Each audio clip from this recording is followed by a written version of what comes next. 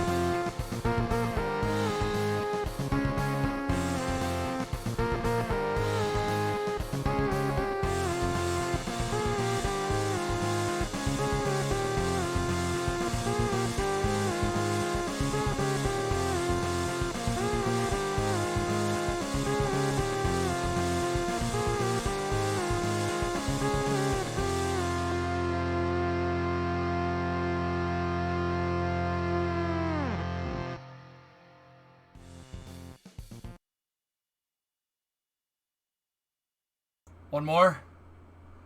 One more. One more. This channel's amazing. You guys gotta tell, dude. I wouldn't say this like, like it's very rare that I'll say this unironically. Go and subscribe to this channel. It's freaking great. Yo, one more. Here.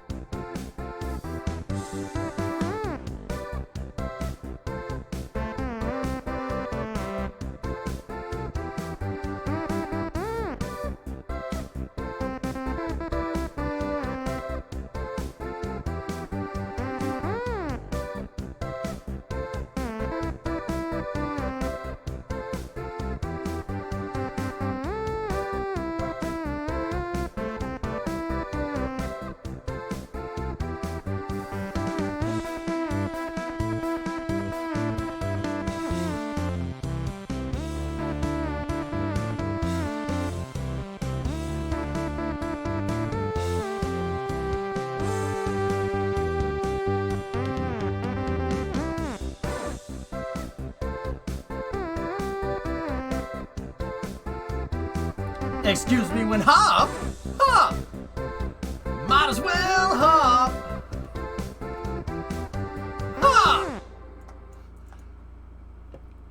I get up.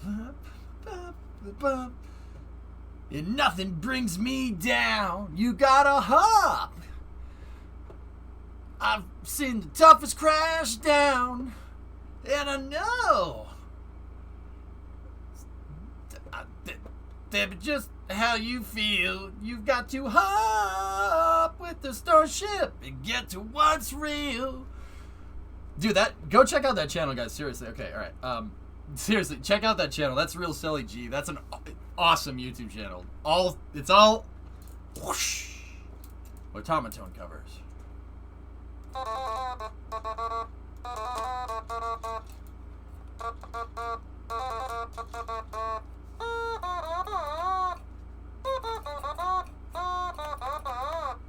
It's a great channel, Bram. It's amazing.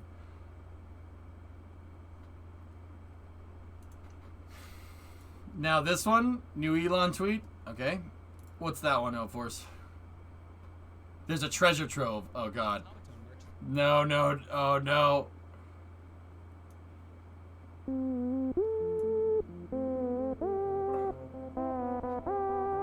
Baila.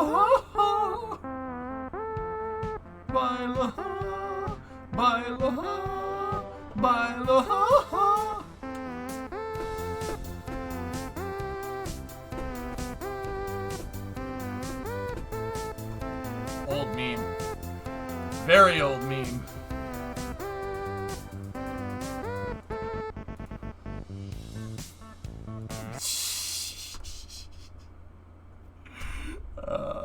Zoomers have no clue right now, man.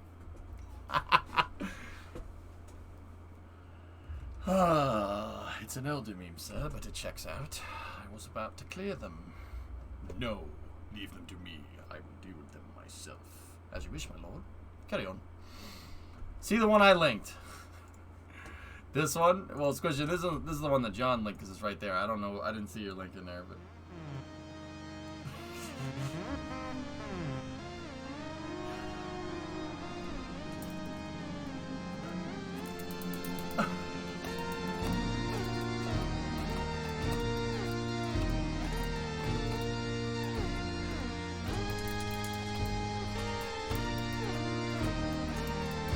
Welcome to Jurassic Park.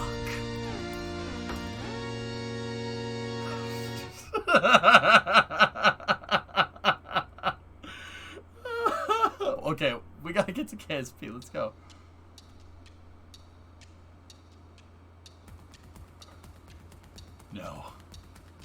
No. Clever girl.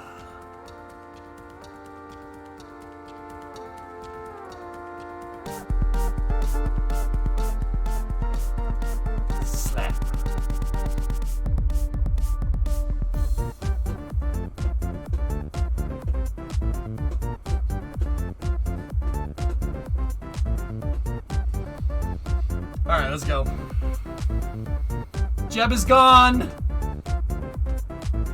All right. Yeah, go check out that channel. The channel's amazing. Fantastic channel. If you like whoosh, automatons.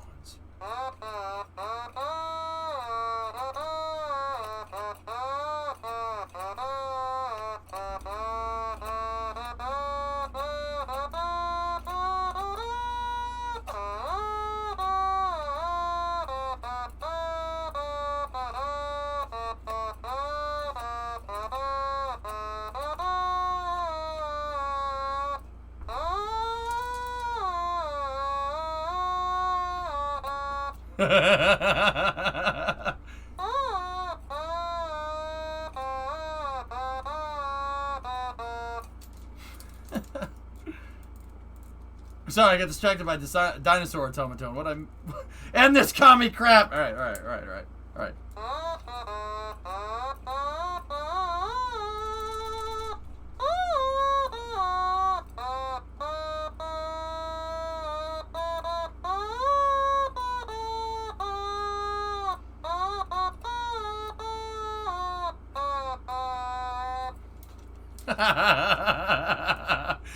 Dude, it's tough to play. You can't tell where the dang notes are. What have I logged into?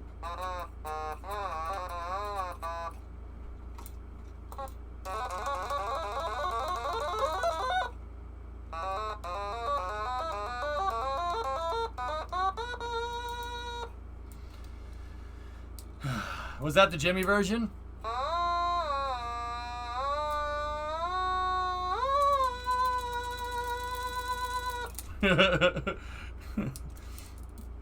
That was good, but the Marines was better. Yeah. Yeah. All right. We'll end on this note.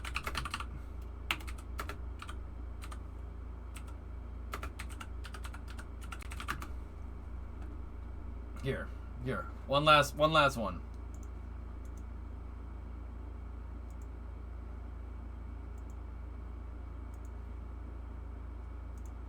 All right.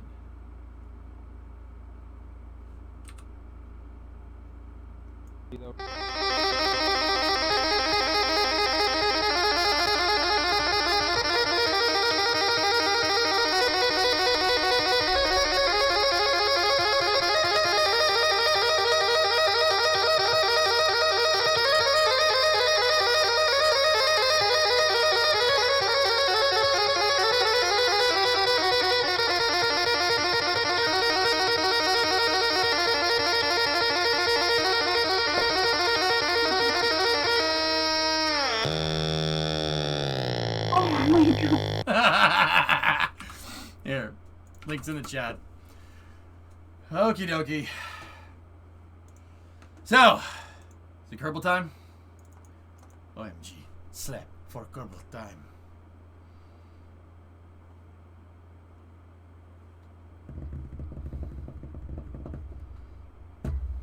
Yep, that one was the dupe. Yep. Only that guy Thomas could shred with the automaton, and the girl was like, oh, you know.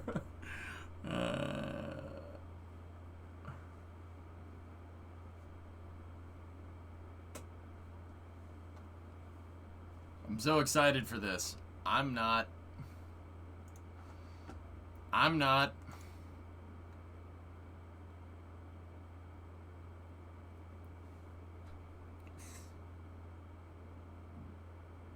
I wanted to vote for the middle of the road option, but I had no idea what option that was. So, poll ended an hour ago.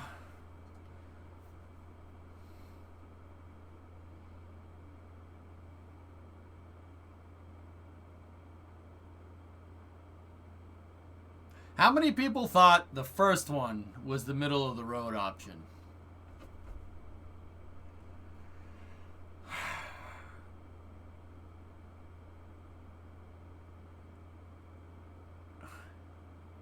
How many people thought the second option was the middle of the road option?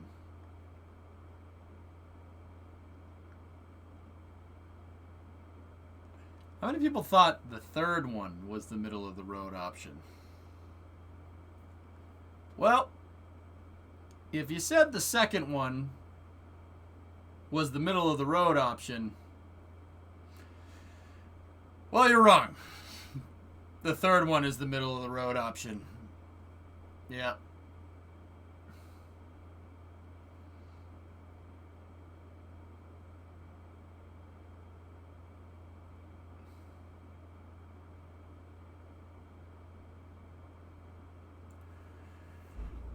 Oh.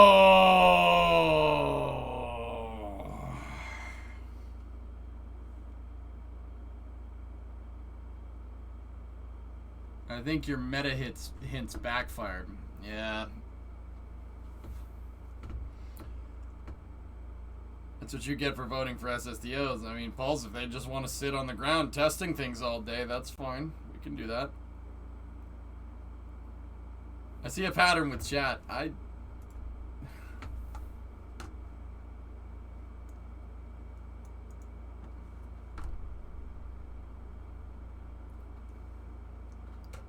don't know, Rocky Guy. I mean, overfunding, short deadlines? Yeah, that's,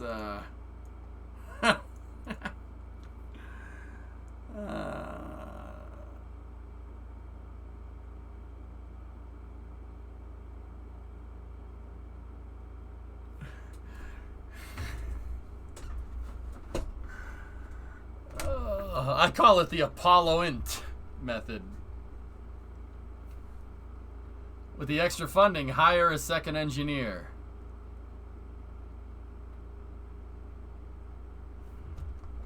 I have 4 weeks for 2 launch vehicles to be developed. You look annoyed. Did chat choose the 4-week option? Yeah, there's no way. I'll give it my best. Don't worry. I'll do this as best as I can. There's no way that's happening. You guys just asked for SLS in 2 years.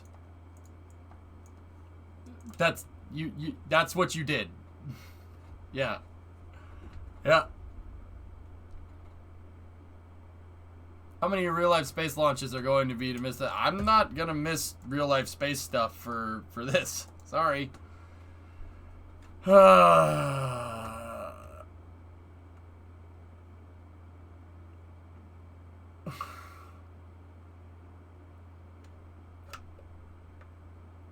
It's okay, Pie Power.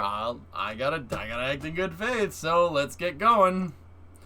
Let's get going. This is, dude, these next 2 weeks are gonna suck. I gotta like shelve one of my projects, one of my side projects for this.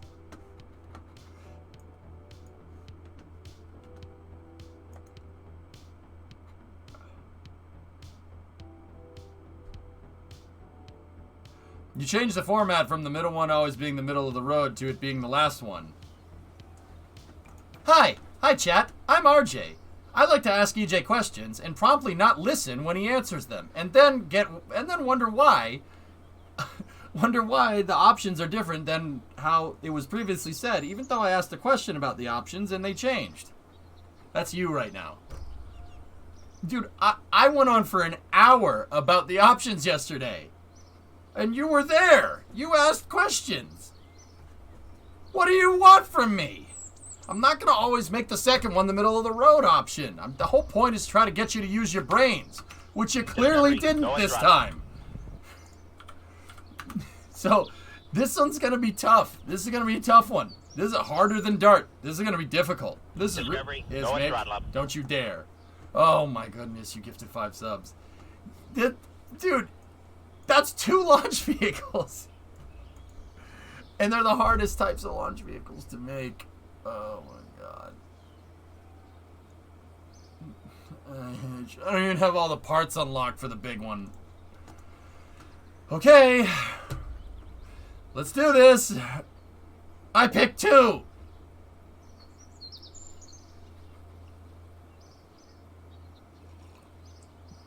Bram, I know exactly what I did. I want SSTO to fail. Oh god, you guys are Congress. Oh my goodness. No, I like the challenge. This one's gonna be tough, but I like the challenge. This is gonna be the hardest project we've done. Yeah. Here we go. All right, so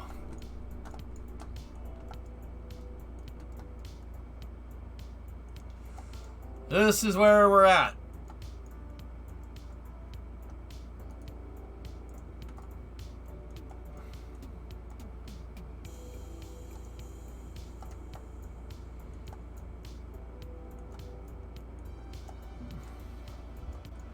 No fancy assembly. Roll it out, turn it upright, fire it away, rinse and repeat. 1 test per hour. That's not...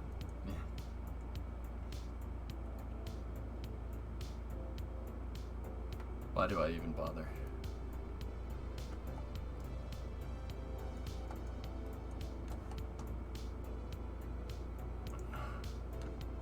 Why do I even bother? Tesla, what is this? Rating. Tesla set a new official record for the fastest quarter-mile time of any production car with the new Model S Plaid. The Midnight Silver Model S Plaid set an official time of 9.23 seconds with a trap speed of 152. That's fast. That's really fast. 9.23 at 152 out of the gates is quick, man. What do you think about the results of the poll? Gonna be a tough challenge, man.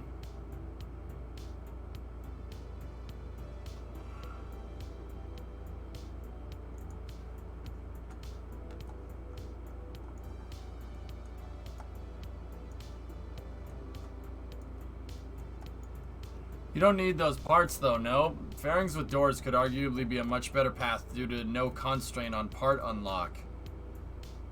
Included, essentially no volume constraint. Maybe.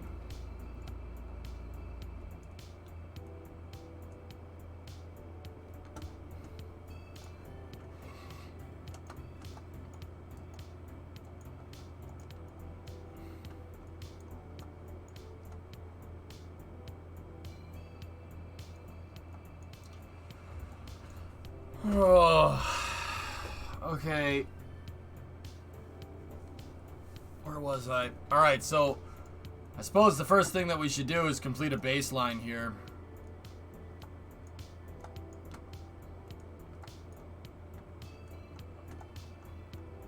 How many Kerbals will this thing carry?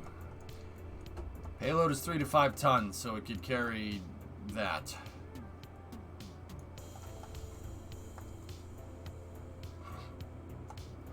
I don't know, Rocket Guy. Just remember, if you use wing pieces to shape part of the body, try to mirror those parts vertically to help balance out the aero forces. Yeah.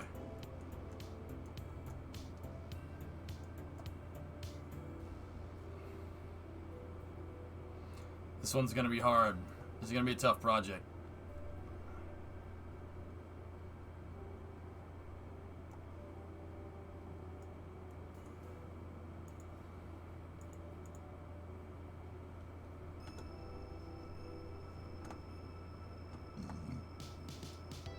How do you control your stream stuff, like switching between scenes? Stream Deck. Houston, Tranquility Base here. The Eagle has landed.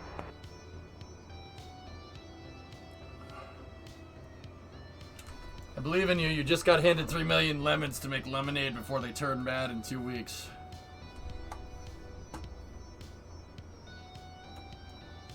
You have to do a light duty SSTO angry and then a heavy duty one. That's the plan.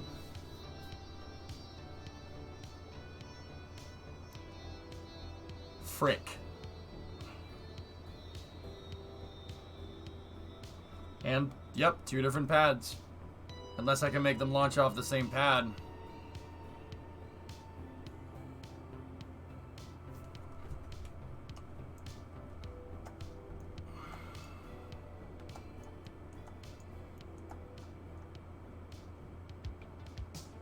What is the huge development timeline with this, though? It looks almost done.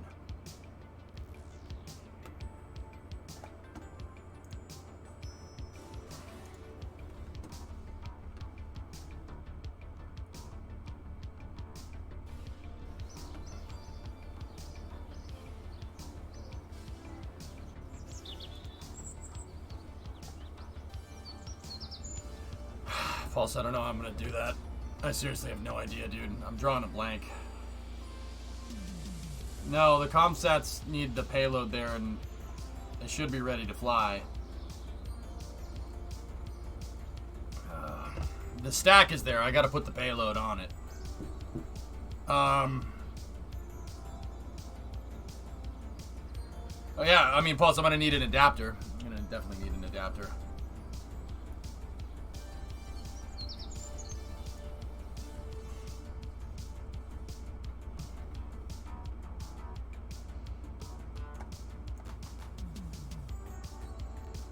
We gotta do our time warps for the day.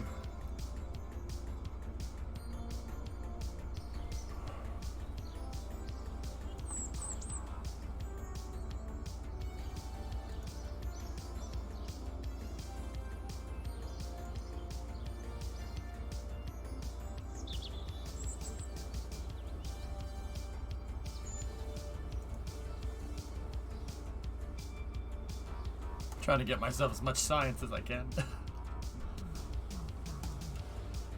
Would Enterprise suffice for a heavy-duty SSTO?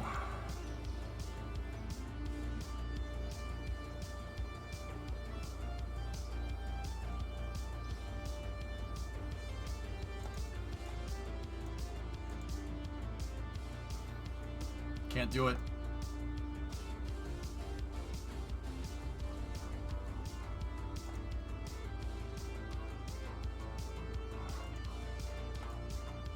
I really need the shuttle control surfaces for the big one.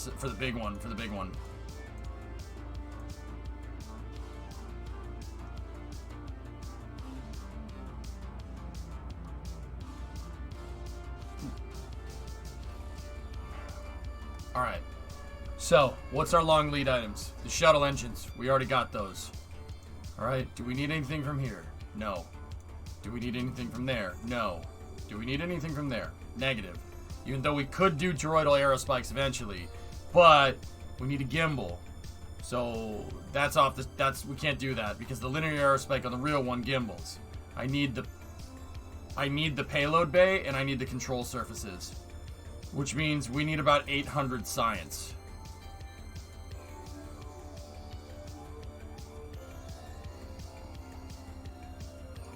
I have 4 Freedom 7s left. And 4 Freedom 10s, 2 Freedom 7s. The first thing that we're gonna do tonight is put the comsats up. We're gonna get the new JeffNet going.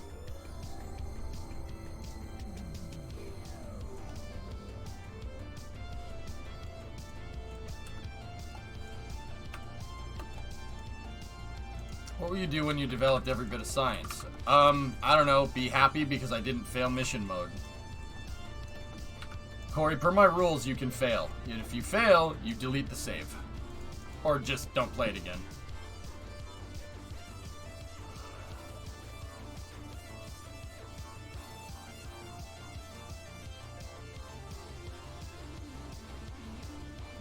They highballed me on the budget, Ismic. I have 3 million. But, have you ever failed? Not yet. We'll get it. We'll get it. I have, like I said, we have 2 Freedom 7s left. And I have 4 Freedom 10s left, including that one right there. These are left over from the canceled lunar program.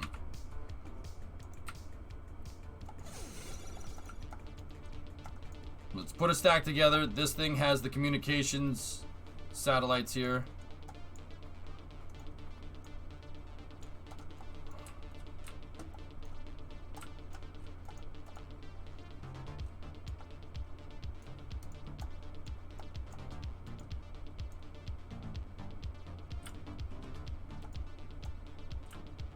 Was the 12 not what you wanted? July is the realistic deadline, Jackery. I set the middle of the road option for option 3. I wanted to see if chat would pick up on it. Yep, you did. Yeah, you didn't. You gave me a month to build 2 launch vehicles, one of them being a heavy duty. That's gonna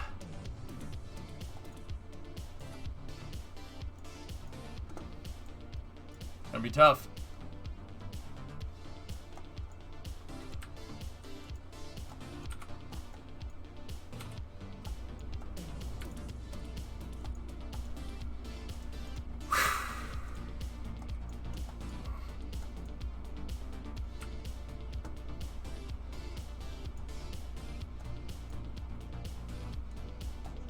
Something like that, Van.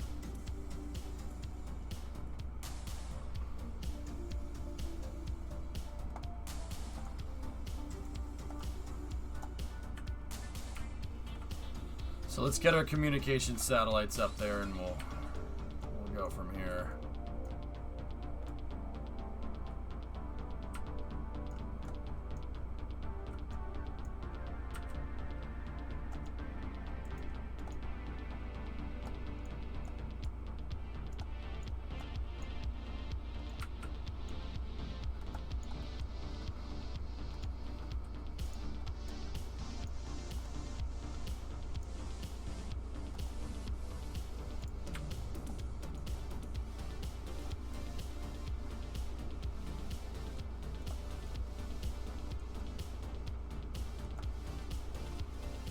Yeah, Kyron, I'm trying not to hold people's hand and explain every option, but...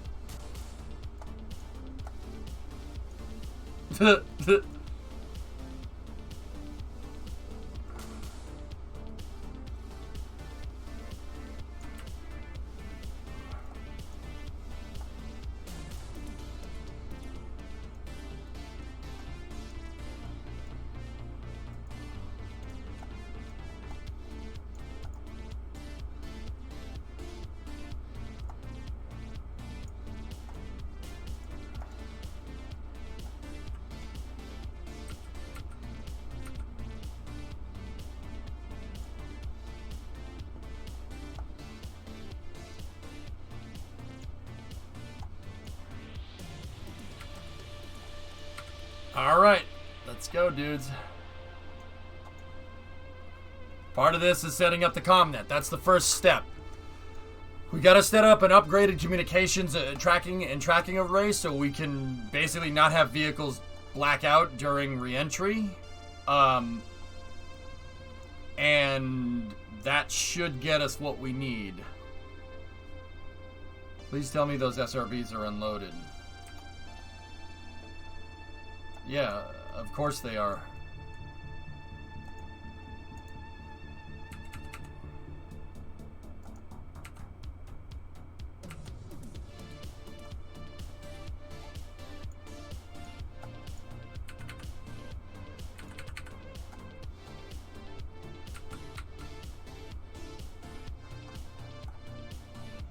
Okay, check for alignment. 89.9, alignment is green.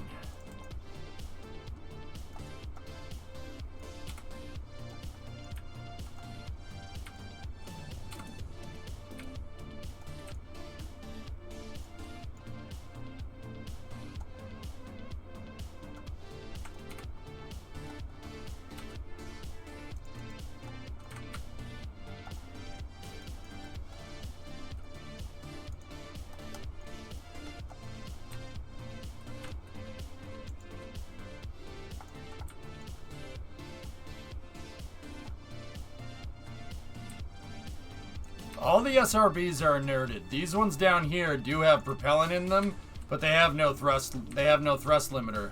Thrust limiter's at 0. Even if you stage them, nothing's gonna happen. They're all inerted. So I don't, just in case if I accidentally hit spacebar, I don't get a fireworks show. Could be louder. That could be louder. Sorry about that. I don't know why Kerbal just overdrives the sound when you deploy a bunch of gear like that, but it does. What? I can't hear you.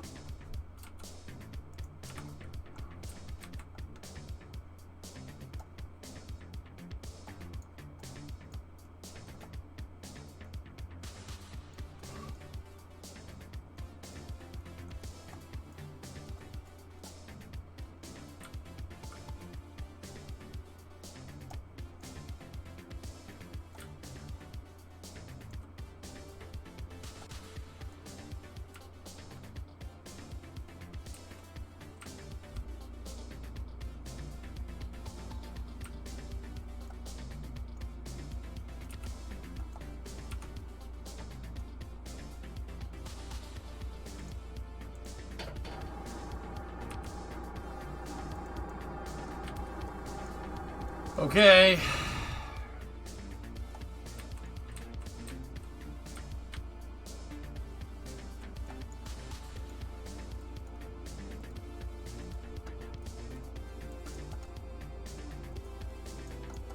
There's no launch window in particular. The rest of the windows should be nice and open.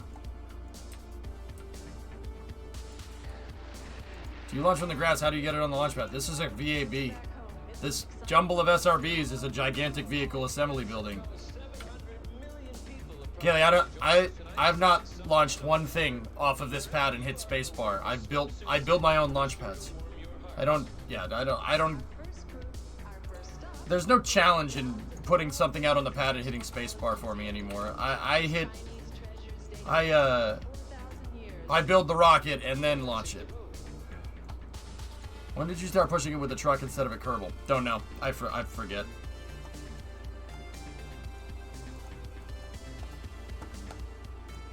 Alright. Let's open up the log here.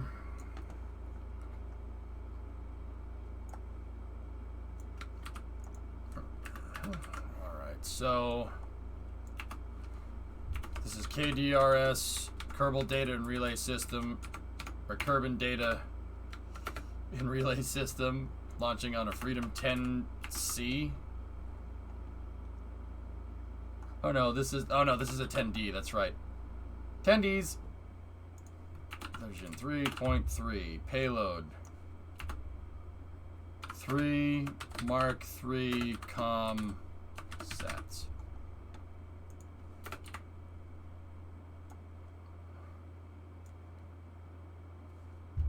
We're going to go 98 by 98, and then we're going to 2863 by 2863. That's geosynchronous.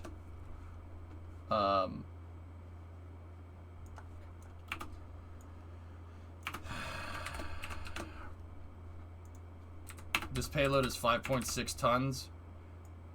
This will be the first launch because I recovered the pad. This will be the 94th from Complex 1A total. Vehicle serial number is not applicable here. There's no vehicle on board.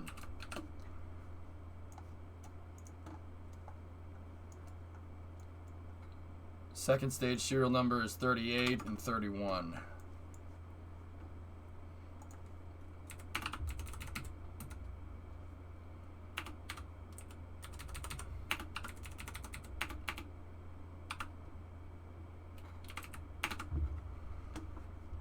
Okay.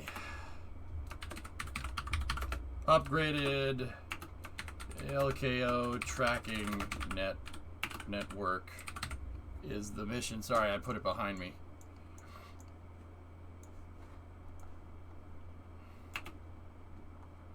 $90.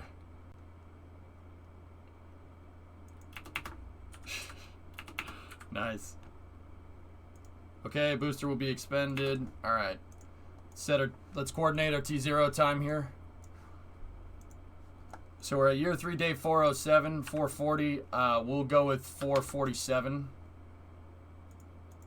So this is year 3, day 407, 04, colon 47, colon 00. We are in a T-minus 2-minute hold here on the Freedom 10 rocket.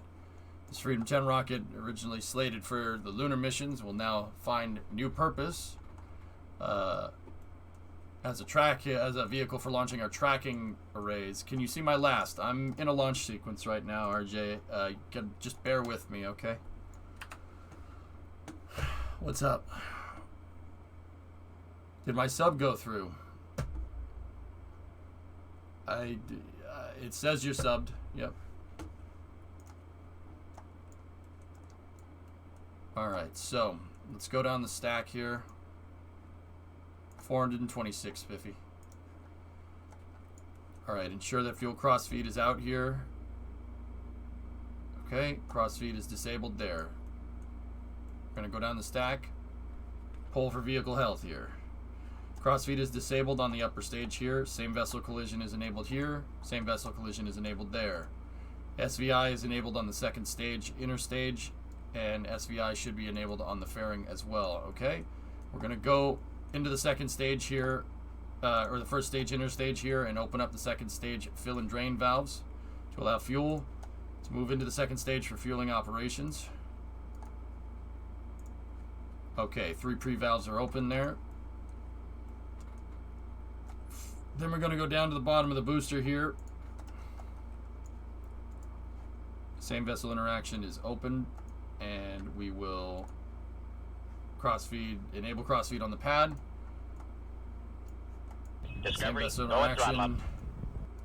SV. All right, we're good. Vehicle has been given a clean bill of health here. We will set our staging now.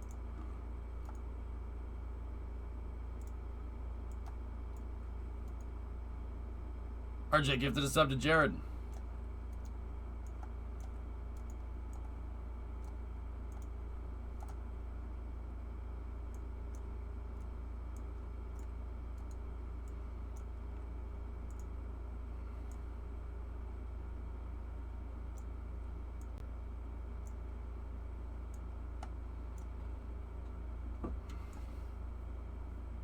Setting the staging at this time.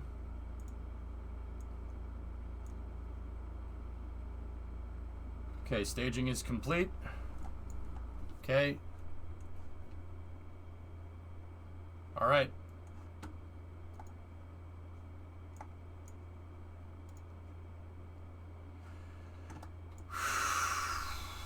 Alignment is still nominal. We are go for fueling operations on the booster. First stage fueling has begun. 3 after this, Chief. Thanks for the gifted sub, RJ. Appreciate it.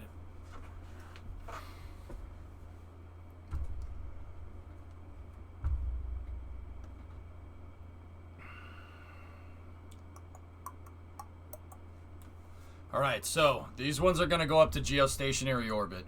What's geostationary? Or in Kerbin, it's called geostationary. What is that? What does that mean?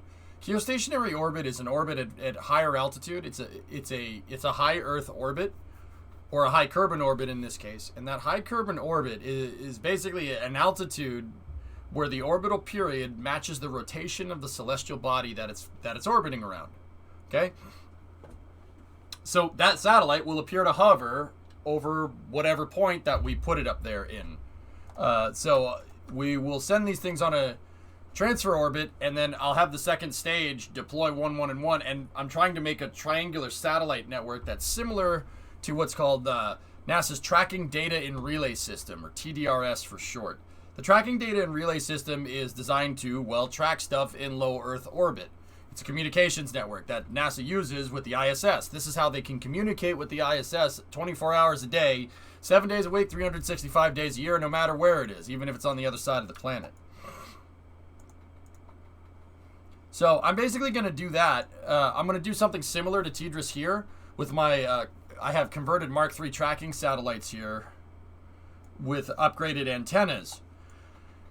These upgraded antennas should give me enough signal they should give me enough signal so I could test the Venture Star through reentry and be able to control it all the way down. Something that was a pretty standout issue with DART.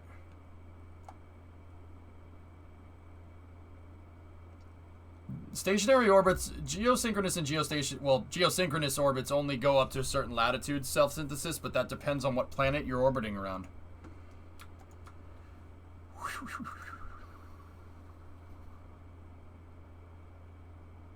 What's the difference between traverse rate and input response speed? I don't know about input response speed, but traverse rate is how fast it moves.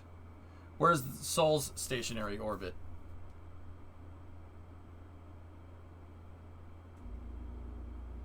I forget. How many to complete the communication? We just need 3. Just need 3. Okay, second stage fueling has begun.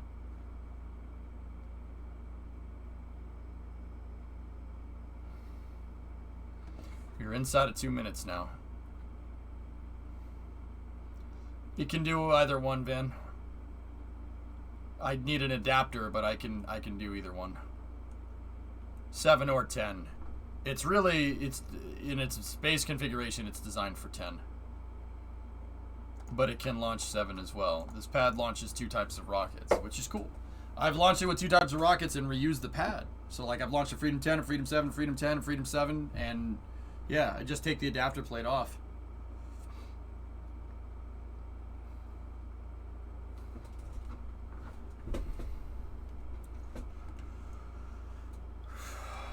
Okay.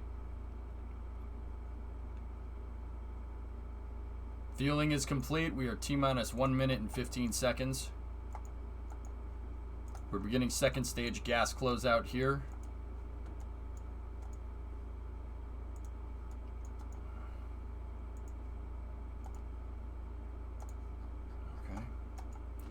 Okay. And we are T-minus 1 minute. We're go for auto sequencer start.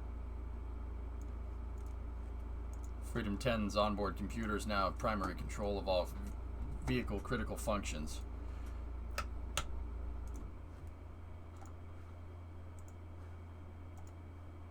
We're now beginning thermal conditioning of the engines, where we chill down the engines to make sure that they will not hard start. Stand by for the wiggle.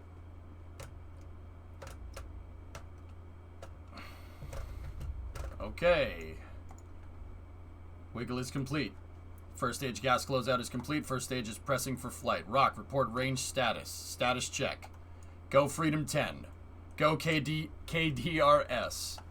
Cleared to proceed with terminal count. T-minus 20 seconds and counting.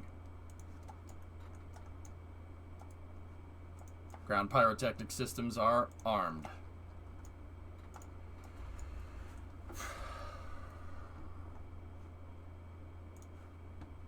T-minus 10, 9, 8, 7, 6, 5, 4, 3, 2, 1. Ignition.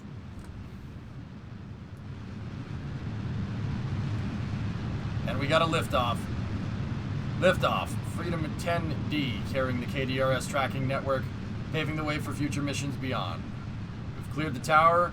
We're on a roll program. Roll program is complete. Vehicles now pitching downrange.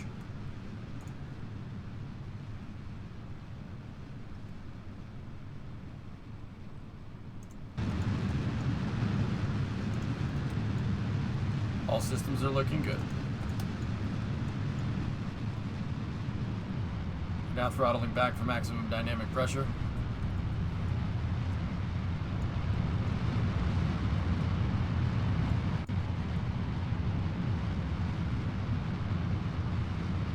Dynamic pressure is at 5.7 kilopascals and increasing. Vehicles now at 3.7 kilometers, traveling at 135 meters a second.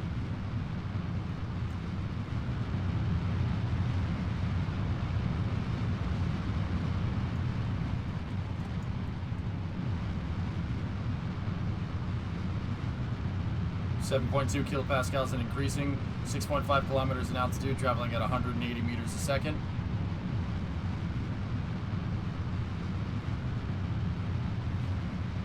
Stand by. Next step in the flight is maximum dynamic pressure. Okay, 90 seconds into the flight here, 10 kilometers in altitude. We have max Q. Stand by for transonic. Core stage engine on the KD-170 now throttling back up to 100% of rated performance. Next step in the flight is main engine cutoff as we break through the sound barrier.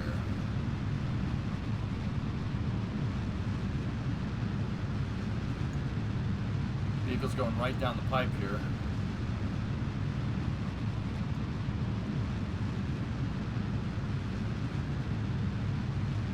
Okay, 2 minutes, 10 seconds into the flight. Vehicle now traveling at 680 meters a second, approaching 30 kilometers in altitude.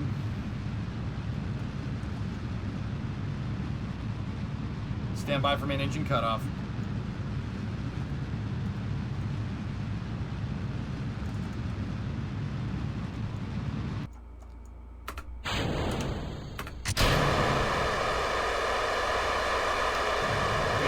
Cutoff and upper stage ignition confirmed. Nominal first stage performance.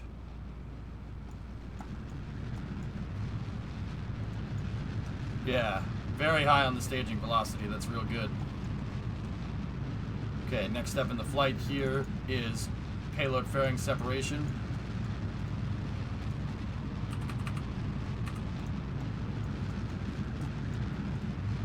Stand by for PLF jettison. Actually, you know what? I don't want to do that just yet.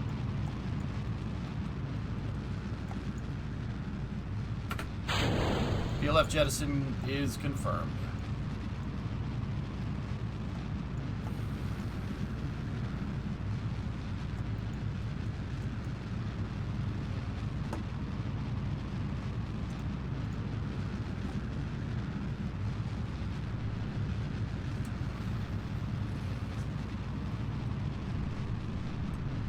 Yep, we had really good staging there.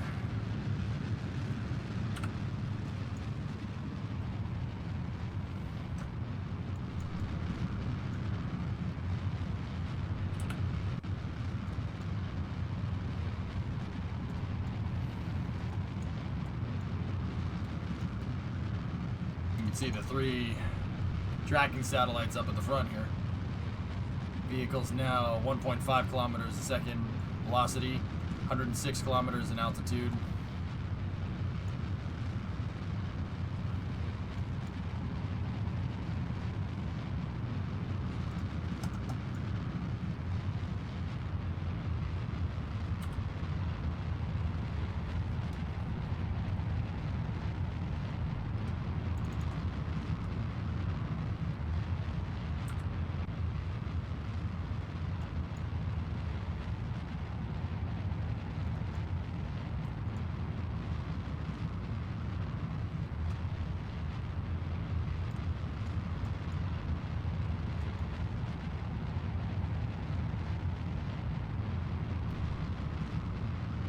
We can go higher than 98 by 98, guys. That's fine.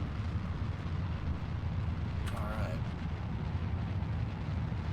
120 is fine. I mean, it's nominal window. It really is. It's really not that big of a deal.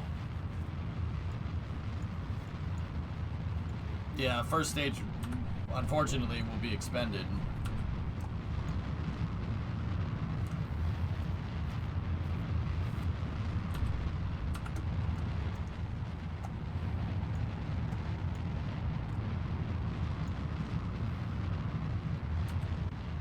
Run through the math for determining the spread. I have to remember it, Kyle, so yeah, I will.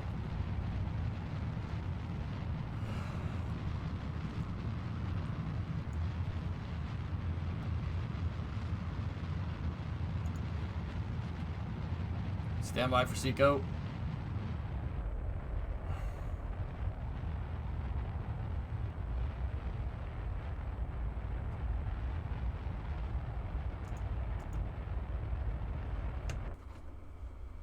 Seagull confirmed. 130 by 130, nominal orbital insertion.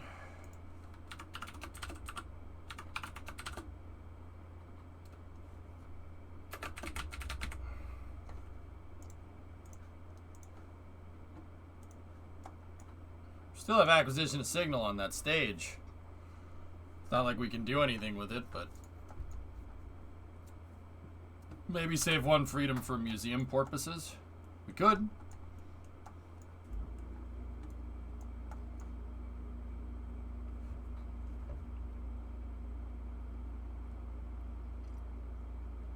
Grab Shark, so we need to shoot the AP up to 2863, right? But that's just the spacing. So, I mean, that's just the apogee. We got to get the spacing right, and more importantly, we got to get the inclination right. So I might need to do. So what I'm going to do is a little trick here. Set the moon as target, and you'll see that we're 0.5 off, which is not a big deal. We got plenty of delta V. So I'm going to adjust this.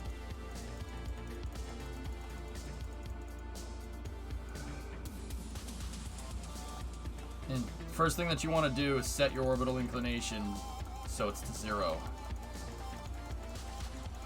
So the next step in the flight here will just be a slight on-orbit plane change, 17 meters a second. Shouldn't be that big of a deal.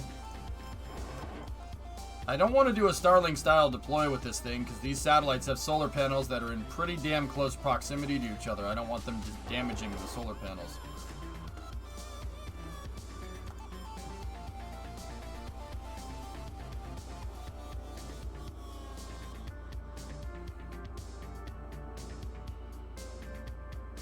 One 222.5.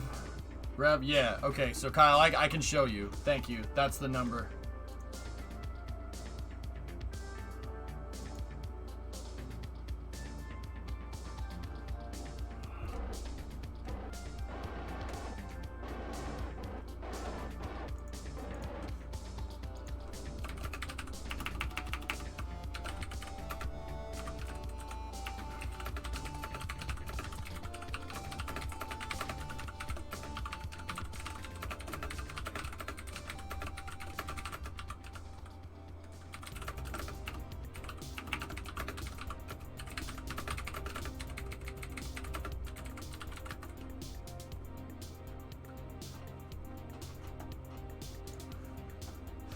Can you read my last one? You can. What are you trying to do with these satellites? Go back, right before I launched it, Corey. You check back in the VOD. I explained what these things are doing. Okay, next orbit, or next maneuver here. We're gonna move up to it. Yeah, test of something like that.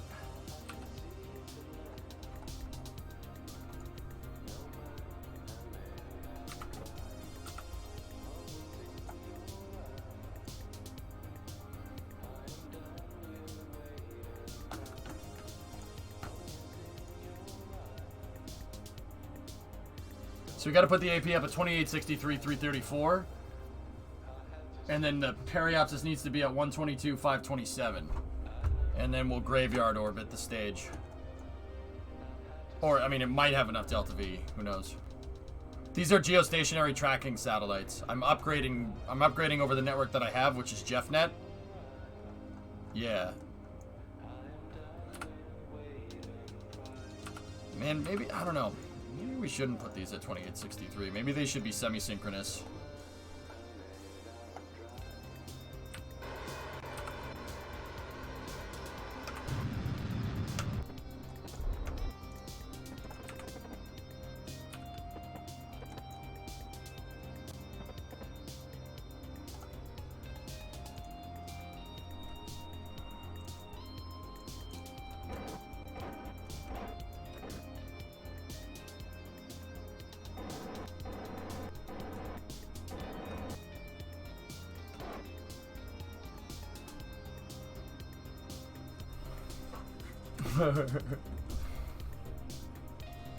What's up, Gerardro?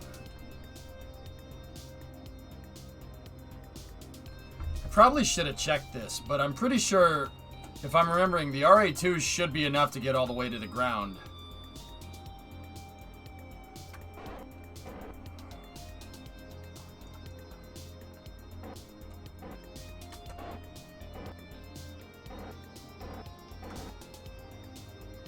Discovery, go at throttle up.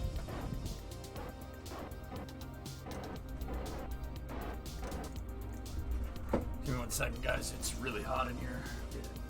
I'm starting to get into summer or late spring. I'm gonna turn the temperature down on the air conditioner. Freaking computers are heating up the place. The RA2 will work at that altitude, all the way down to the surface, even through plasma blackout. Hey, Horizon, 23-month resub. Thank you.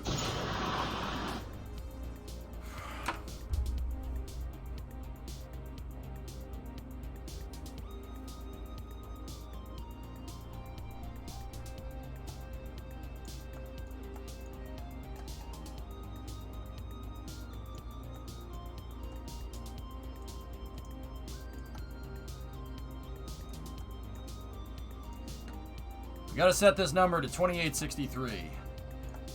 So once again, that's a synchronous orbit, meaning that the altitude is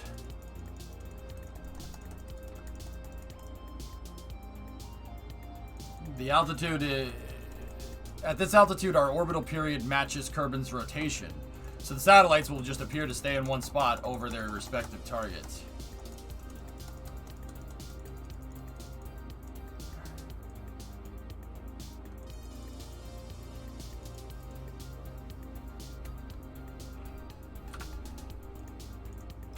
So I'm going to show you a trick, though. We have 3 satellites, and I need my satellites perfectly spaced. They need to form a triangle, right?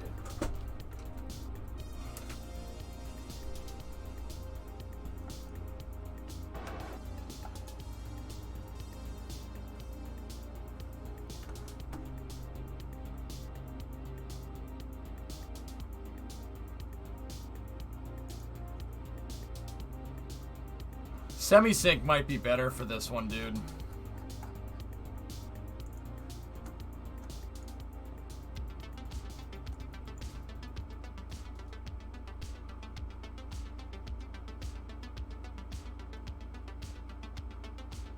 Semi-synchronous has an orbital period of 12 hours. Wiser, it's half the distance up. So the satellites won't hover overhead, but they'll be close.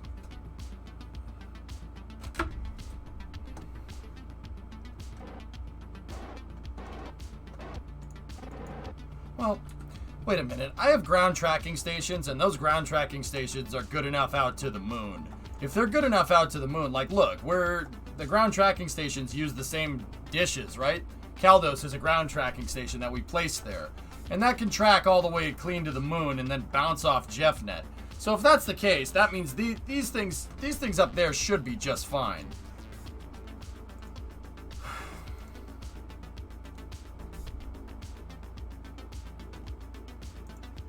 Nice, W.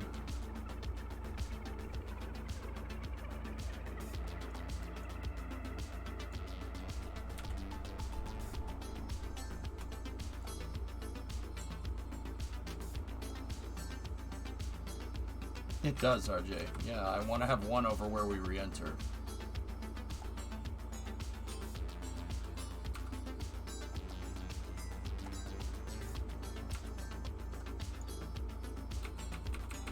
Alright, let's go. We're now chilling down the engine.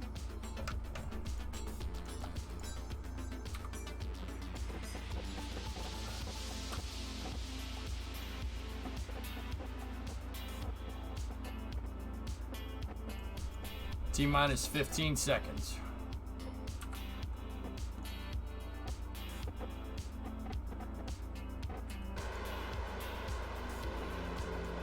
Bulge motors.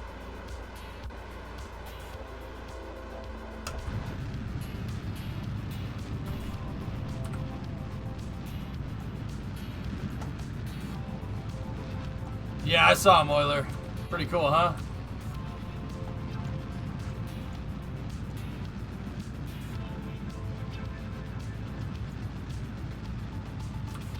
Halfway through the burn now.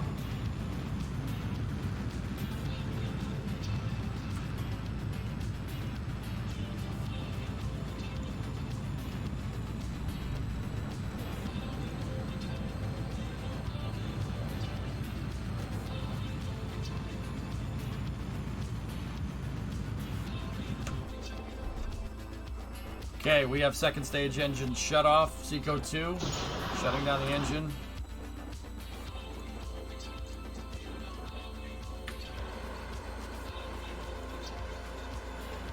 Gonna use the monopropellant to finish up the burn here.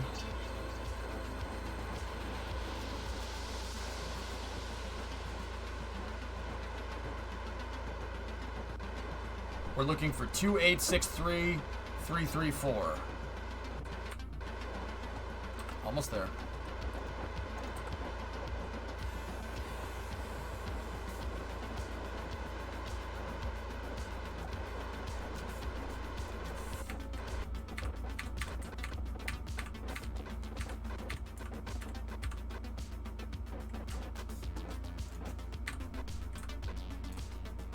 Good.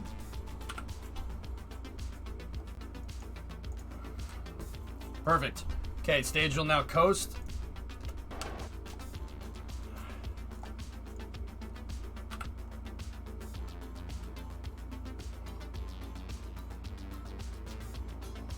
Yeah, so watch this, guys. So the next thing that we need to do here is it's an injection 171.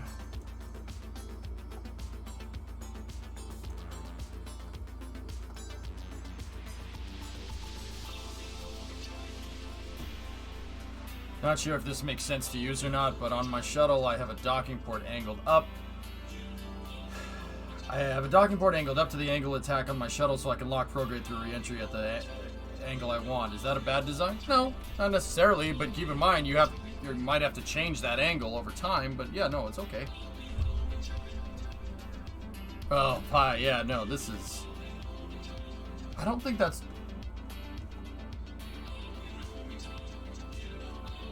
I don't think this is right.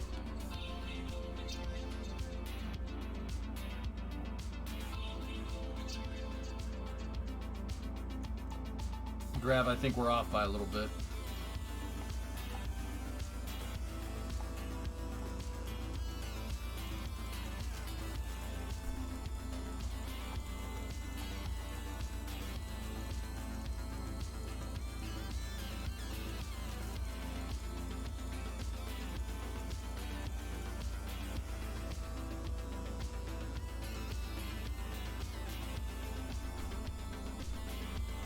When you forget you're still logged into the server, go eat dinner, get killed, and your full netherite gear plus tools plus elytra despawns. Oh no! Oh, Ian, that sucks, bro. Wait, Ian, let me. So, you went AFK in Minecraft and lost all your gear. Well, that sucks, Dab. Is that right? Is that what the kids do?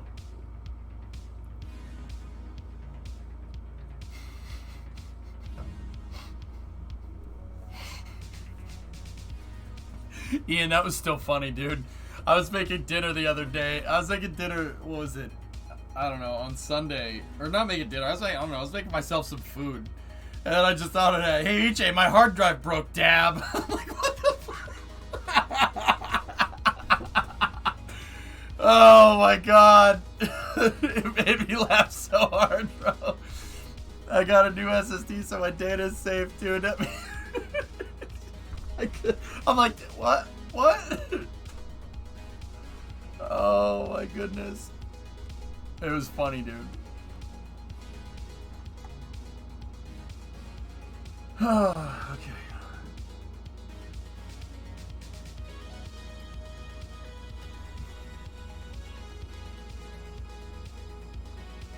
Alright.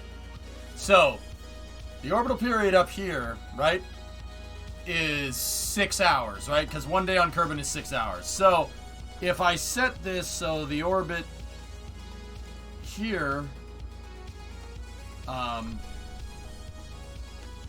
modified orbital period needs to be, this needs to be a 2-hour orbital period, which means I need to set the PE when I'm at AP. If I do the burn, I need to set it so that basically says 1 hour. So it's 1 hour down, 1 hour up, deploy the satellite, 1 hour down, 1 hour up. This satellite will be a third of the way around because it's a 6-hour orbit. And then once we get up to the second time, deploy the second one, circularize it, and then deploy the third one, circularize that, and that should give us a nice, even network. It should. So, we're gonna go up here.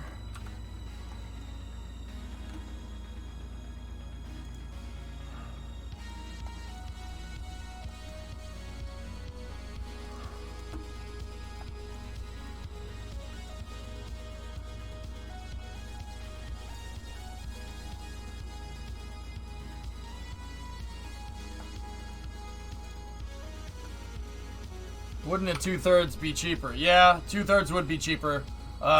So I would need to make it 2 hours then. 2 hours to PE.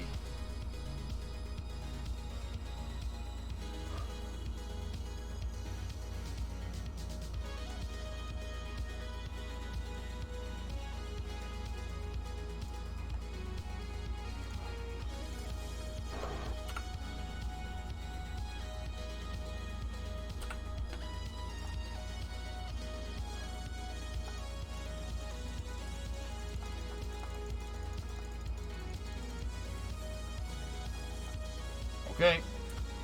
Stand by for the burn. Yeah, it's 3-2, exactly. Kyle, does that make sense? Stand by for SES-3.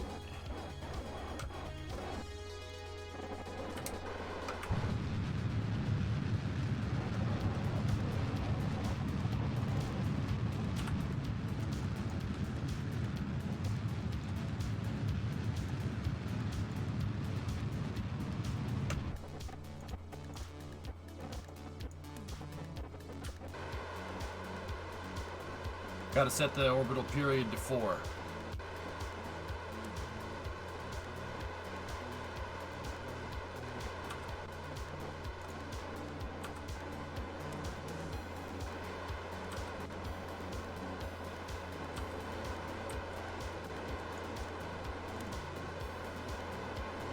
Yeah, Grab Shark, no, this was right. This was right.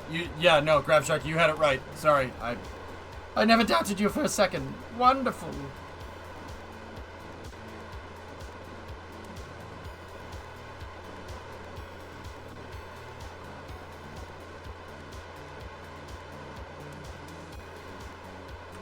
Okay. Okay, so we're in the right resonant orbit. Stand by for KDRS-1 deploy.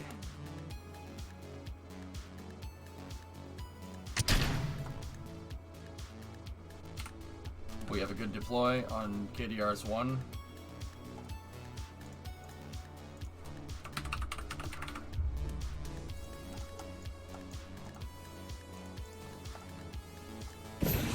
So now we gotta set this thing so its orbital period reads 6 hours. So we're gonna do a little bit of a burn here.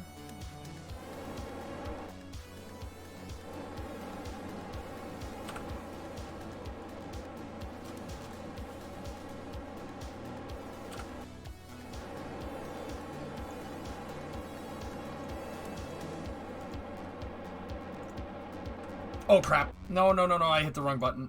Come back. Y'all come back now. Come back now. Do you have any cube shots to go to geostationary? No. Not really.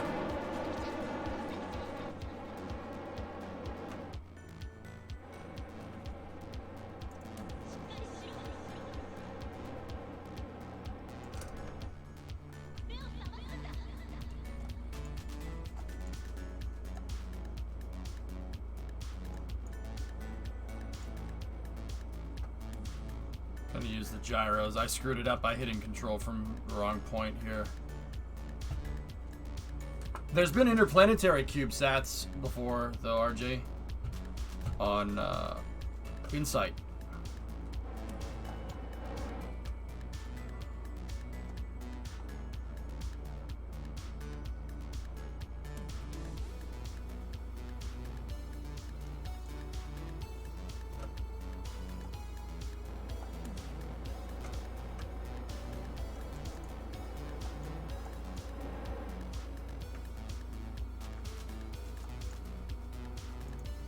Alright, so now what we're gonna do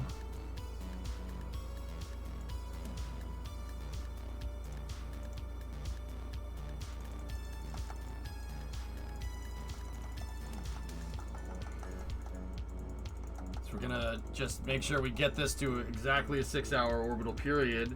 And if we do this right, the satellites should be nice and resonant with each other. If we can get it close enough, right, we need to set this exactly to 1 day. See that?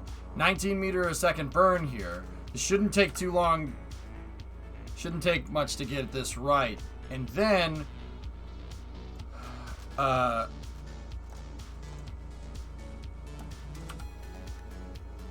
we just kind of have to wait until we deploy the second one. The stage has to get back around to apogee. Is this design good enough for a rail bridge? Perfect, Lumprod. Yeah. So, Lumprod, take, like, the trestle.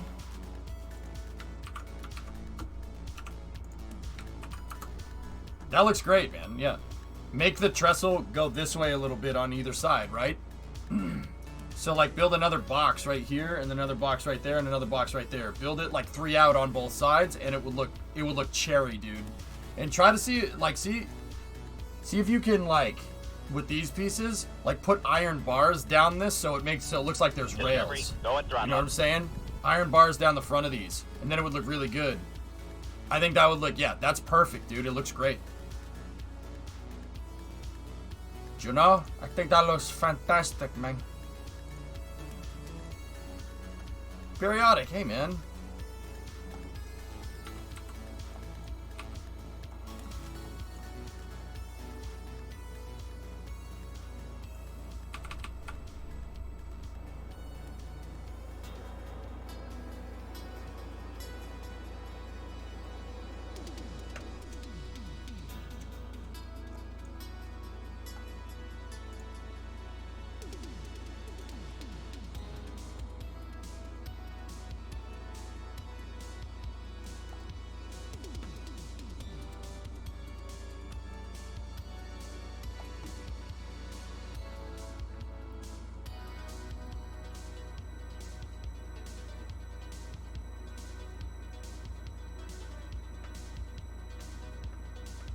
Okay. We have nominal deploy on KTRS-1.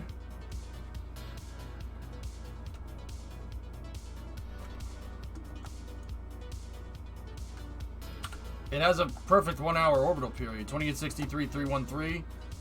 Oh, geez. Yeah, slightly off. We need to have this at 1. Wait a minute.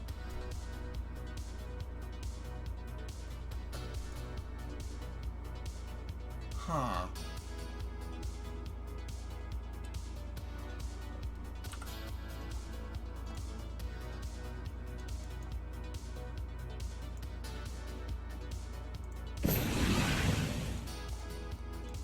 Wait a minute.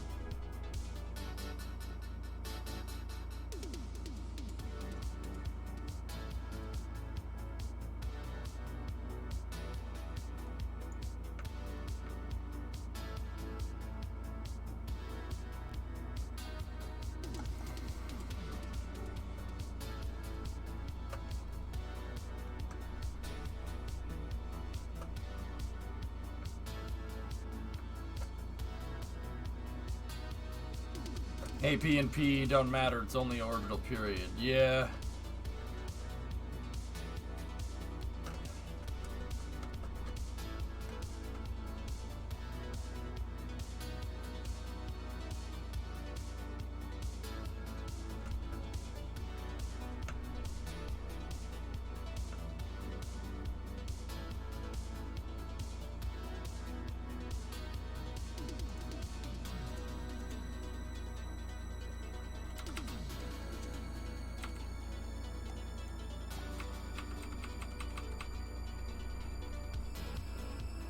Huh.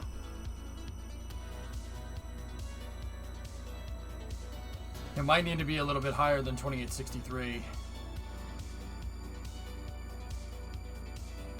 As long as I match all three of them, it's really not a big deal.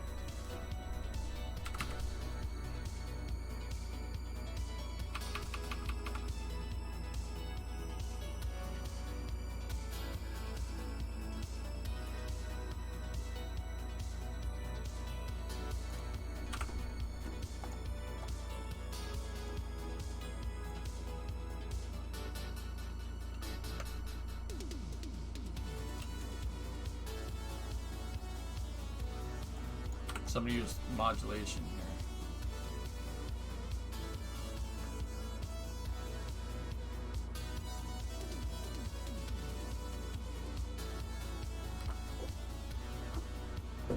It can't be 2863.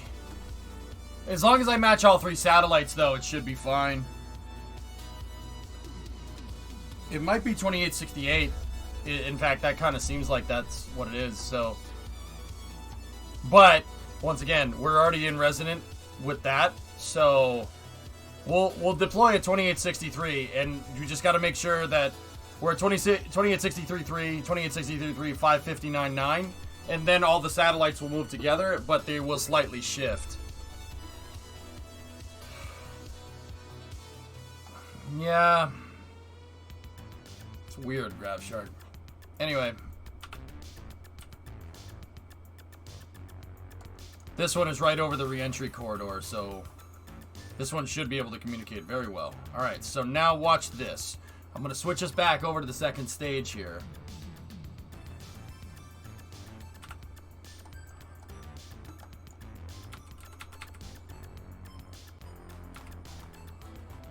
Now watch, that one's going to do about a third of an orbit. Go and throttle up.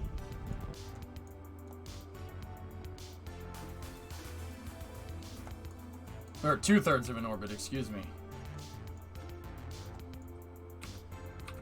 Now what we're going to do is I will deploy TDRS-2.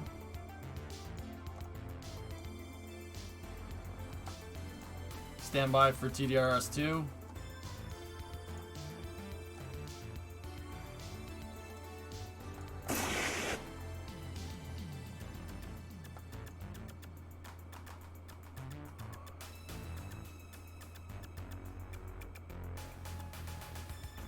Yeah, I got you, Kyle.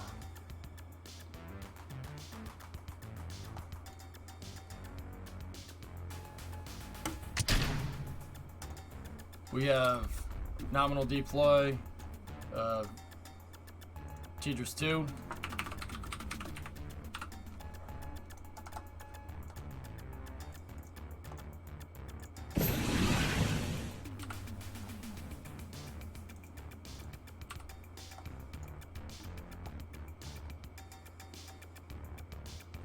Stand by for throttle.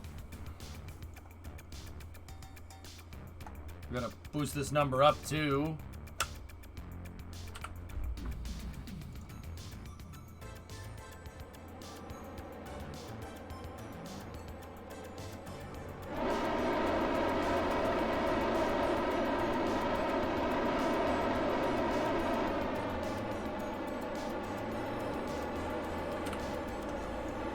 gotta boost it up to about the same here. Okay, so got a lower AP, so we're gonna burn radial in. And this is where we'll go into what they would do is they would modulate. This engine would have to have thrust modulation on it to be able to deep throttle like this, but it's totally doable.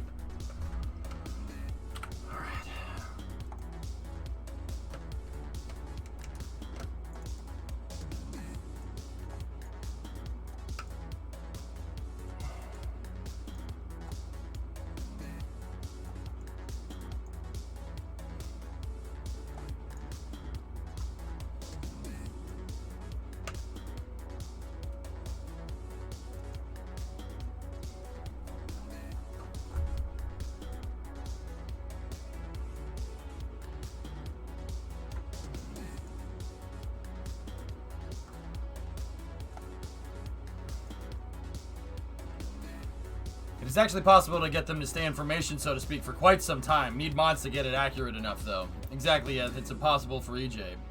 Yeah, you know what's possible? You two shutting the hell up.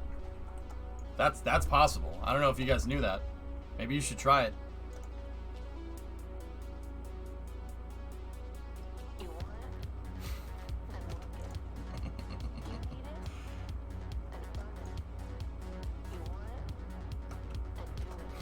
You could trouble me for a warm glass of shut the hell up. Now you will go to sleep, or I will put you to sleep. Check out the name tag. You're in my world now, Grandma. See my last tag? No, I don't want to. I don't like you. You know, I don't really want to talk to you because I don't like you. But you're on TV, man. You know that Mr. lady? I just killed her.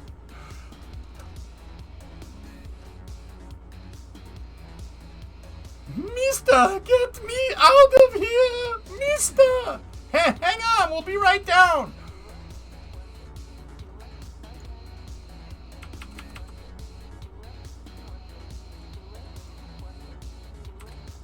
Just get out of here, leave us alone!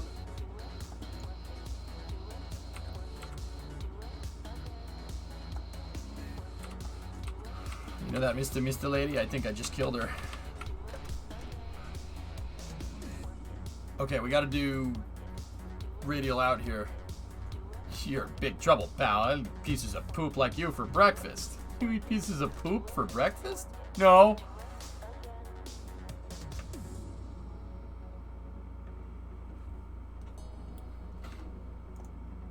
Okay, slight radial outburn here.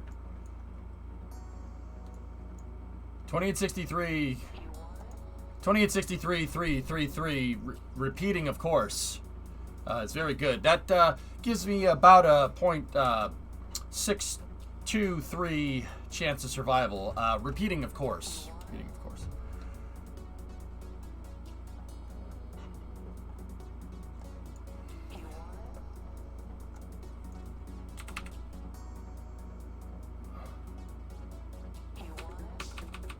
At least I have chicken.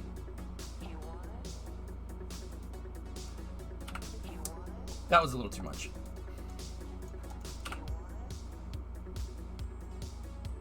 Modulating the thrust on the little baby engine.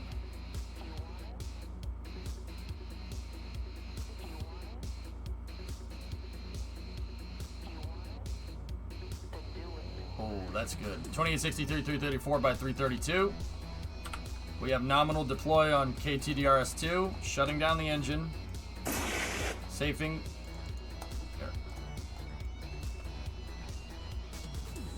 Alright, chums, let's do this. Leroy! Jack! Oh my god, he just went in. Stick to the plan, chums. So, you see, we got 2. Now, guess what? When my second stage gets back to its apogee right here, right? We're going to be right there. We're going to be perfectly spaced between these 2 satellites. Or as I, as my teacher would say in math class, we'll be perfectly spaced out in high school.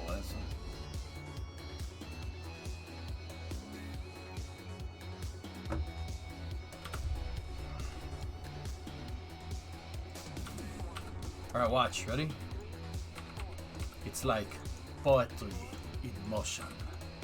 Watch.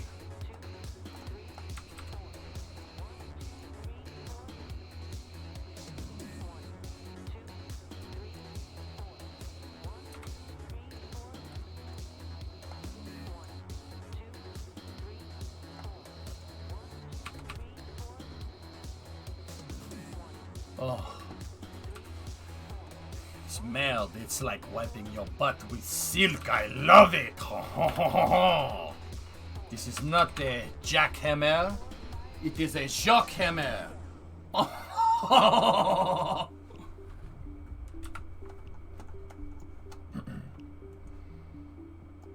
Matrix reference? No. Yes. Yeah. Yep. Stand by for deployment on Tedra's 3.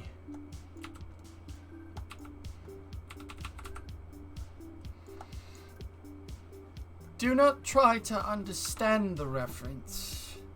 That's impossible.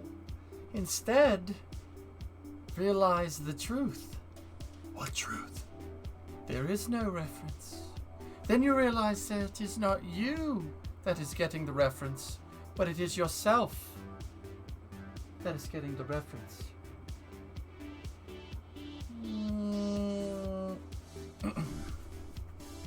It's all references. Always has been.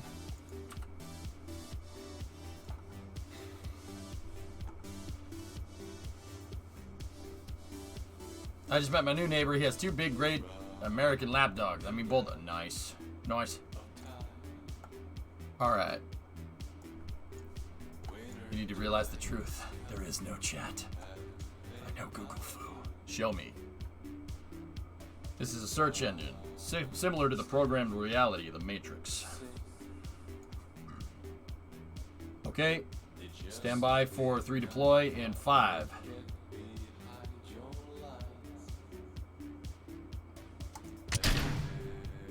Okay, 3rd satellite was deployed on time. Priming the engine.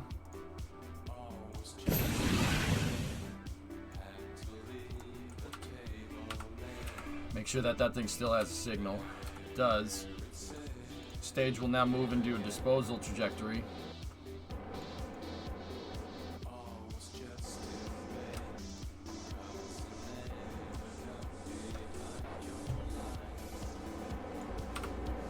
Bye-bye.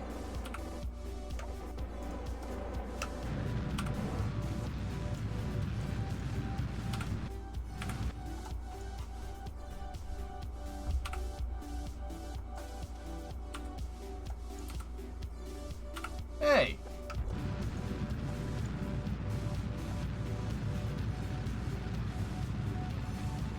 We'll burn up somewhere over the Atlantic. Gah!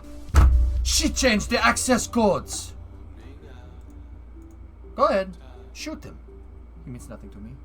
I can do it! I can break her codes. Alright.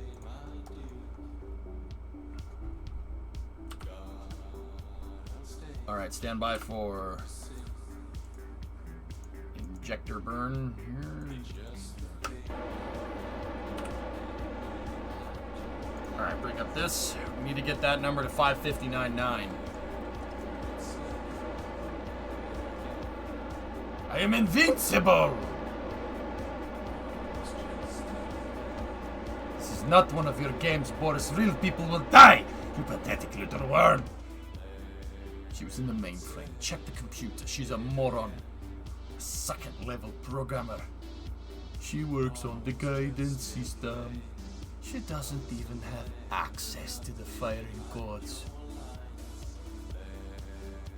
Don't mind me, I'm just, yeah, okay. Retro rockets firing.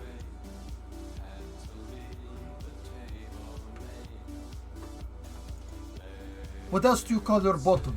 It's Boris' password. He plays word games. It's what I sit on, but I can't take it with me. Chair. What is it with you and moving vehicles?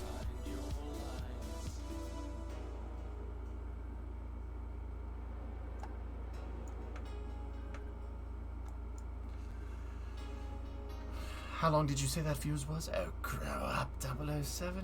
They'll say the pen was mightier than the sword. Thanks to me, they will write.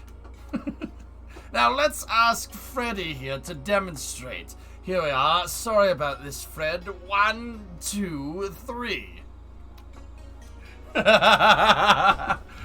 Give me the codes, Natalia.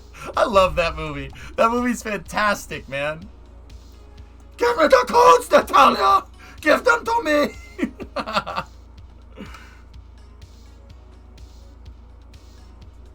I love that you're the kind of guy that can talk entirely in movie references. Yes. All right. 2863.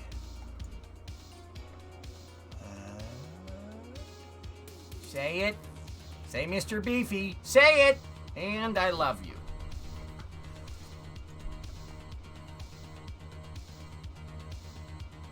What movie again? That's GoldenEye.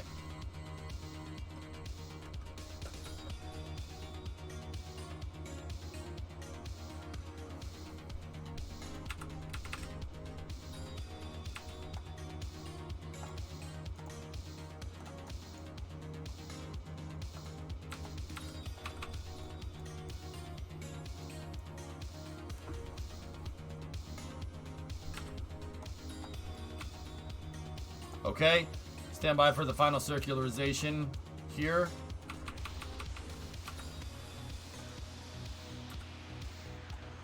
Okay, first stage has reached its disposal orbit.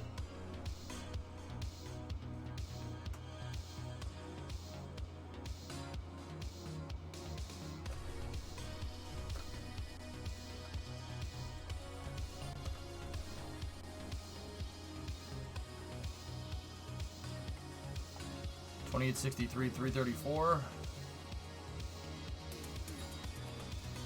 Gonna make it. 335 by 350. God dang, Loch Ness Monster, they're gonna get a 350. Make the noise.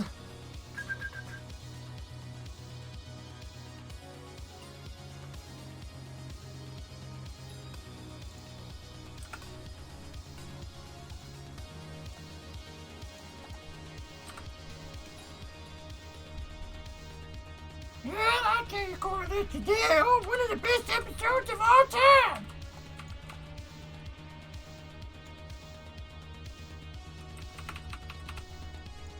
All right, just a little flick of this. 335 by 337. All right, so check this out. Let me go here. So,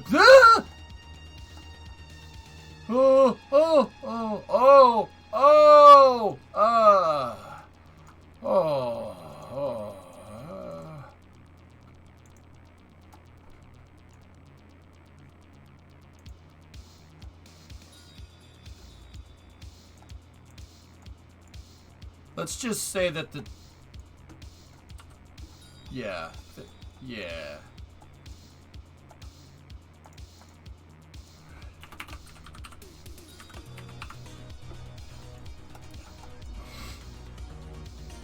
Let's just pretend that you can see the triangles, okay? Discovery, go at throttle up. EJSA stuffing dot space. There we go. We have mission success. ComNet upgraded. Dab. It's cringe, isn't it? Marcus, 13-month resub. Roundabout. Ooh. The orbits, look at that. The orbits are inclined up, down, and center. You know why? That was the top of the tricoupler, bottom of the tricoupler, and the one on the side. So, if you look at the tricoupler, there was 2 here and 1 here. That one is right there. And the other 2... Freaking tricoupler, man.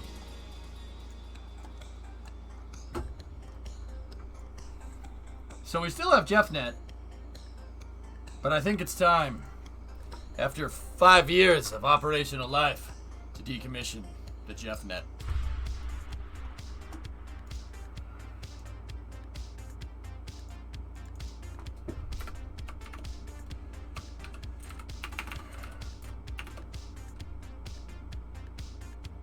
I mean, we could have it as a supplemental network, but I just don't, I mean, it's not really going to do much. I suppose we could just leave it. Deorbit them? I mean, if you guys want them, keep them as supplements, that's fine. Actually, they're almost triangulated exactly on top of each other.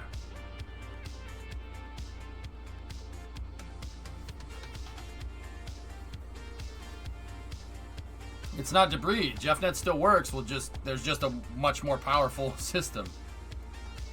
They have the Delta V to keep going, but you know what? I'll just leave them. Why not? We'll use JeffNet and Tidris. It's fine. Yeah, sure. Why not? Let's go over to the station. Yay! White people happy.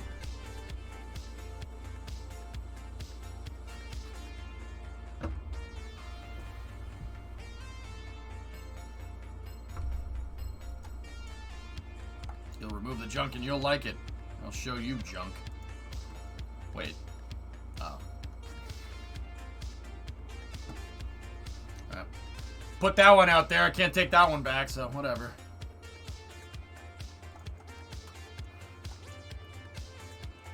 Bonka toss!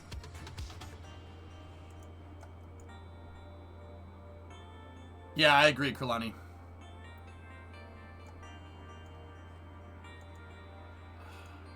Could have been. What could have been? What have you done? What have you done?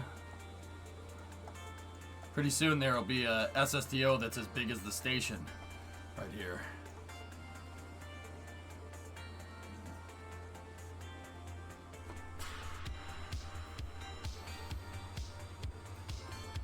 How do you get the mobile lab?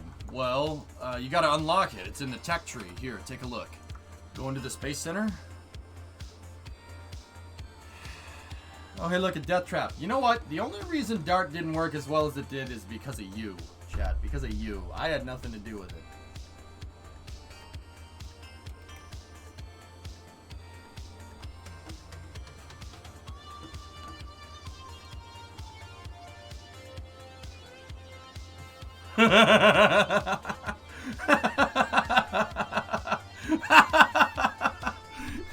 Oh, no.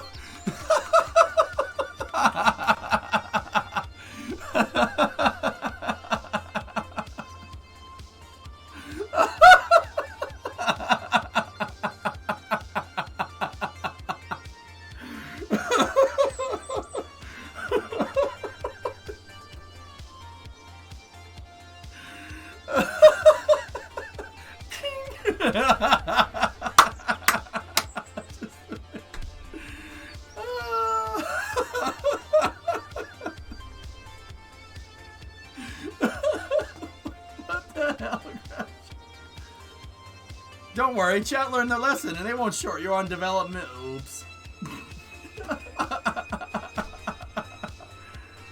Oh my goodness. Alright, we're... It's the biting it and then making out with the chick right there, kissing the girl. Boom! Number 1! Discovery and Atlantis are like...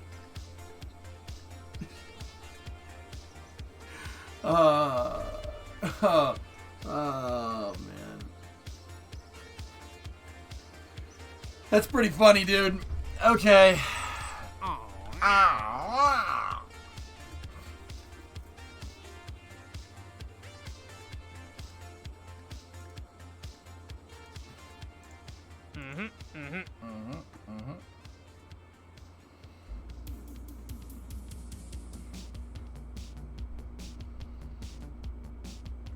Alright. So, now that that mission is good to go,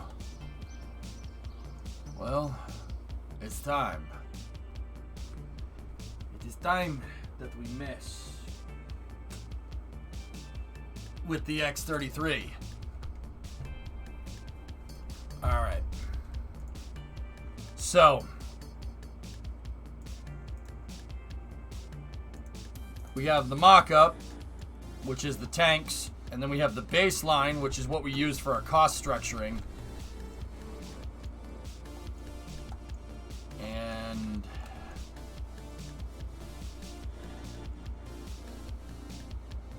shoot, this is gonna be tough, man. It's gonna be tough to do.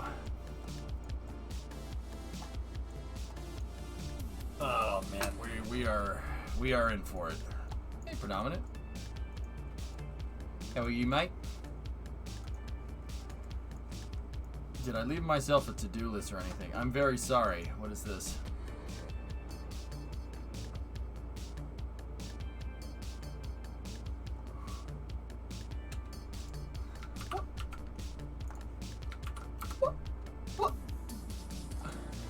What the f-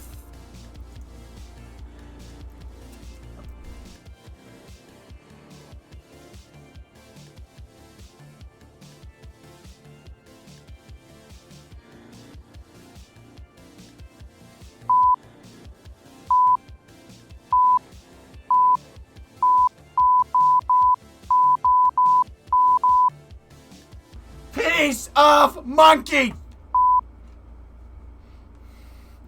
I'm gonna make a little giddy cartoon. It's like an infographic, you know, memes. Kids and stuff. Freaking stupid. I got nothing, man. It's true. It's not my fault, Java. It's not my fault. Hey, even I get boarded sometimes, okay?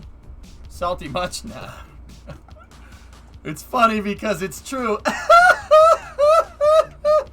Troll face, am I right? You know what you get? Do you know what you get? This is what you get.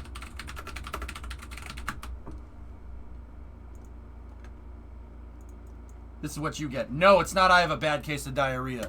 Hilarious and original. Hilarious and original.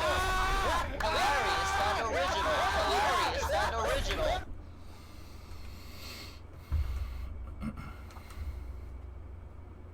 All right.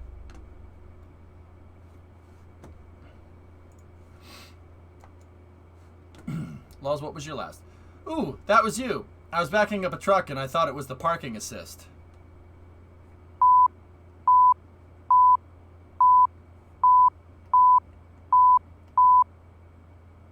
Bruh. Rolling Star.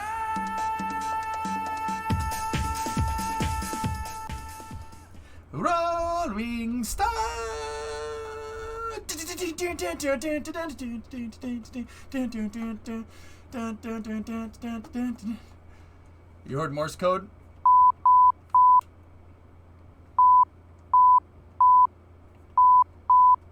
Please send help. Do not take literally. Repeat, do not take literally. The vultures are circling the carcass.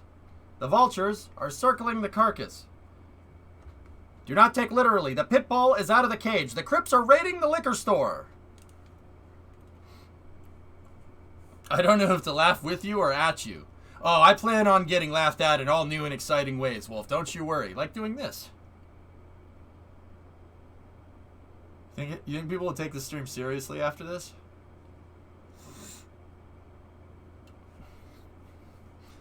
Sir, this is a Wendy's. No, I don't, RJ. I hope you washed your hands. Roundabout, I'm a little bit of a germaphobe, to be honest with you, which played very well in the that you know what? That card came in very handy over the last year. I don't need to say why. Dude, yeah, no, I'm a germaphobe, man.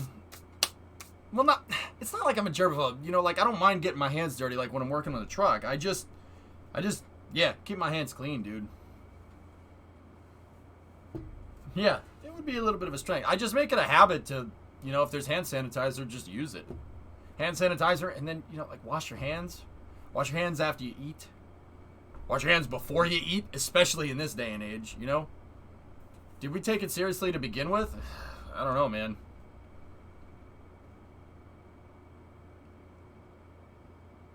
Pretty much the opposite of a germaphobe. Just don't get me wrong. I'm not afraid to get my hands dirty, dude, but I just make it a thing to wash them.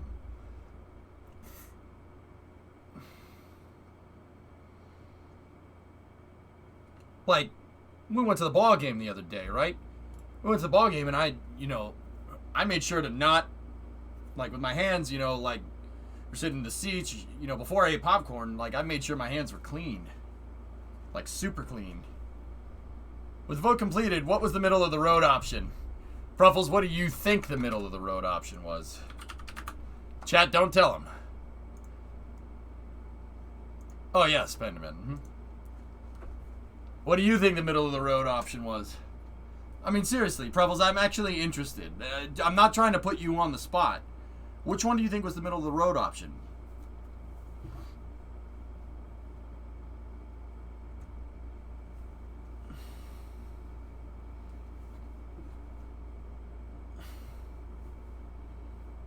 Given your pad development timeline's definitely the longest. That's right.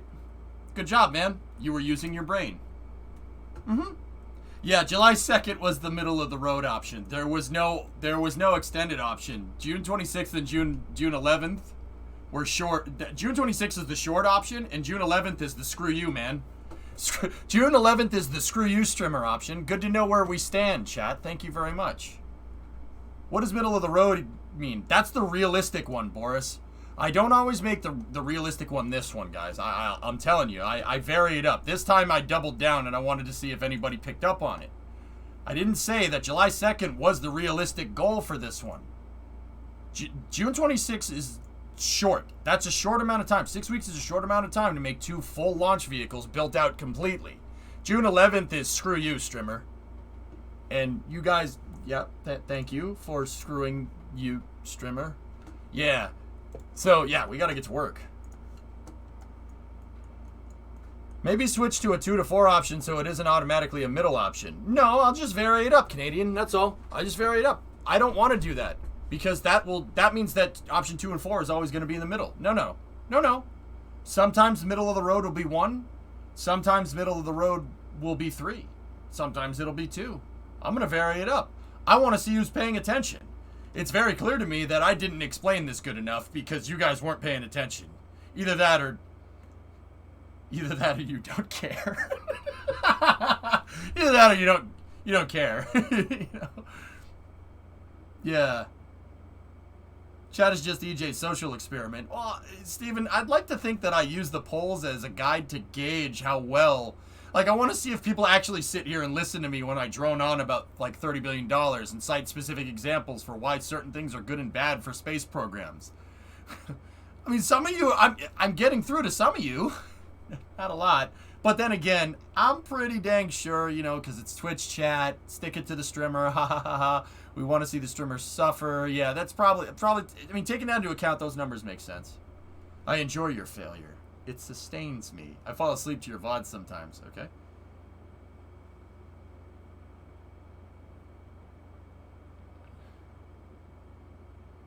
Yeah, Pruffles, maybe. But we did give you all the money, yeah. It's hard for me to get back and get that info. Okay. So that's why I want you to use your brains. Think about it. So does this new vehicle have engines for powered landing? No, Evil Ray's lifting body. Glides all the way down. But because we just upgraded the communications network, right? Because we just upgraded the comm networks, we should be afforded tons of unmanned testing for this. I'll give it shoots if we have to. We'll shoot the thing out if we need to for the test missions. I don't think we absolutely need to. We can also do tons of suborbital flights with this thing. Yeah. Oh yeah. We're gonna really. This thing's gonna be nice. You're going to do drop testing for it, Bandit. Actually, believe it or not, I don't want to start with this. This was just kind of a baseline. I want to start down here. Well, actually, So we have the tanks, right? And I wanted to do a tank testing prototype here to basically do the same thing to measure aero loads on the tanks. Glide that thing. Dude, the 10 meter inflator heat shield is more aerodynamic than that. I'll make it work, Tessa. How do you fund your missions? Like in-game, how do you get a custom amount of money? Alt F12 opens up the debug menu, you go into cheats, and then you add funding. Yep.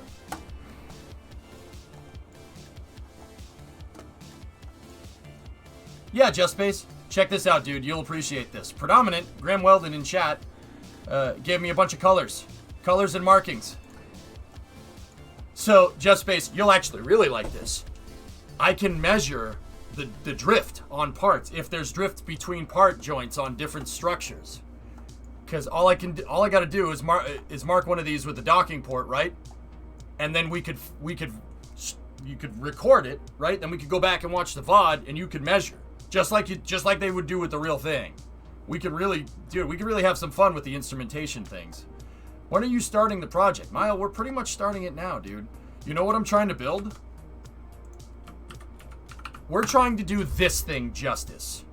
So, the Lockheed Martin X-33. We're trying to do this thing some justice. What's that, piece of Trojan? All the Flurbos, 4 weeks, 2 vehicles, 2 pads. So, what is this? Why does it look like a flying shoe with some wings on the side? Well, this is a biconic re-entry vehicle, okay? So, it's similar to the Space Shuttle, not exactly, like obviously, the Space Shuttle is a blended wing biconic re-entry vehicle. So, the Space Shuttle had delta wings attached to a fuselage that was basically this shape, but stretched a little bit more. If you look at the back of a shuttle, right? Not a lot of people know this. The shuttle is a biconic re-entry vehicle. What the heck does biconic re-entry vehicle mean, and why those words? Why do you keep saying those words? First of all, amazing picture, right? So, biconic means, well, 2 cones. So,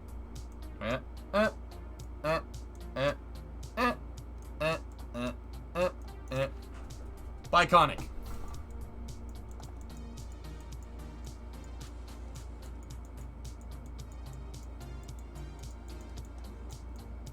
Biconical! So, now I know what you're going to say. How the hell is the space shuttle? How do you get that shape from the space shuttle? Well, biconical. How do you get that shape from the space shuttle? Well, here, I'll show you. Right?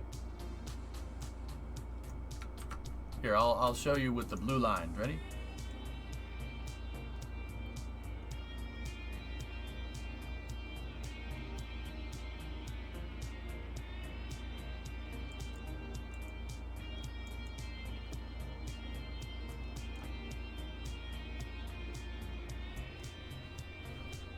Now, notice that the blue wings, right, more or less, don't follow, right? And then the wing would be right here, and then you'd have your engines right here. The blue wings don't follow the black line, and that brings it back to this thing here. This is why the shuttle, this picture here, this is why the shuttle is a biconic blended wing. Look at the fuselage, particularly right here around the engines. The aft orbiter segment of the space shuttle is conic. It's conic. It bows out at the back to create drag. That stabilizes the vehicle. That and the flat back of this thing makes a lot of drag out the back. But if you look at the aft orbiter segment, look. See? She thick in the rear. Okay? That's what I'm trying to tell you. She do be thick, though. She do be thick. Sometimes it do be like that. It's 2 cones. That's the cone. That's the second cone. The front cone is obviously the very front of the space shuttle. You can very clearly see it. There's 1 cone here, and then there's a cylinder, and then there's another cone here. Literally, that shape. That's a biconic re-entry vehicle. Now, this is blended wing, which means that the wing and the fuselage are one shape. Another vehicle that's a blended wing, coincidentally, was made by the same company. If you like the Bone, the B-1B, This is a variable geometry blended wing. See how the fuselage and the start of the wing are one shape? Blended wing, also made by the same people. Rockwell had the contract for this and the space shuttle. They were cranking out this and the shuttle from the same factory. Pretty cool, huh? B-1Bs are really, really cool.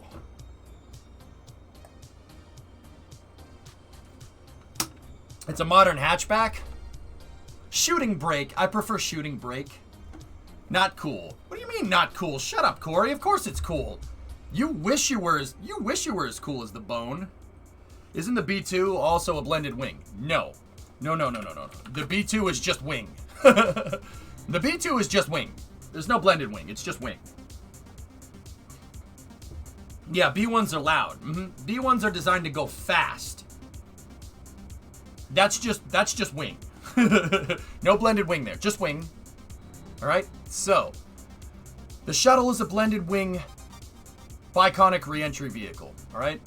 It's a blended delta wing if you really, really want to be technical. Now, we're not building that. Basically, what we're going to do is we're going to take the whole wing and just make that the entire fuselage. It would be like if the shuttle had the external tanks like fixed on top of the wings and just had shuttle engines in the back. That's basically what we're doing. That's the X-33. So, the X-33 was developed by Lockheed, and it was a single stage to orbit. Well, this one technically was a suborbital demonstrator. It was only designed to go up to the Kármán line and come right back down and land horizontally on a runway, right? The X-33 was cutting freaking edge for its time. Now look, this was developed in the 1990s, okay? So this is late 90s tech, all right? You want to know how far ahead of the game Lockheed and, you like everyone else was at the time? You know how, like, you hear, if you like aviation at all, you're like, Cold War stuff and spies and stuff, you know they always say, like, oh, the Department of Defense is 20 years ahead of its time. They're talking about stuff like this. Okay, Tory Bruno did work on this project, Justin, yeah. So, you want to see the fuel tanks for this thing? So picture Falcon 9's fuel tanks in your mind. Even picture Starship. It's just pill-shaped tanks that are stacked on top of each other, right? You want to see the fuel tanks for this sucker? Look at this. This thing was using carbon fiber, well, not composite, it was carbon fiber fuel tanks in a bilobe configuration. Look at that. Think like two candy corn, right?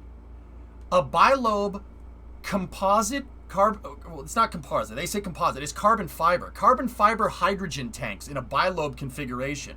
Why though? To fit as much hydrogen as you possibly could. You need to.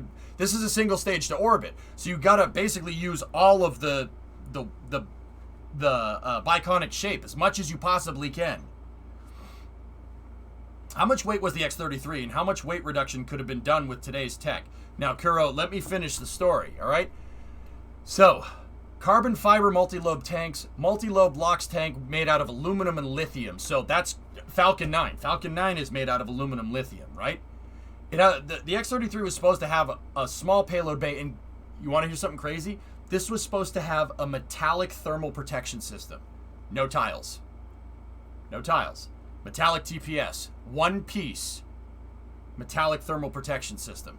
Now, I know what you're asking. How are you going to do that? Well, the answer is Lockheed Special Metal 0010. What's the center of mass on that? Well, look at the landing gear. What do you think the center of mass is? It's right here.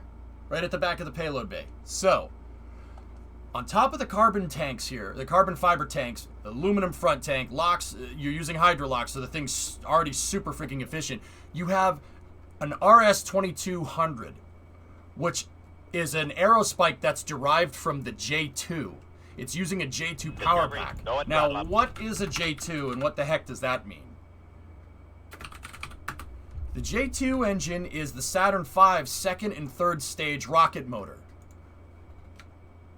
So the second stage, the S2 on the Saturn V had 5 J2s, and the third stage, the S4B, has a single J2. These aerospikes are using the same power pack, but it's an aerospike engine. Now, what's the difference between it?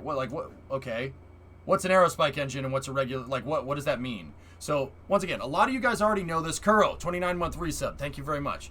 A lot of you guys already know this, but just in case you don't, right? So if you can, picture like a regular rocket converging, diverging design, right? It's basically two funnels, right? You have a funnel here. You have your converge point right there, which is called the throat, right there. And then you have divergence, right?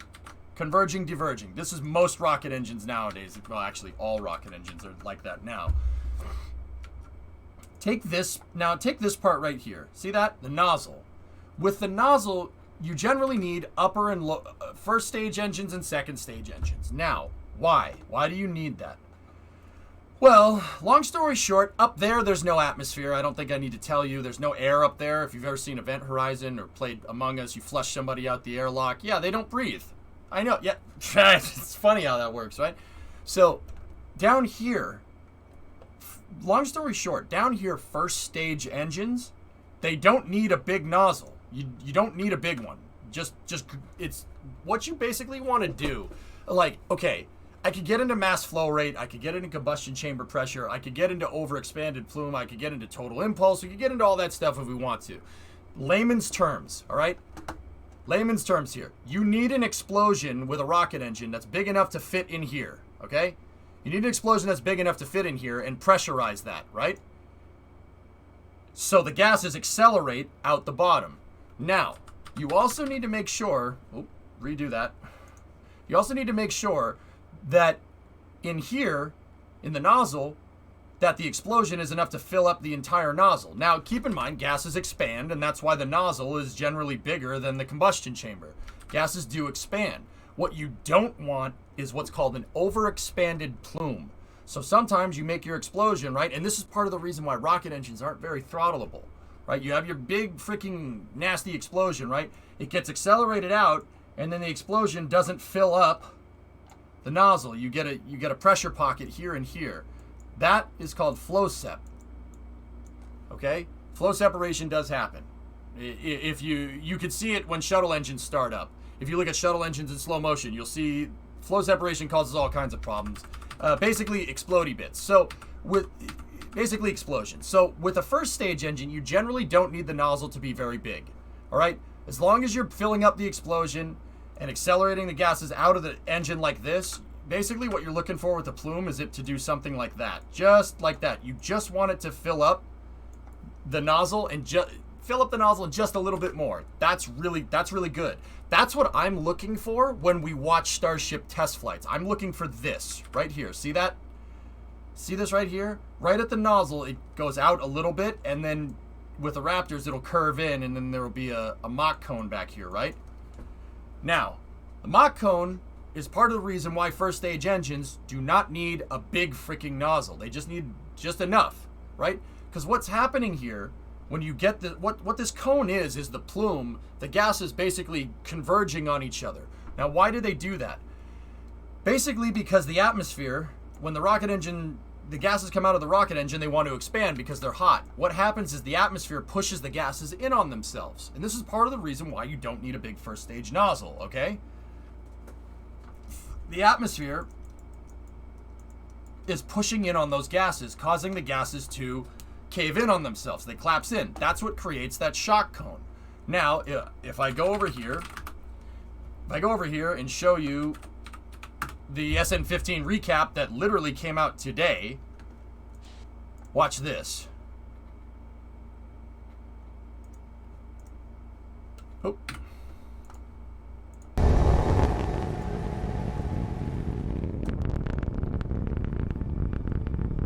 Rip in peace, Chad.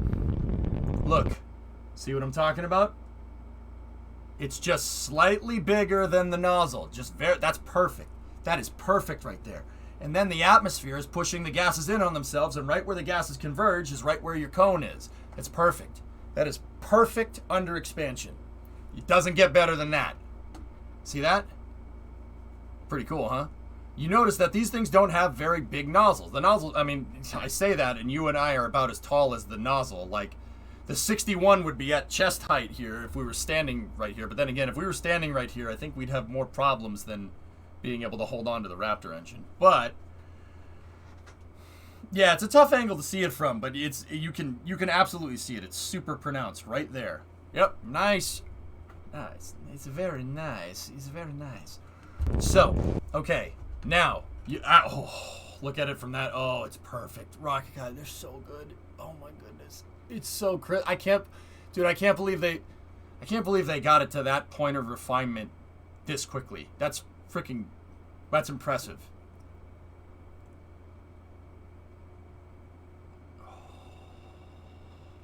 This is so nice.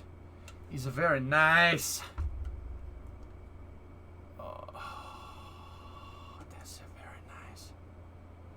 I forgot what type of engine Raptor is. It's a Methalox full flow stage combustion cycle. But anyway, here. Now watch when it comes back down. Watch the.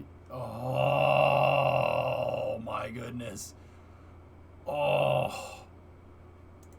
Dude, look at how pronounced that is. It needs to be crisp. You need to basically, with methane, it almost needs to be clear. You almost need to see right through it. Hey, Rocket Guy, somebody asked me this afternoon, dude, and I don't know the answer. Why did they depress the tanks right before touchdown? My guess is maybe something to do with thermals or whatever, but can you show me overexpansion again? Check out my fully stacked Starship. Hey, 95, that looks good, man. Very nice. They buttered the bread. Doesn't get better than that. But anyway, so going back over here, right? An upper stage engine, right, needs a lot bigger of a nozzle. You need a much bigger nozzle out here. The reason is because, right here, I'll just draw another one over here.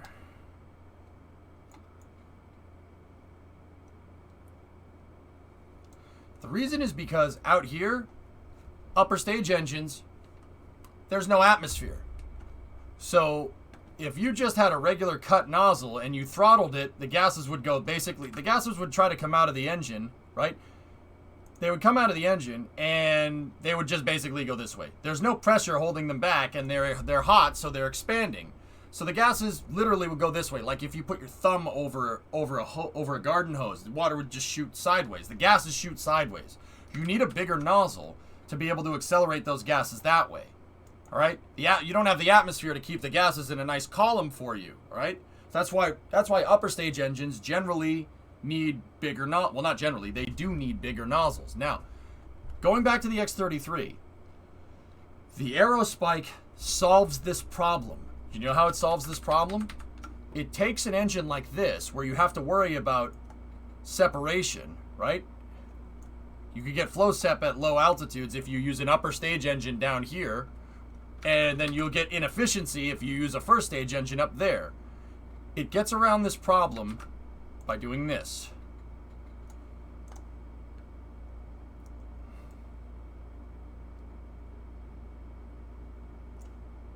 All right? Watch. Discovery, go at throttle up. It's reversed. So instead of like this, you're like this, right? Depressurizing is usually for tank pressure management. Either was already going to do a vent to manage tank pressure due to boil off, or the gate that they used for signaling landing was achieved right before engine shutdown. Yes, you should, Tessa. So, it didn't have a flow separation problem, Bandit. It had combustion chamber pressure. It was hard to sustain combustion chamber pressure. So, it's reversed. So, instead of the gases pushing out on the nozzle, the gases are pushing in on the nozzle. There's little tiny boy rocket engines that shoot down like this, and I know what that looks like. I get it. So, it's an inverse of a regular rocket engine, all right? So, if we go here and we type in RS2200, check it out. It's a bunch of little tiny boy rocket engines right here that are pushing on an inverted nozzle. This right here makes it so no matter what, you can just basically, the gases are basically pushing in on each other. So with this type of engine, you can achieve very good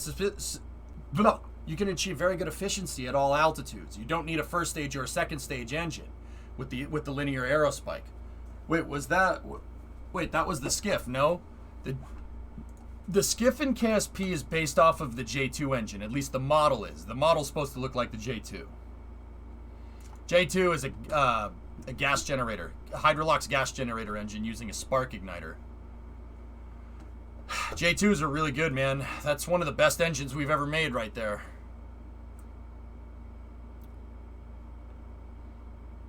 Is toroidal just that, but in a circle? That's correct. A toroid is a three-dimensional, well, here. Right? It's revolved. It's the same shape, but it's revolved. A linear aerospike is that same exact shape, right? But like that, get it? It's that same shape, and if you extrude it along an axis, same thing. The toroidal aerospikes were the first types of aerospikes to be tested. Believe it or not, the RS... Oh gosh, I can't keep... Oh, yay.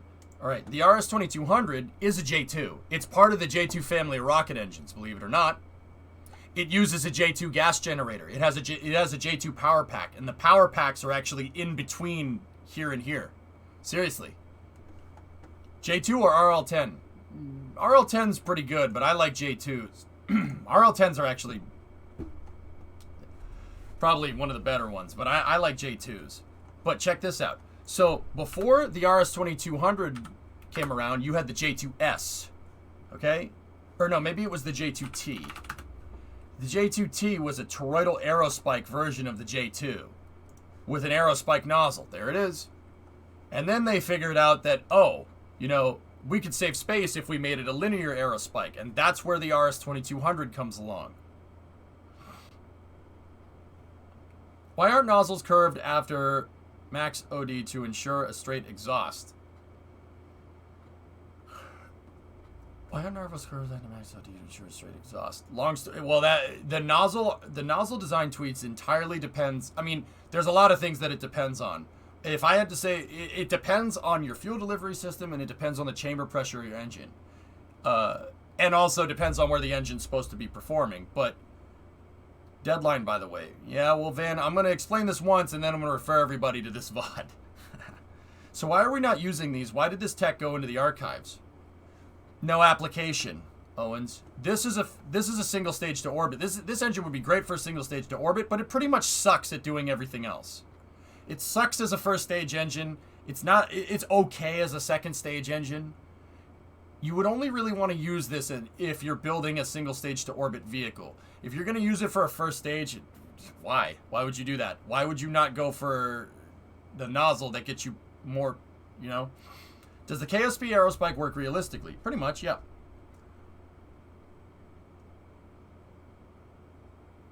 If the composite tanks have not... So, okay. Yeah, I'm getting to that, Social Slug. So, let's go back here. This thing was supposed to have 2 of those aerospikes at the back with hydrogen and liquid oxygen. Now, why they built a prototype, and the prototype was like 90% completed. All the parts have been made, and the pad was fully completed. And then they canceled the project. The reason why they canceled the project is because Lockheed Martin had some problems with the composite tanks. So...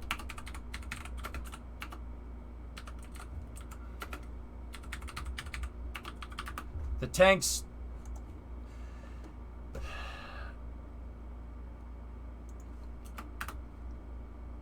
okay. That is in fact a big tank. I don't know why it's picking pictures of that, but hey, whatever. Yep, still not what I want. All right, let's just do this. X-33 tanks. So there's a picture of it right there. It looks like 2 candy corns, right? They were having problems with pressurization tests, and the tanks had extreme stress on the lobes. Now, don't get me wrong, you know, everybody says, oh, the tank was a big deal, oh, the tank was a big deal. And then they canceled the project, citing this as a poor example, right? Like that, well, okay, if you can't get the tanks working, why even bother, right? The reality of that is that this was the first time a tank like this had ever been developed, ever, okay? And Lockheed did a pretty good job for their first attempt. And the tank failed pressurization tests multiple times, very similar to how Starship failed a couple of tank tests and launched itself into the air, not in the good way, right? Same thing, it did that. And everybody looked at it and said, you know, well, the Rule 8 people looked at it and said, yeah, I know, I know what it looks like, right? Hey, this is freaking, what do you want? So they looked at it and said, nah, you know, that's never going to work. It's never going to work. You know, And basically, it ended up being like the Chevy Corvair. And they said, no, this is impossible. And some politician somewhere decided that, in their expert opinion on engineering, that this was an infeasible project and had the project canceled. Like a couple of months after that, Lockheed said, right when the project got canceled, the Rule 8 people said, oh, yeah, that's impossible. You can't make that. We talked to some people once. Yeah, you can't make that. And Lockheed said, oh, really? All right, fine. Cancel it. Here, screw you. And they kept going with the project. And they proved about 4 or 5 months after it got axed that it's possible. They got the tanks working.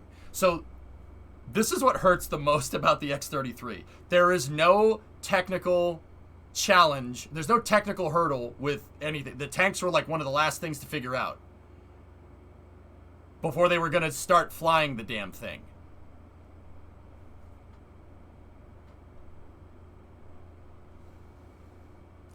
It got Rule 8'd, guys.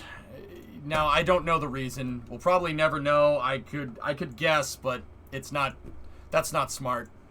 Let's just say that, some politician in their expert engineering opinion, because politicians are good engineers, right? Decided that bilobe tank, they decided that they knew better than the people that actually made the thing and canceled the project.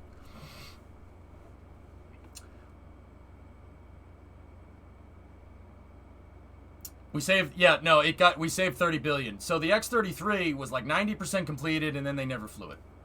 The pad at Edwards was completely finished and they were planning to do a suborbital hop, very similar to Starship, believe it or not, except it was more like New Shepard. What they were going to do was launch it out of Edwards Air Force Base and land it at the Dugway Proving Grounds in Utah. So in that regard, it was much more like Virgin Galactic. The X-33 was a subscale demonstrator. And then that tech would have led to this.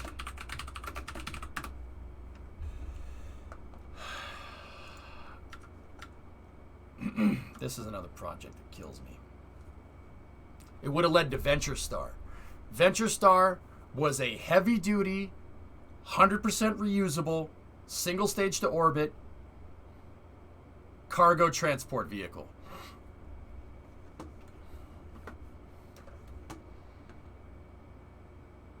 Look at that compared to a shuttle stack, okay? So, guys, this thing is about as tall as Starship, believe it or not. It's about the same height. And this is one of the benefits of Hydrolox. With Hydrolox, with the right engine, people often say, oh, Starship will SSTO if you took the wings off and stuff.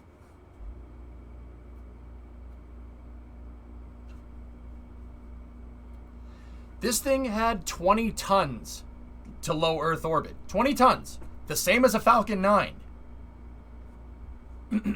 Yeah, this is where that technology was heading. This would have had 7 RS-2200s on the back and scaled up bilobe tanks and a payload bay that was about 2/3 the size of the space shuttle. So about, 30 by 15?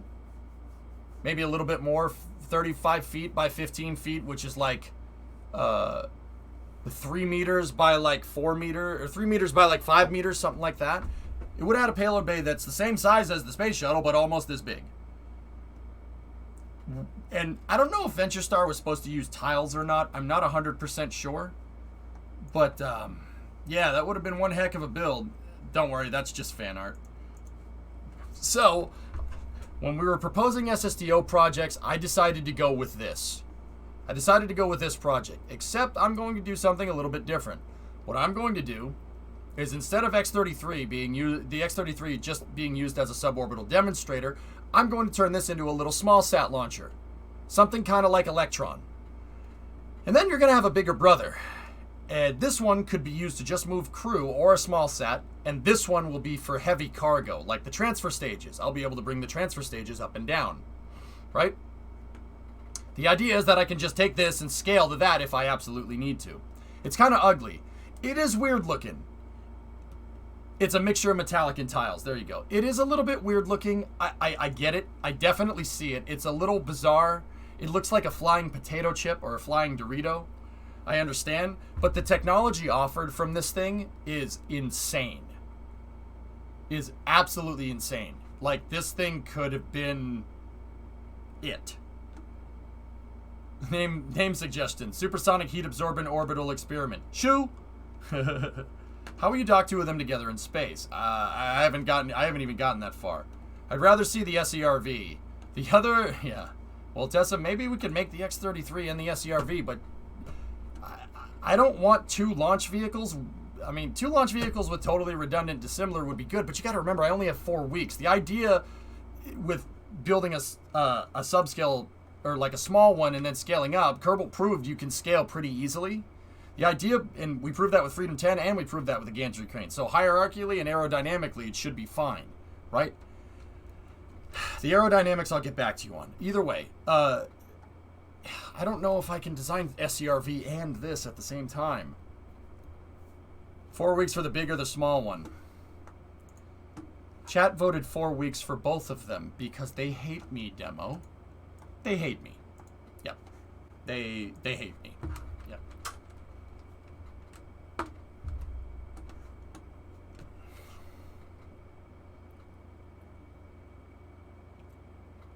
So I would, maybe if I chose this one, maybe we would have had time to be able to see if SERV was even viable in KSP, and it should be. There's no reason why it couldn't be. But nope, we don't have time for that. Yeah, I got to keep going with this project. We also gave you $3 million to start up with those test articles. All right, so let's get to it, guys. That's my spiel on this. I'm going to try to bring VentureStar into the fold here, and we're gonna try to make this work. Now, with that being said, I do need to change some things here, okay? There are some things that I already kind of don't like, especially with our baseline configuration. The baseline configuration here looks cool, and this is where it could go. I just did this kind of as a broad example to get kind of an idea of what the price and part count would be for something like this. Now, with that being said, I mean, this is going to be a tough project, but I'll start right where Lockheed started, all right? I'll start right where they started, and we'll work with the tank design, because the tank designs are the most important. So,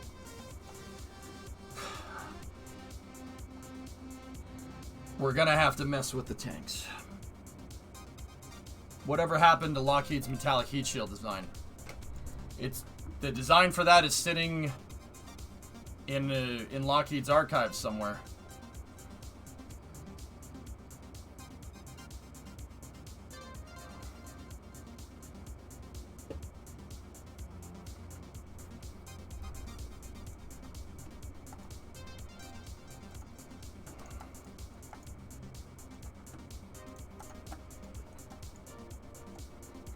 Did you end up adding a third tank lobe? So yeah, the tank design is over here in the prototype craft file.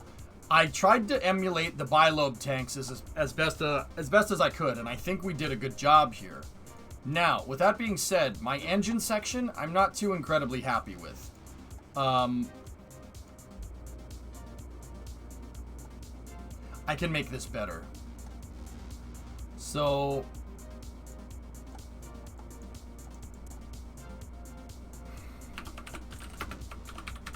I'm going to go with tank design here. Bilobe LH2 tank should have integrated fairing. There's my to-do list.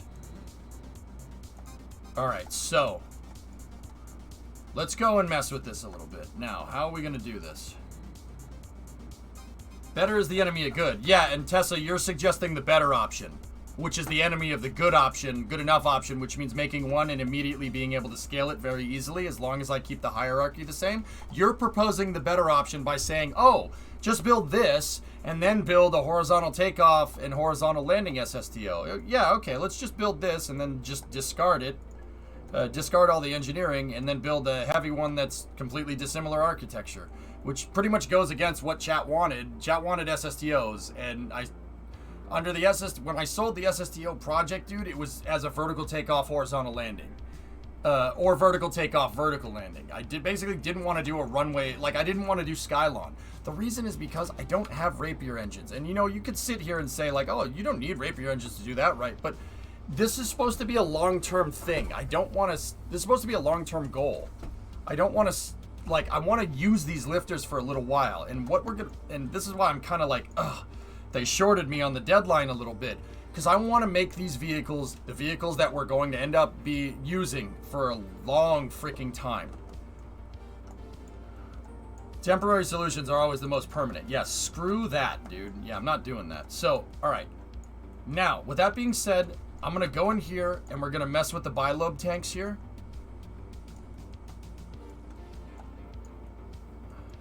And I'm going to mess with their design a little bit. I already have the tank test vehicle, and I'm going to get rid of that for a second.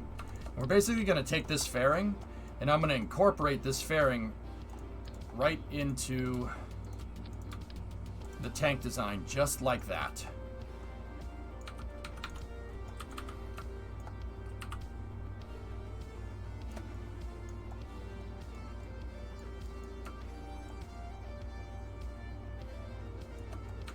That's the change that I wanted to make. So get rid of that.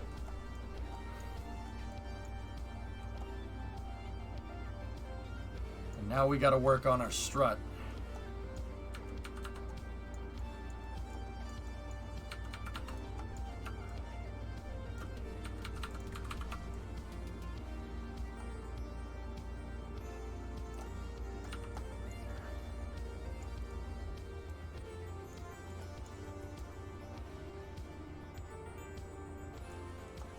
So basically, I'm working on composite tank test designs here. I'm trying to emulate the bilobes, and what I want is, ideally, I want to be able to put the bilobe tank inside of a fairing, so the entire tank isn't making drag, even though this is going to be encased inside of a fuselage here. And that's why I wanted the fairing as the base plate. Should we test if the tank includes before throwing it in the orbiter? We're basically going to go to we're gonna do the tank tests right now. Yeah.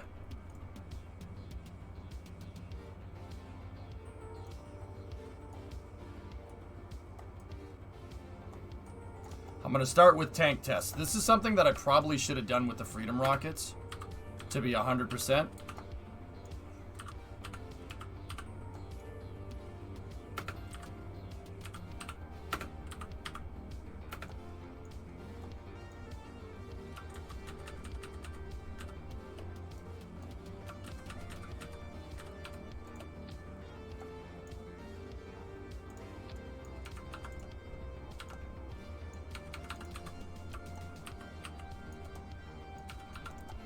Now, I gotta do some nitty-gritty work. The reason why I'm messing with these struts is because the original strut design that I had clips outside of the fairing. And yeah, I don't want this to accidentally run the strut, because you know the game loves doing that. I don't want it to run the strut to the wrong thing.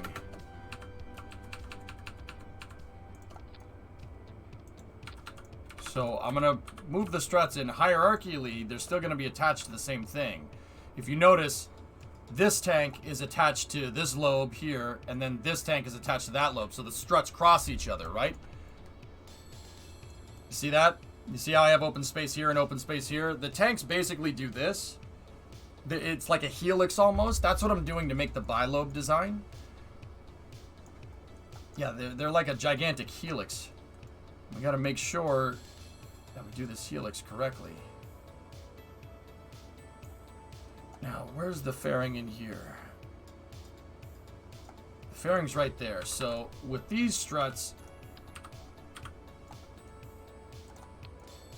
Oh, come on now. Alright, we're going to do a static fire test. I'm going to make all the test stands TM. We're going to test load. I'm going to do everything.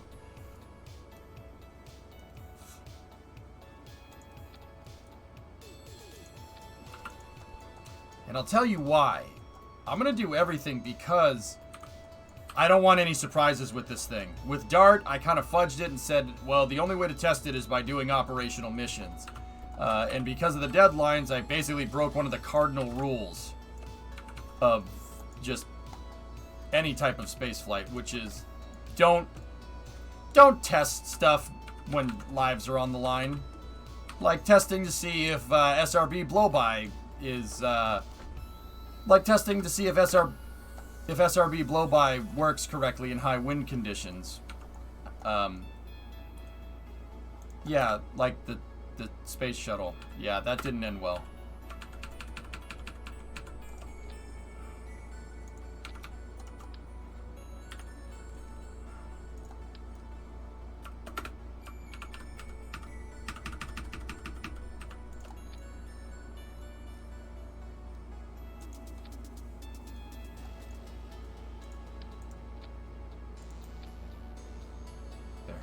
Perfect sim.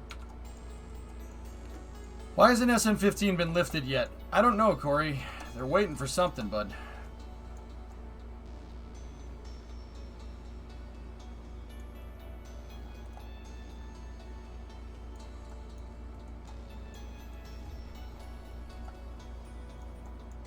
Now, how many pieces is this?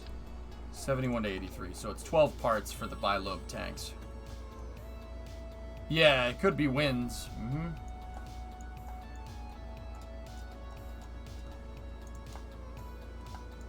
All right, perfect. So with this, now what we're gonna do, I'm gonna go into Mirror Sim.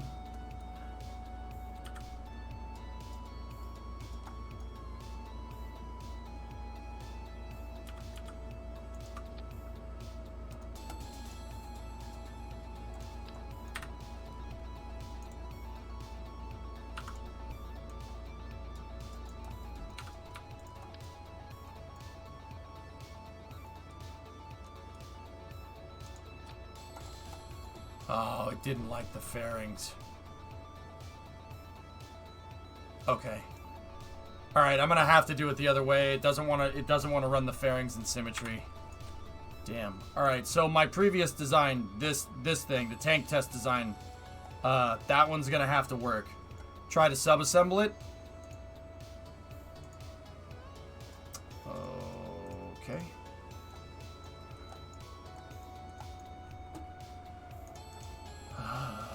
So we'll merge the craft file with itself and undo this.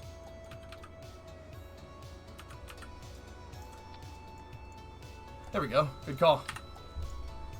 Thanks, man.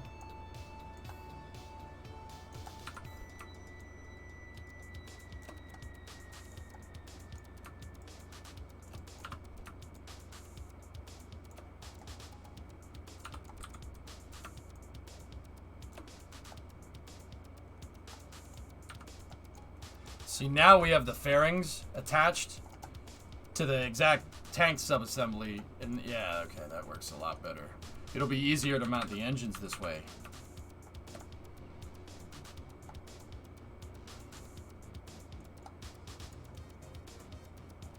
Check this out.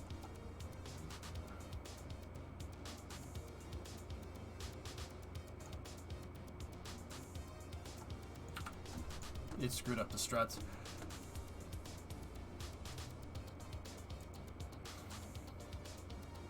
Oh, that's cool. Monaco Historic. Me gusta.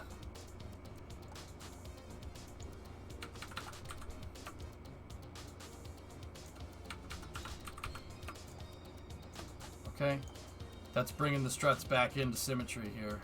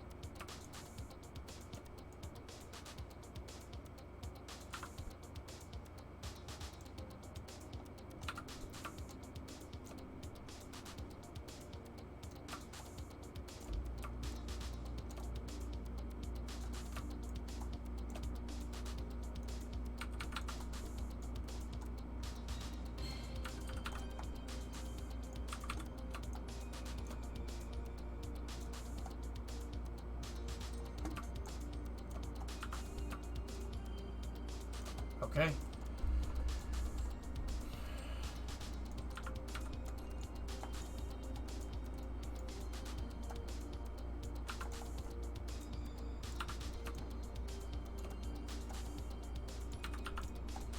Alright, so another thing that we have to do is I need to remove symmetry off these so they don't do exactly what you just saw. Get screwed up if I undo the tanks.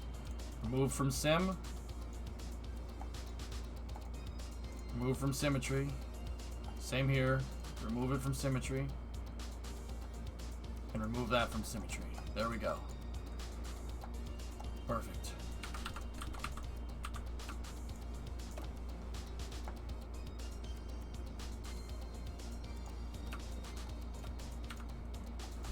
You know what?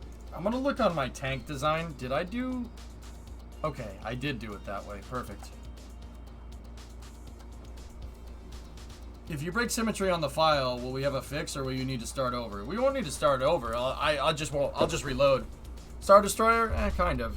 See, the thing is that this one has all the strut work already done. But once again, we'll have to overwrite and work with the fairings again. Alright, so that's our center of mass indicator here, but once again, I gotta make another one of these, so let's go back into the prototype right here.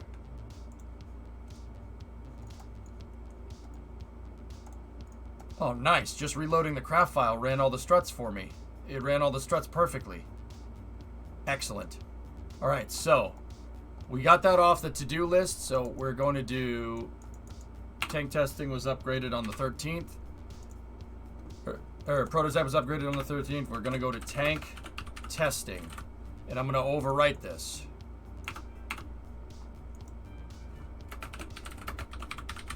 So, what I want to get into tonight, guys, is what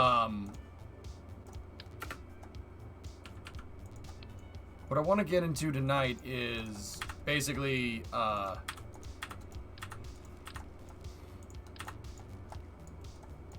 we got to put this thing through its paces here with just the tanks. So let's go ahead and go in and find our center of mass indicator. Also, I'm just going to double check to make sure that the struts are correct. Yep. Yep. All right. So now,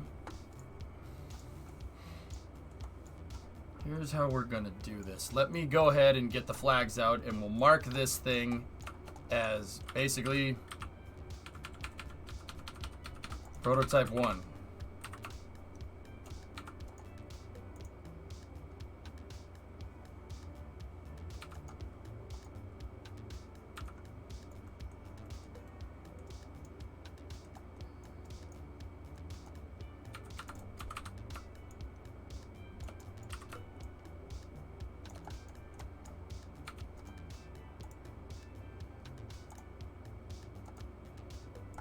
So this one is going to be marked as 0, 1. And now I'm going to need another flag for my indicator. Guys, for the older viewers, if you remember, when I worked on my original shuttle, when I worked on building my space shuttle, okay, here, check this out for the people that haven't seen it. I am going to get into the nitty-gritty as much as I possibly can. I can't kill another Kerbal. If I kill another Kerbal, I'm screwed. Because you guys don't... I learned pretty much from killing Jeb that you guys really don't like that. So, for the people that were around, when they were around to see me engineer this, I put a ton of time and effort into this. Is drop test worth doing just to see how it holds together? Not drop tests, load tests. So look at this. I mean, if you like the space shuttle, and me, I'm a big fan of winged re-entry vehicles. If you like the shuttle, you know good and well what you're looking at. And yeah, we did some really, really, really good work here. Corey, this, like I said, I think you were here when you saw me mess with it the other day. It's about as good as I can get. I put 6 months into this. Now, don't get me wrong. The other one, that 6 months, about 5 of it went into the stack and all the integration equipment. I had the orbiter done fairly quickly. And, you know, the good thing about it is that with this design that we're going with right now, one, I'm a way more experienced builder than when I made that. Two, this thing is a little bit simpler than building an entire shuttle stack. Yeah, we're going to see more testing like that, RJ, pretty much.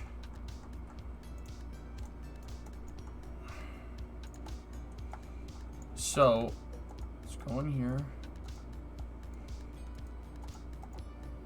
Make sure we have no fuel in the fuel tanks.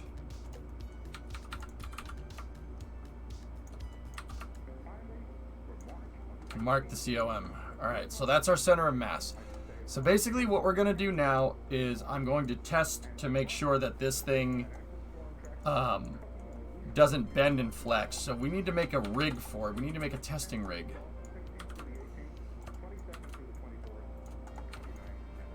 So this is basically going to be the thing that I'm going to use. It's going to be just the fuel tanks. It's not going to have any of the skin on it or anything. Hey, Bill. Playing with any mods? No. Just flag packs. So, what type of tests do you think we'd be running into with this?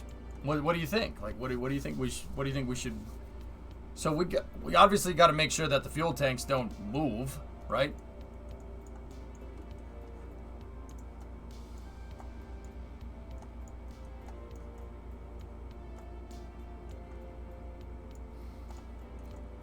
So we're going to need to be able to pick up and we're going to need to be able to pick this thing up and put it down. We're going to have to, right?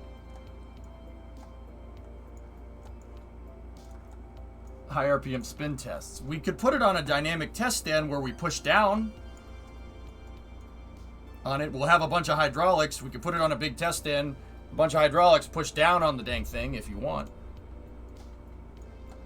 I think pushing down on it to simulate aerodynamic load would probably be the right thing to do.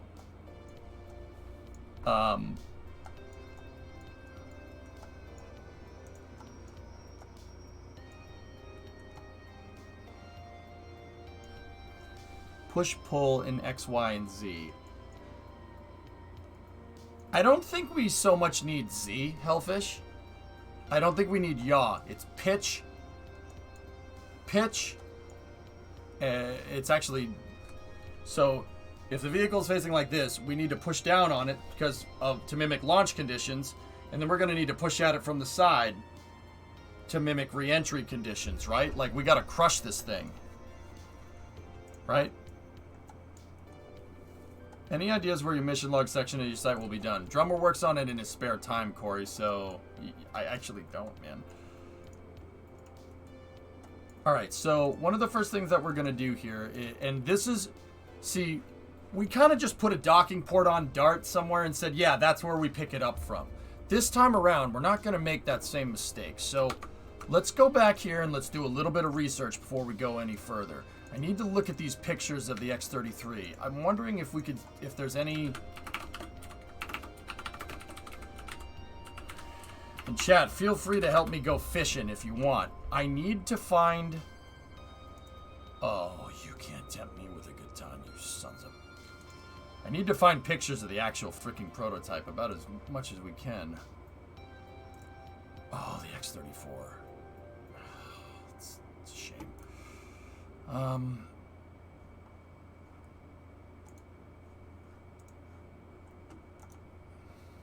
There's a picture of the bilobe. Wow, look at that. That's awesome. That's the top composite structure. This is a jig for the top of the thing. They haven't built it all. It wouldn't have these ribs. That's just a jig to put the panels together. What would the pass-fail criteria be for the structural dynamics test? Well, I'm not exactly sure, Laggard.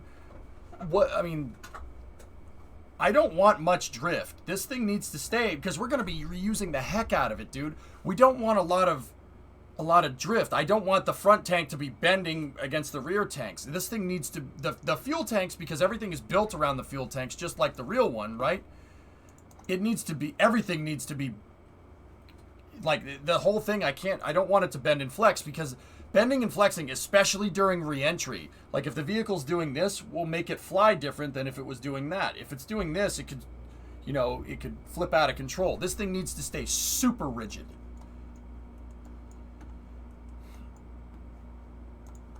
So this would have been the bottom or the top. I think that's the top, Kyron. I think.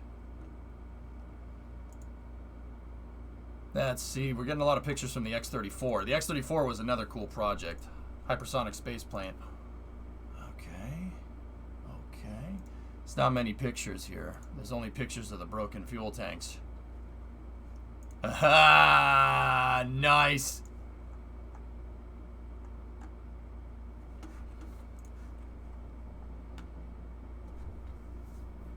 Found this. Let me see, RJ. Alright, let's see what we got.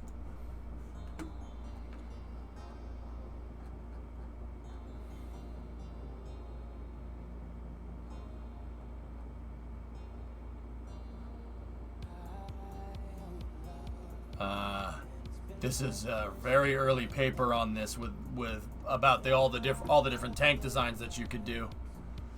Let's see if, okay, that's just bilobe tanks. Can you check this puss? What is this, Forge?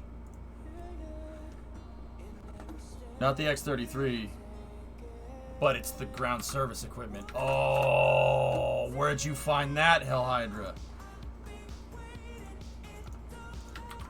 That second picture would have been bananas. Oh. Wish. You got a picture of its pad with the load simulator on it. That's the load simulator for the X-33. That's its transporter erector, and that's the launch mount right there.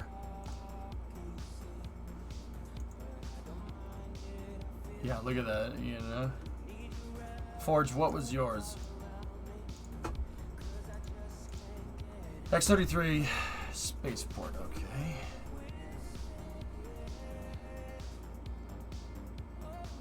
Thermal protection system.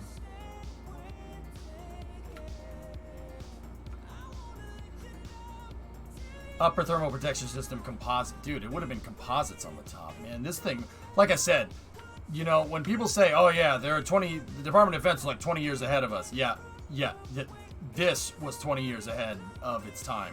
Seriously, if somebody rolled out with the X-33 today, and the X-33 didn't exist prior, and said, yeah, we're using carbon fiber bilobe hydrogen tanks with an aero spike, that would be cutting edge by today's standards, which is unbelievable.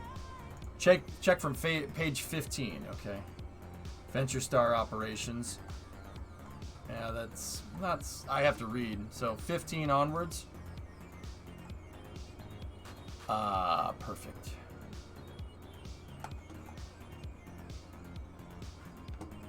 Yeah, Rocket Cat. Fortunately, in stock KSP, it doesn't have to be as bad, right?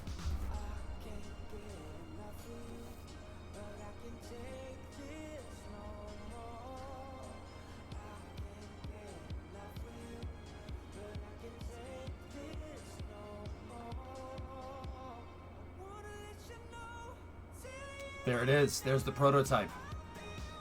Oh. Dude, they had this thing built. It was like 90% done. And the launch pad was finished. There's its flight path. There's a tortoise. There's the flame trench. Yes! Yes, the flame trench!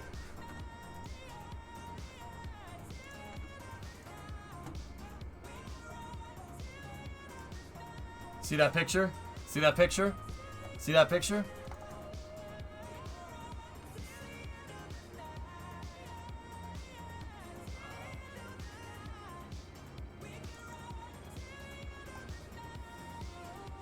Where is it? Where is it? Where is it? Where is it? Where is it?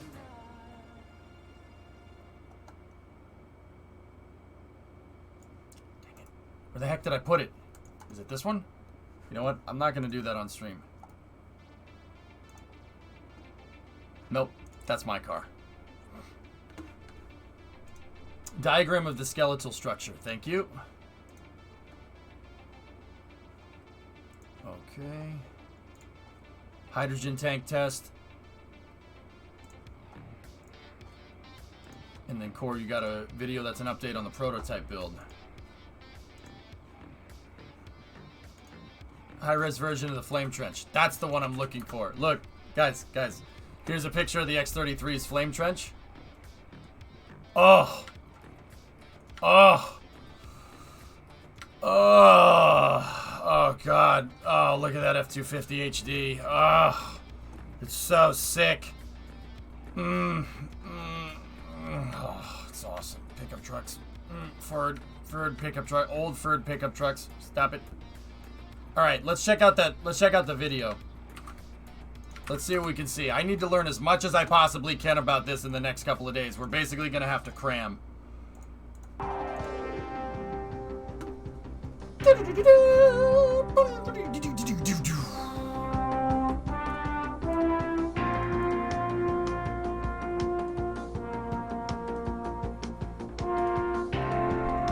Even through adverse conditions, we still rise to the top. Through the power of modern science. Hello, I'm Bob Raphael, Operations Program Manager for the X-33, and this is the factory floor at Lockheed Martin Skunk Works. What up, where we're Bobby? getting ready for the first flight of the X-33. The X-33 technology demonstrator is being developed by Lockheed Martin Skunk Works under a cooperative agreement with NASA. The X-33 will pave the way for a commercially developed, reusable space plane that Lockheed Martin calls Venture Star. I'm so sorry. The this Venture happened, Star Bob. will reduce the cost of launching payloads into space from $10,000 to $1,000 per pound. In this program, That's good even we'll by show you today's some standards, of the critical guys. activities going on across the country, activities that will take the X-33 from concept to flight test. We'll also show you some of the recent milestones we've met in manufacturing and assembly. What you see here in the background is the liquid oxygen tank, delivered in February of this year. Its complex shape consists of multiple sections welded together to form much of the nose and forward third of the X-33. In fact, it's designed to carry structural loads as well as more than 181,000 pounds of liquid oxygen. The oxygen tank was designed, built, and tested by Lockheed Martin Michoud Space Systems in a 90,000 record kilograms. 21 months. Technicians are now installing plumbing and wiring on it, in addition to the attach points which will connect the X-33's thermal protection system. The thermal protection system No, they is fixed another it, key Zonku. technology the X-33 will demonstrate. When Venture You know, that's what the tank troubles plagued the program in the beginning, dude, but they fixed it. Who the hell doubts the Skunk Works? Who the heck says, oh, your tank test didn't work? No, I'm not going to let you finish this vehicle, Lockheed Skunk Works, because you have a bad track record of making vehicles. No one ever said that, ever. No one has still said that to this day. These people, the people that canceled this were on drugs. Star is built, its thermal protection Initially system will unmanned, safeguard Jarvis, it from manned re-entry eventually. temperatures as high as 2,600 degrees Fahrenheit. Unlike most thermal protection systems, where the insulation You know, material because the Skunk Works makes crappy planes, right? Right? Yeah, mounted okay. on the outside of the vehicle, Yeah, X-33's yeah. thermal protection system Money's a hell of a is the drug. vehicle's aerodynamic structural shell. Testing in NASA's Langley Research Center high-temperature wind tunnel verified the integrity of aeroshell thermal protection system when subjected to winds at a temperature of 2,000 degrees flowing onto the structure at 7 times the speed of sound. Thermal protection materials were also flight tested on an F-15B at Dryden's Flight Research Center to demonstrate I've the stood next design's to that exact abilities plane, by to the way. withstand Yeah, unsteady 836. supersonic flows and shock waves. I've stood next to that F-15. That's like a serial. It's a low serial number F-15, like the 5th or 6th F-15 to roll off the assembly line. Seriously, I've stood next to that plane. Yeah, in 2017. Couldn't take many pictures of it, but Soft reusable Right, Hellfish, surface right? insulation tiles and sealing materials were subjected to speeds up to Mach 1.4 and an altitude of 36,000 feet. As expected, material showed no signs of wear or damage. Part of the thermal protection system consists of Inconel and titanium panels that will be attached to the lower half of the vehicle. There are also 17 blanket insulated composite panels that will be attached to the top half of the vehicle. Fit checks were conducted in September that demonstrated the ease of installation and removal. Titanium Inco? Frick you, dude. That's expensive as hell. Operations cost and time. The final thermal protection system durability test was completed October 1st at Marshall Space Flight Center. Dude, it's a The titanium thermal Inco protection alloy. system withstood 60 That's missions. nuts. That's 4 times the flight test exposures expected on the X-33. Engineers at Gary. Stennis Space Center in Mississippi recently conducted the first of 18 tests on the power pack, a main component for the X-33 engines being built by Boeing Rocketdyne. It's the power pack that supplies the liquid oxygen and hydrogen to the Aerospike engine's powerful thrusters. The recent test is a critical milestone in the development of the engine. The test was designed to calibrate the liquid hydrogen and liquid oxygen fuel turbopumps. It's also verified valve timing for priming the gas generator. The thrust chambers for the X-33 were recently fabricated and have completed qualification. There are 8 thrusters built by GenCort Aerojet, and they form the reaction control system.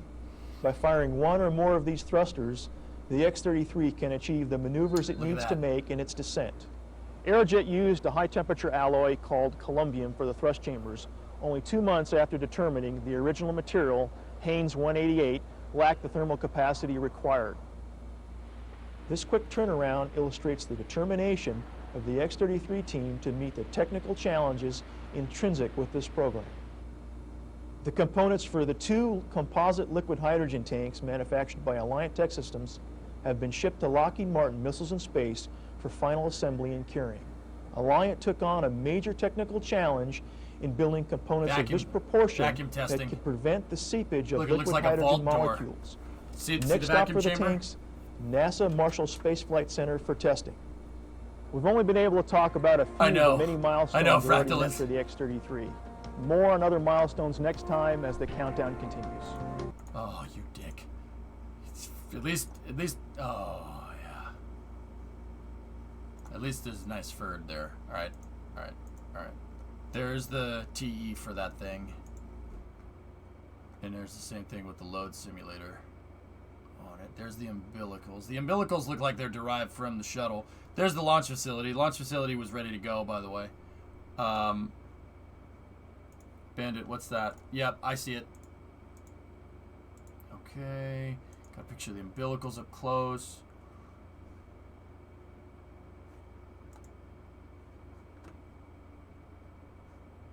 Alright. Okay. Discovery, go at throttle up.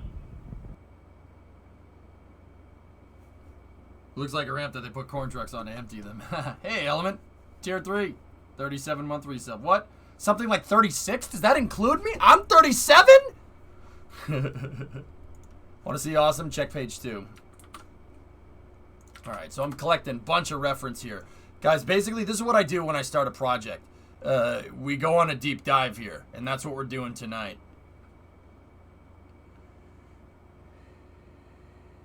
Multi-wall honeycomb super alloy of titanium honeycomb, outer Inconel 617 honeycomb.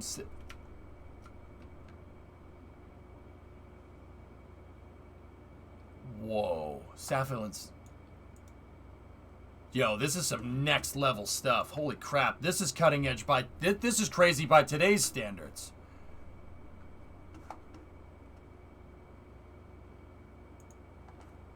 No, King. I won't do. I won't allow it. I'm gonna work as hard as I possibly can, dude.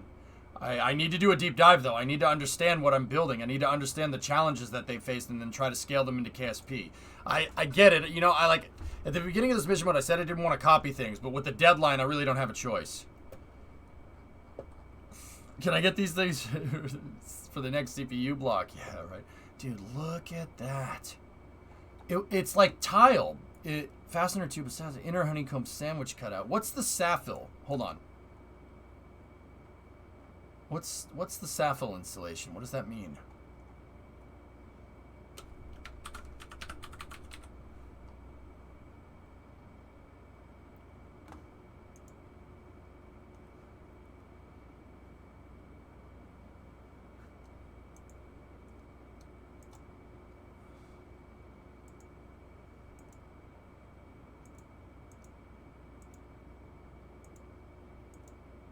I'm trying to look around for it.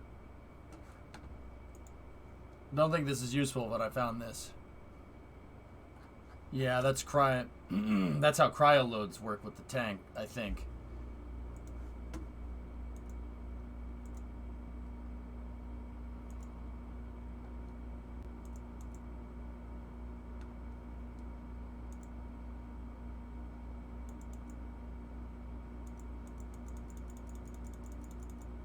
So 2 is the first.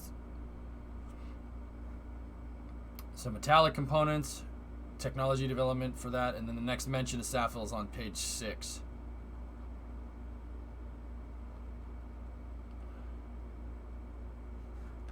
I don't know if it's Aerogel, Flight Operations Center. Let me see.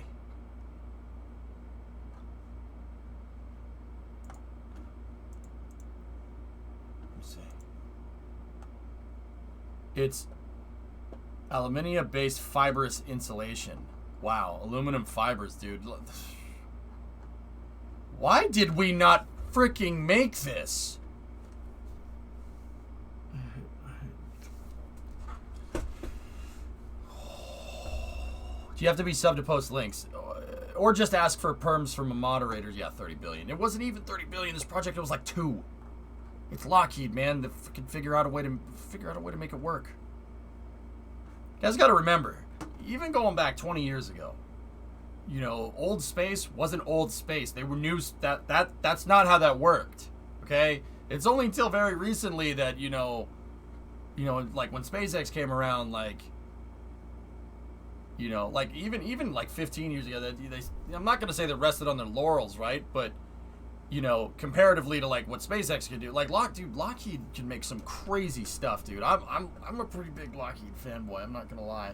I'm a huge Kelly Johnson fan. So, yeah. So why didn't Lockheed find another buyer? I don't know. How much money would need to be donated for you to do a RO game? It's not on the table, Pap. I don't do tip goals like that. I'm happy with mission mode the way it is. That's crazy. All right, so he's like, yep, I'm awesome. Yeah, for a lot of people that don't know, just in case, Tori Bruno worked on this project too. Just to let everybody know. Do I have a Venture Star folder? Nope. We need to make a new research folder.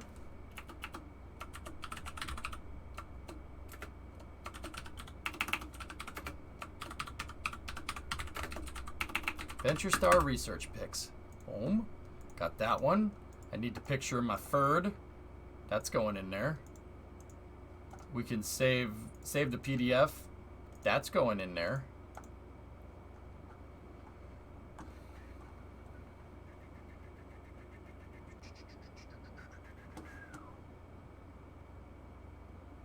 Re-entry telemetry.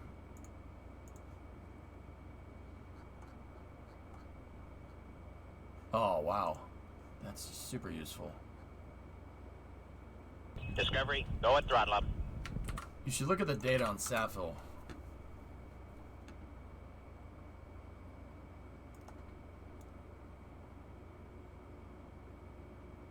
SAFL aluminium fibers are high-purity polycrystalline fibers designed for use in applications up to 1600 C, 2900 Fahrenheit. Since their development in the early 1970s, SAFL fibers have been used to successfully solve problems demanding high-temperature insulation and many other... Dude. Beazle, 3-month resub. Thanks, man. Those are re-entry temperatures right there. 1600 C, 3000. That's low Earth orbit re-entry all day.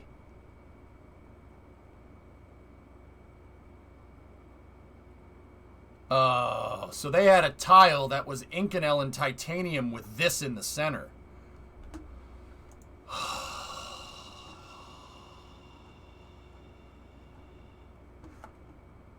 It's industrial kiln insulation, yeah.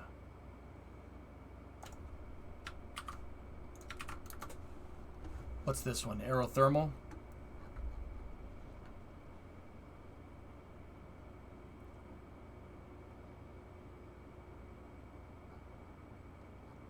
Very good.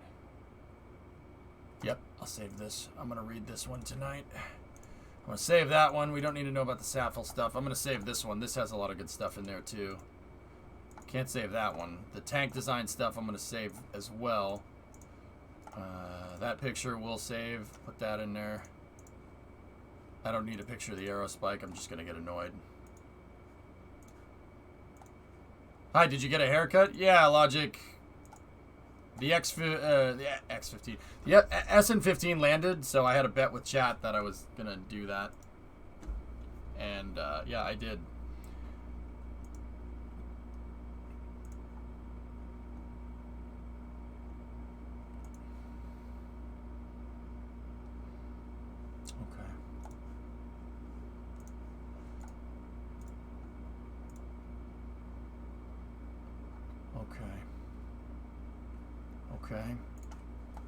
Okay.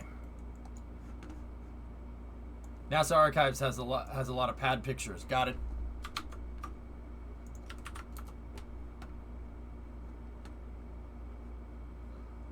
Yep. All right. So we want to put this thing into a test stand. We need to make a test stand to basically make sure the tanks don't warp. It's all right, Karen.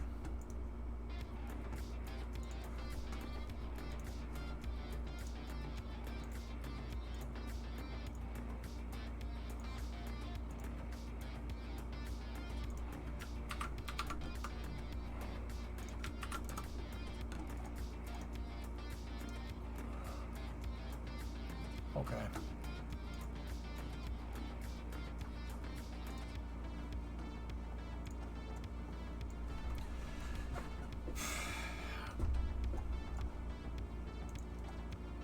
Okay, so this is the tank testing here.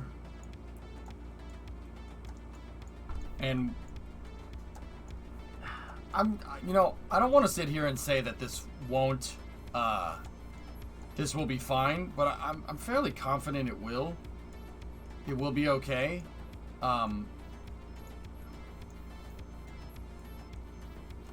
But it might be better to be, like, absolutely sure. Alright, so what I'm going to do is I'm going to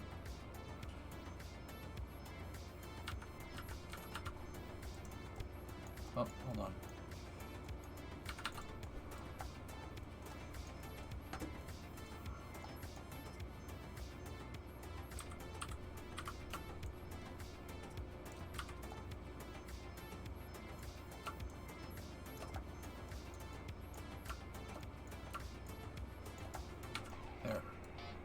That's the comm indicator right there.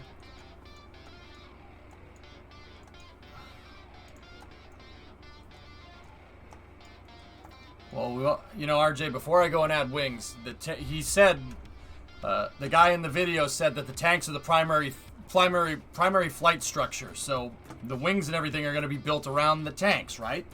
So we got to be careful here.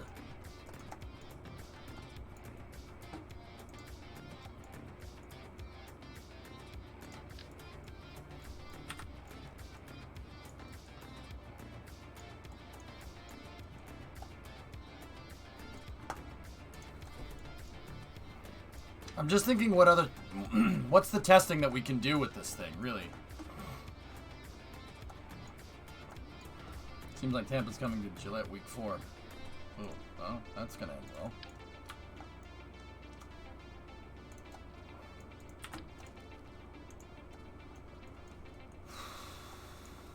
Hey, Jack, what's going on?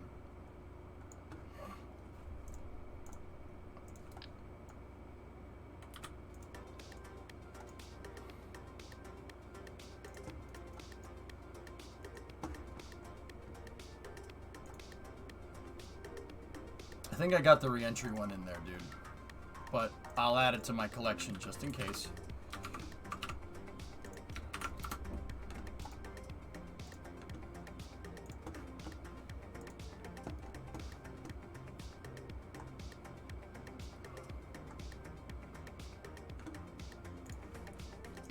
Well, I gotta figure out something to do here.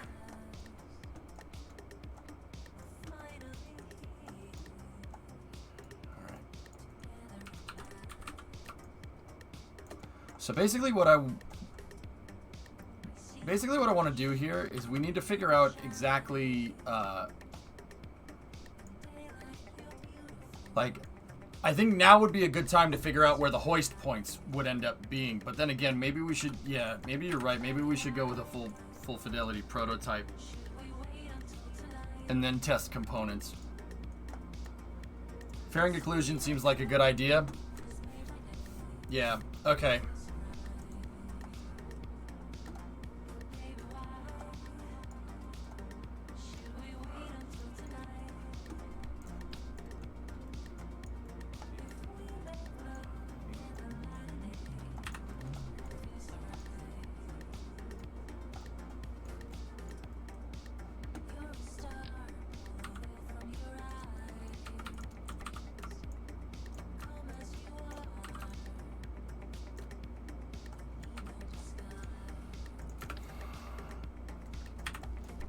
Node attachments generally are stronger. So how do we want this to be connected? What would we want our primary attachment point to be? The primary attachment point would probably be the back here, so this fairing. And then there to there, right? Like that's what we would want.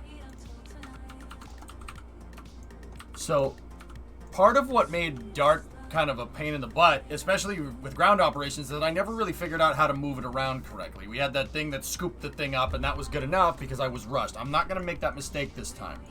So let's walk through what we should do is walk through our heads and think about, okay, so if we were going to load this thing into a test stand, right? If we were going to load it into a dynamic test stand, let's say like if we were going to test longitudinal load on the vehicle, right? Like, and we loaded it into a test stand like this, how would we do it? This is at Marshall. Marshall Space Flight Center used this to do load testing, longitudinal load testing on these things. Last information about the GNC. Is this the same PDF, Bandit? Because I already downloaded. Amount of payload expected on this, 3 to 5 tons is really what I'm shooting for, Jarvis. It's another one? Okay. This is all, Bandit, this is all my homework, man. I gotta study this stuff. Because I know over the next couple of weeks, I'm gonna get 1,000 questions about this thing, and I want to be able to know this thing back to front like I know the space shuttle. I'm gonna have to. I have no choice. Could we attach that payload bay for this to that fairing plate with the interstage nodes? I could. Yeah. Remember, 6 degrees of separation, RJ. That's very important.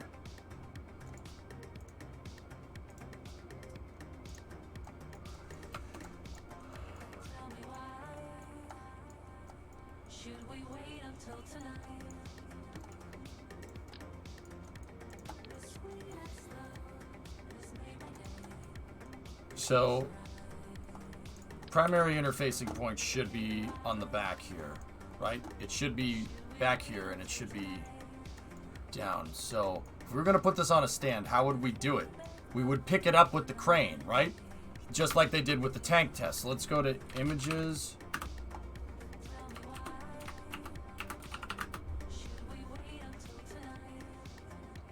You guys have probably already popped through a good deal of these things. Mayflower. There's the TE. So that's the pad. I'm going to take that picture. We're going to need that one. That's a transporter erector. So it was on 4 posts. See that? 1, 2, 3, 4. See, you can tell it's a post because of the way it is.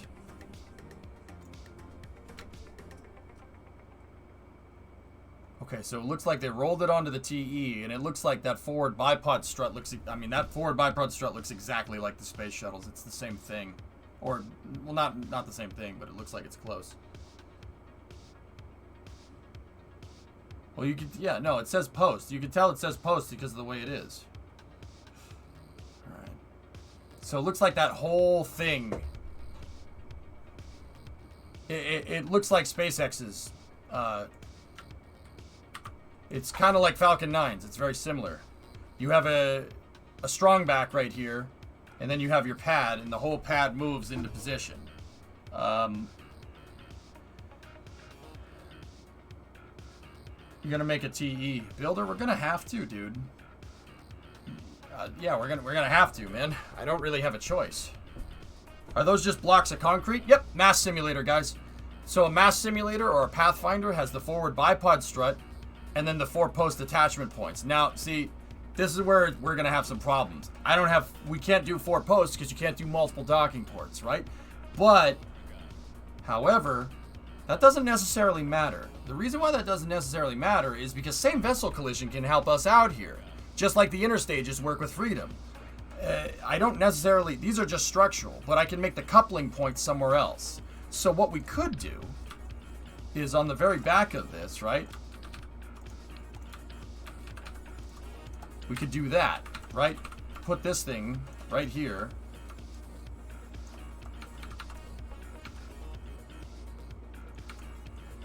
Right? And then we're going to need 4 posts. 1, 2, 3, and 4, right? Because the 4 posts were supposed to be originally outside of the arrow spikes, right? And then if we attach our shuttle engines here... I don't have linear arrow spikes, so we're going to be using shuttle motors. I don't really have a choice in that matter. So I'm going to have to put my... this is... okay.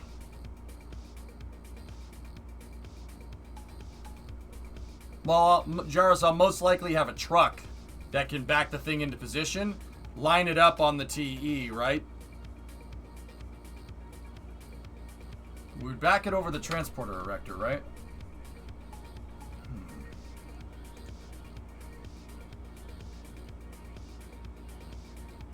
We would need to back it up to the transporter erector, and then... Okay, this is going to get complicated. See what I'm talking about? I can't do that.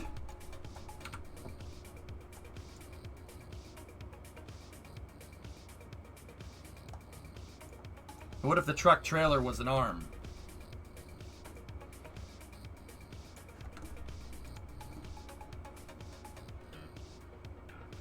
Oh, I like that Hell Hydra. That's awesome.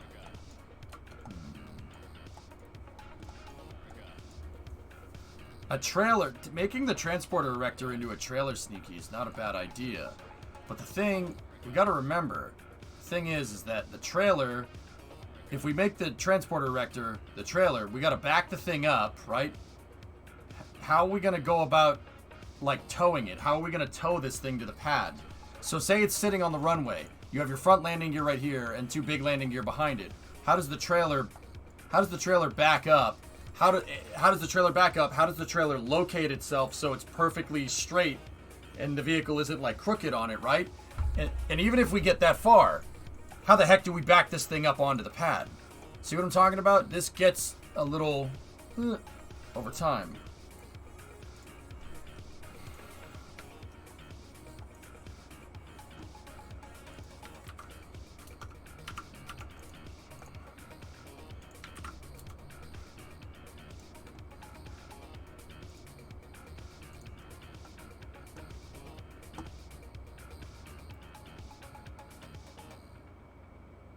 Forklifts. Yeah, there's the X-24, HL-10, M2F3. These are all prototype lifting bodies that led to the development of that bad mamma jamma.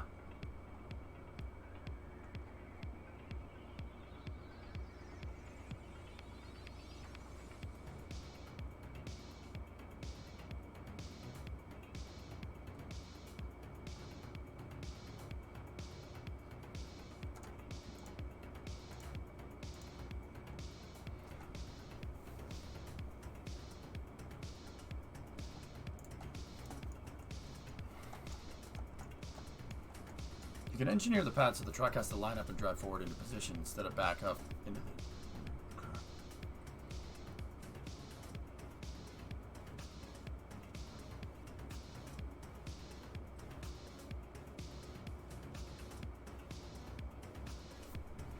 You could also make the trailer look like a wishbone, Sneaky, so it basically just goes around the landing gear, right? And then...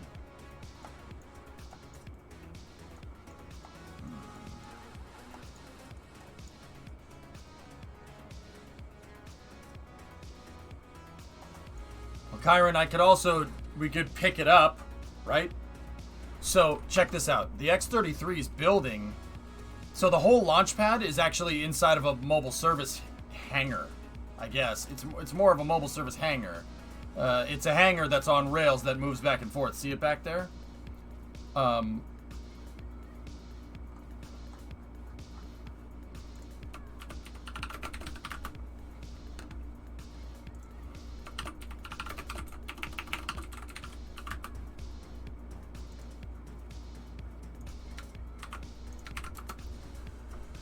See, this whole thing moves. We could have this thing.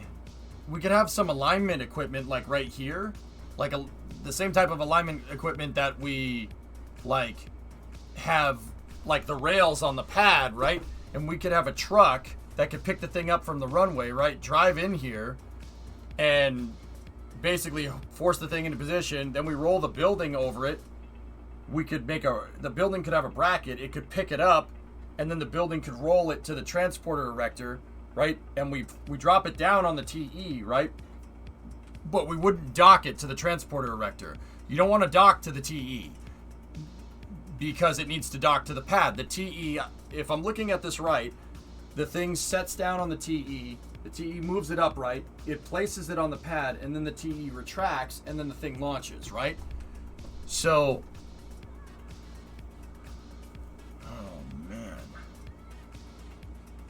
Picked a heck of a day to stop drinking.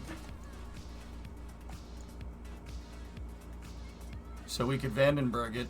Sneaky, I think that might be the right way. I think the right way might be just making a crane. The right way is making a crane and just literally picking the thing up.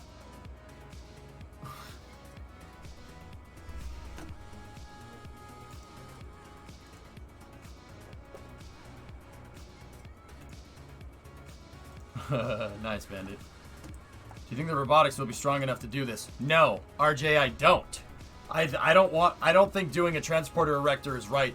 We should do this like Dart.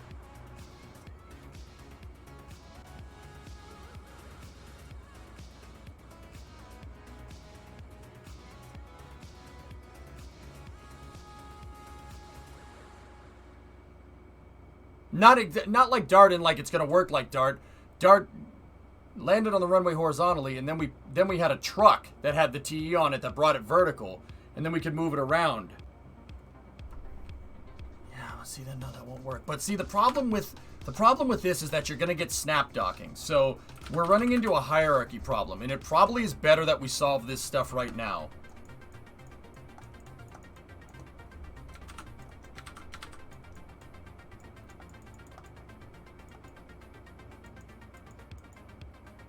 No, I before E, moron.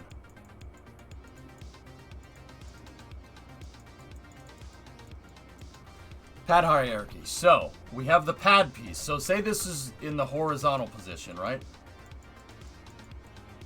And then we have vertical over here.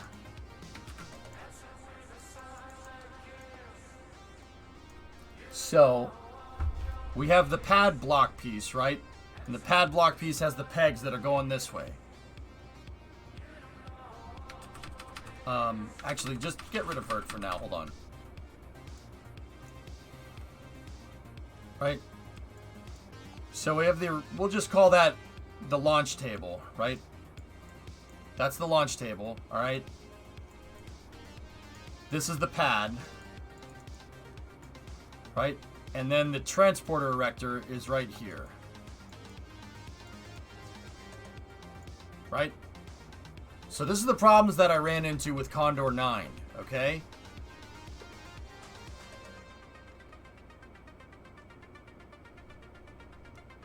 The pad patriarchy. Fight the patriarchy. Fight the pad patriarchy. Dang abusive pads. It's a joke. Nobody please get mad. Please don't get mad. I'm just kidding. I'm just trying to make it funny. Alright, so we need our hinge point to be right here, right? Which means we need ground level to be right no, that's not necessarily. Ground level can be kind of down here, right? So we need to have a hinge, and then we need to have a flat plate right here, right? And then we need to have a connection right here, and then we need to have guide pegs and another connection right here, right? So, if we took the vehicle, right? Say this is the vehicle, right? The vehicle would need to be docked to this thing first. It would need to be docked to the table. And then SVI would be used to hold this thing in place. We'd need same vessel collision for the front bipod, right? And then the whole thing would have to turn vertical, right? And then the strong back would retract, right? Leaving the launch table, right? And the vehicle to launch, right? That's how we got to do this. And then the strong back would be basically in the retracted position like this, which means it needs to be able to uncouple from the... Oh, God, that's complicated.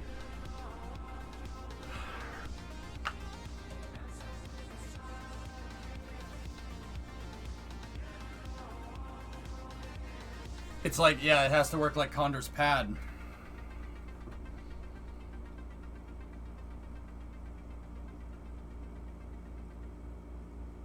Screw that. Screw that. I'm not doing that. We don't have the time. I don't have the time to engineer something like that. The hell with this. Freaking, no. So, here's how we're going to do this. I'm going to have the pad and a fixed launch table with pegs like this. And then the attachment port right there, right? And then that'll be on a giant stool. Just like Freedom's. With some modifications. This thing will be a little bit different because it has to accept not just a circle, right? So this is... Discovery, go at throttle up. This is this. We can back the vehicle in this way.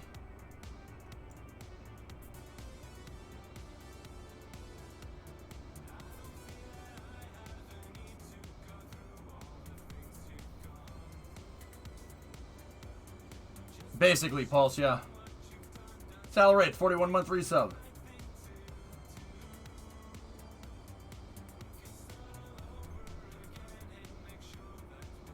So we bring the vehicle here, all right?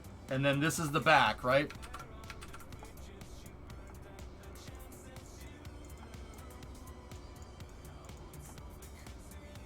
Right?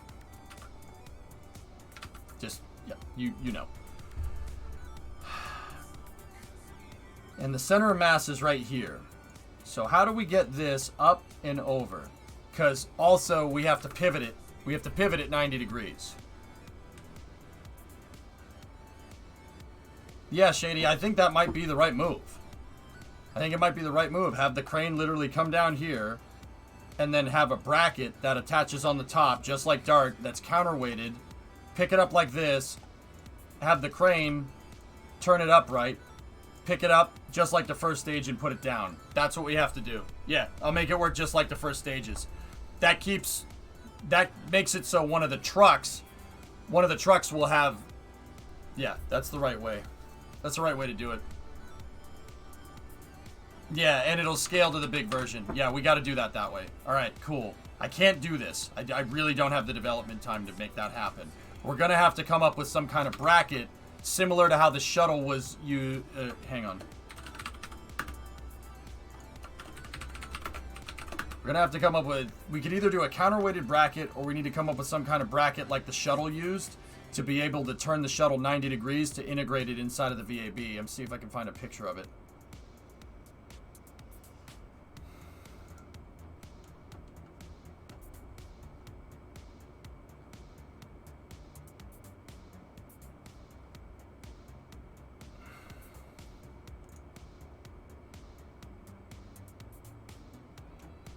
Yeah, blue. I don't know. Let's do it this way and.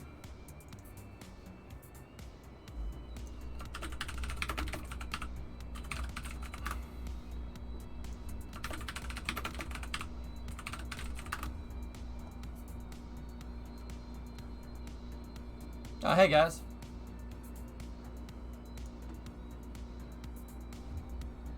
Story Musgrave right there. Charlie Bolin on the left right there. Sally Ride.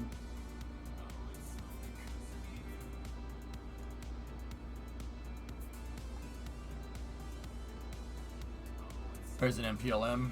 Or no, that might be Destiny. That might be a space station module.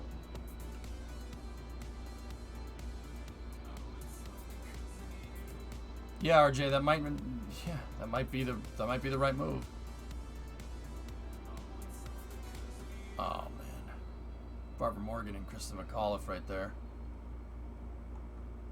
Here's Crip.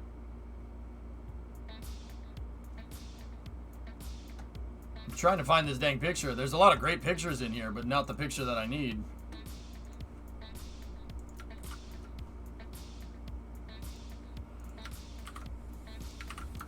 NASA never gets me what I need when I need it. That's the one we were looking for.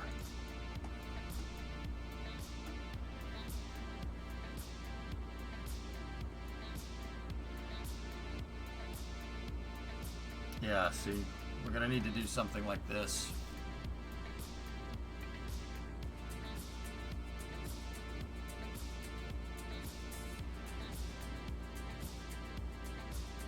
Okay, Boris.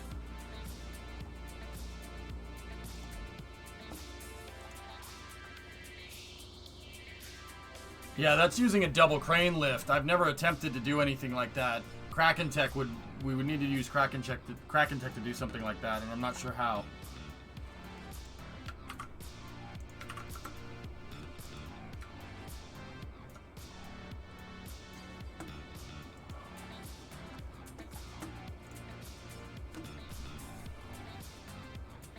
Okay.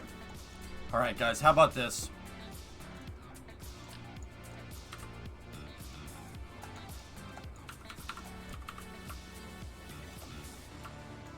We have a bracket underneath here.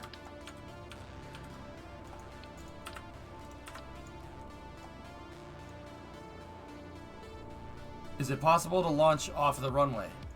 Vertical takeoff, Shaw. No, if we launch this off the runway, air starting the shuttle engines on the runway, it wouldn't make it into space. Too much grav loss. It's too heavy.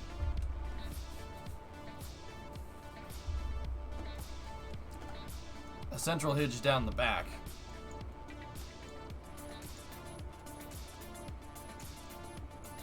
We could use the bipod strut.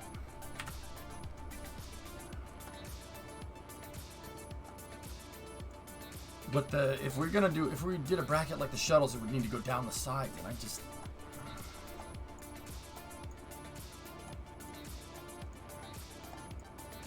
Yeah, see, how would we pick this up? How the heck are we gonna do that?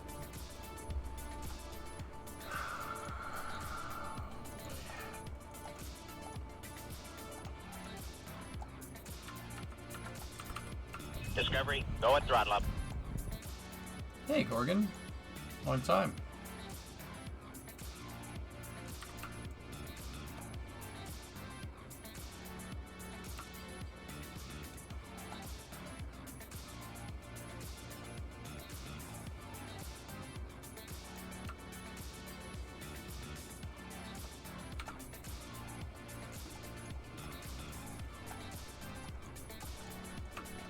Shielded docking ports, yeah, I don't have those unlocked, and I'm not really a fan of the imprecision from those things.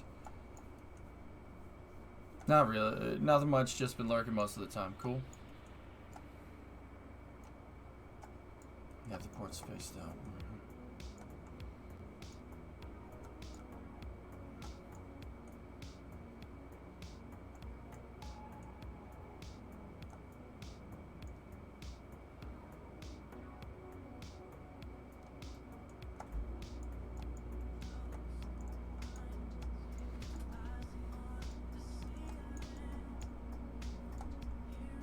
So how would I have set it up with the first stage? The first stage had a bottom docking port down here, right?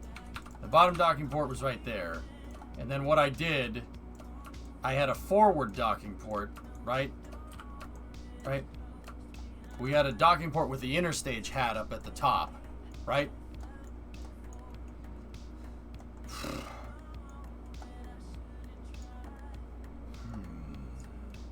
So if this is attached to the trailer down here, right? That's the docking port that we use to attach to the pad, right? Now we need the docking port that we're going to use to attach to the crane. And keep in mind, I can use an adapter. That's fine. I mean, we could just keep the adapter on the damn crane and just pick it up. Just pick another one up. We also got to take into account payload integration, guys. Payload integration is going to be something that we got to worry about here.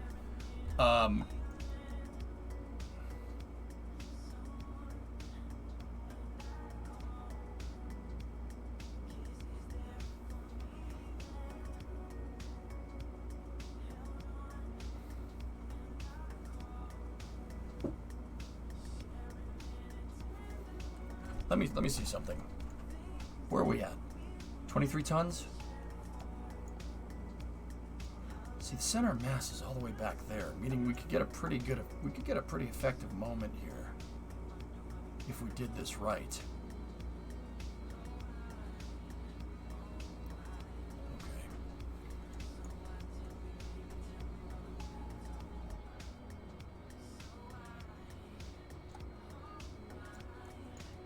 So, all right, I'm talking myself through this, dudes. If I put a docking port here, right, and just say we made a TE, right, just say I made a transporter erector out of an SRB. That's what I've done in the past, right? And just take all the stuff out of it.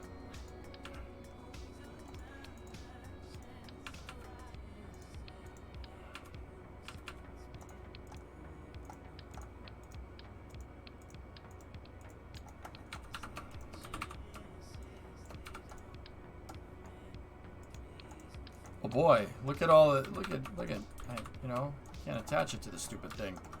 There we go.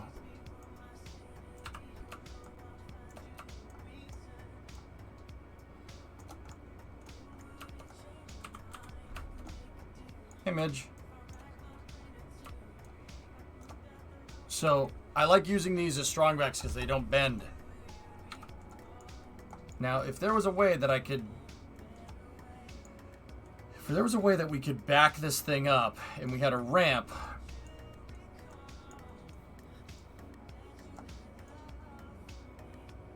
we could scoop this thing right up onto the pad. We technically wouldn't even need that.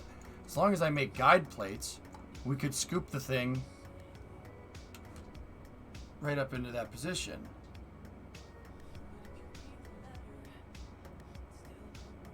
Complete random talk. I'm deciding what to buy next in iRacing.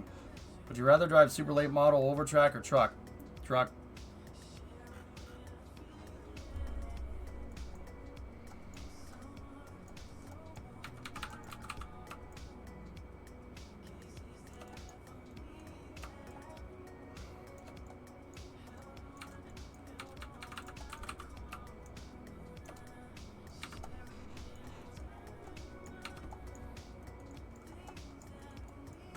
Yeah, we could put the payloads in now.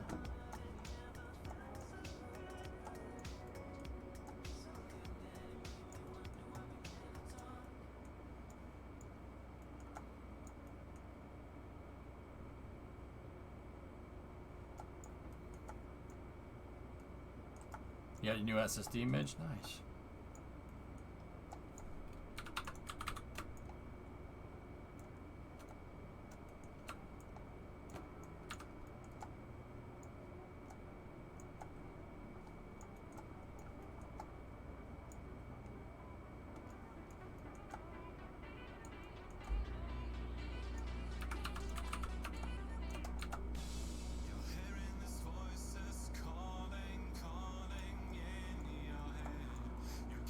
What you could do is drive a trailer under, then have pistons or something raised as the guide pieces. Well, you know, you got the raise as the guide pieces part, RJ. Why don't I just raise the whole vehicle, right? right? Like, just raise the whole damn thing. 2 SSMEs is what we need for this thing, builder. That's all.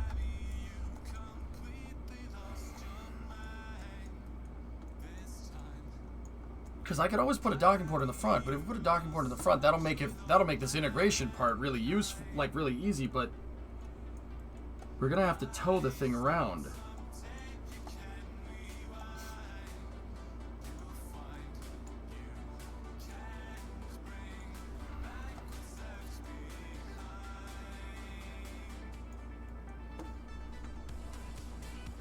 Lost Your Mind by Robert Parker.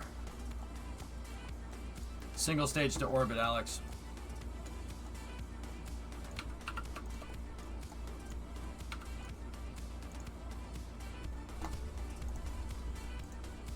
Can I check something, guys? Let me just go in here. I have air brakes unlocked. All right, so.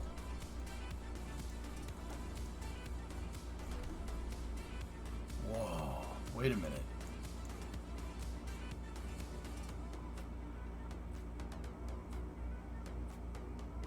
Dude, air brakes go to 90 degrees.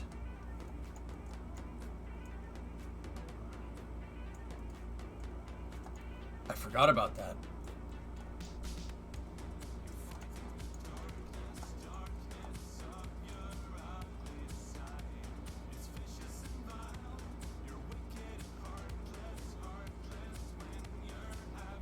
That's tempting. That's very tempting. Now, yard 90 degrees is all I really need. Dude, I could, okay, all right. The crane and everything, all the brackets that I need might make this a little bit complicated. All right, let me talk it out. I'm gonna talk it out in my head. I want to get how I put this thing together down now, because that'll kind of denote how I do the rest of my testing. All right. So if we were going to do a Kraken Tech pad, how would we do this?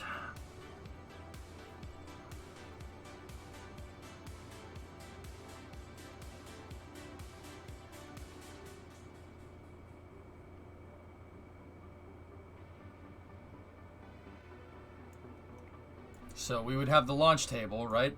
LT, like this, and then we would need a docking port.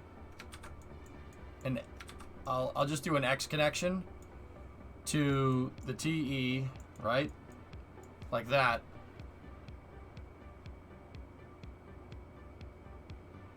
No. No.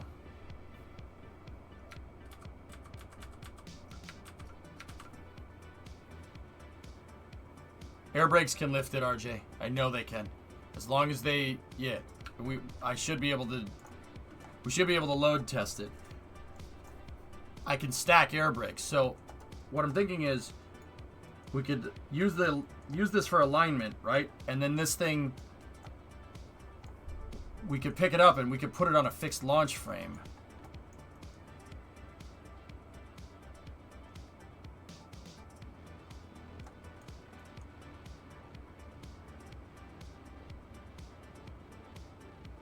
No.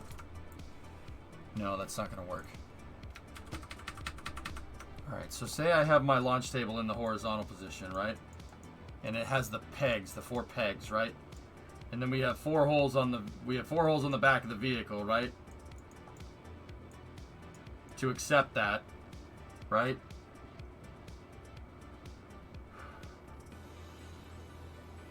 And then there's a docking port right here, right?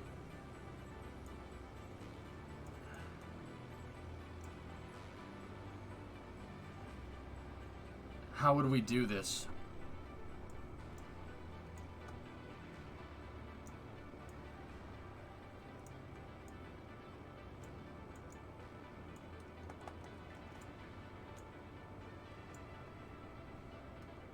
So, we need to get this thing into this position, right? Can I look at this? Let me look at the pad again. I don't think that's going to work. That's too complicated. Especially since we don't have multi-port docking anymore. So, what they would have done is backed this up. They would have probably taxied the vehicle in, right? taxied it into the hangar, right? And they would have backed it up against the TE, right? They would have backed it up against the launch table, right? Right?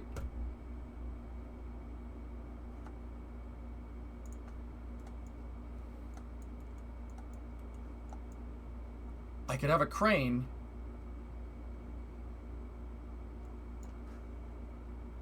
Yeah, I watched. I don't want to go back to that because that was complicated. That was a lot of undocking and Kraken tech and stuff. I'm trying to see if there's another way that we can do this.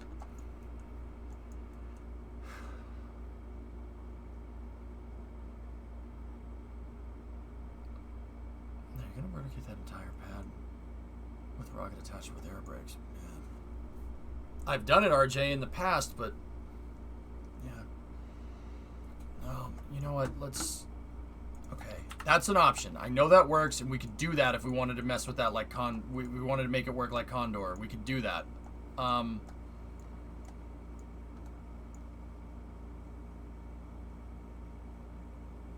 Discovery, go at throttle up.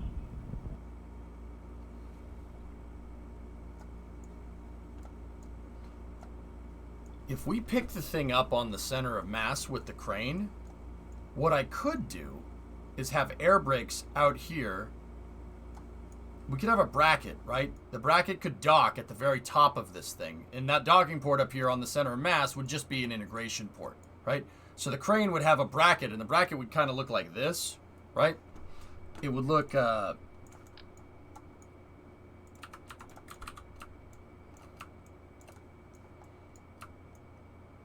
something like this, right? Hey, demos, what's up? Right, it looks something like that, right? That would be an attachment point. Then I have the bracket, right?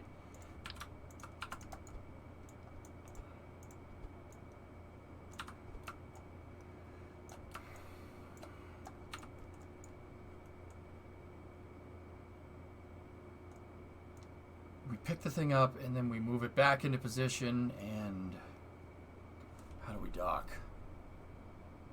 Why is the nose separate from the body? It's the oxidizer tanks. It's where the fuel tanks are. You could just spawn the SSDO upside down with supports, put it on a truck, release the supports, and put it onto the tower upside down. And just use gravity to hold it in place without needing docking ports. Yeah, I don't like doing that. We tried unsecured payloads, nuclear, towing it through the air. I don't want to do that. It's... yeah, Kraken strikes.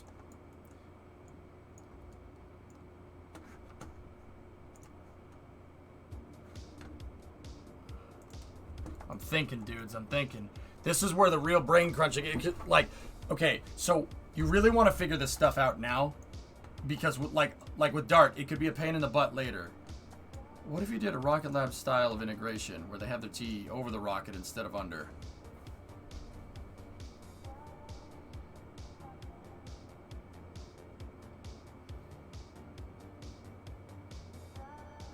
Well, this is going to need a crew access vehicle, Brian. It needs a CAA. Because it needs a crew access vehicle, the crew access tower, I really, the top of it really can't be afforded that.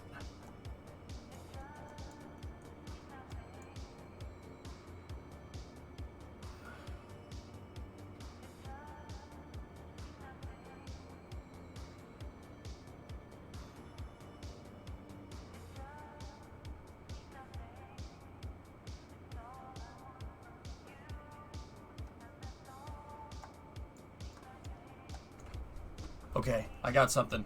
I got another idea. All right, so we're in the hangar, right?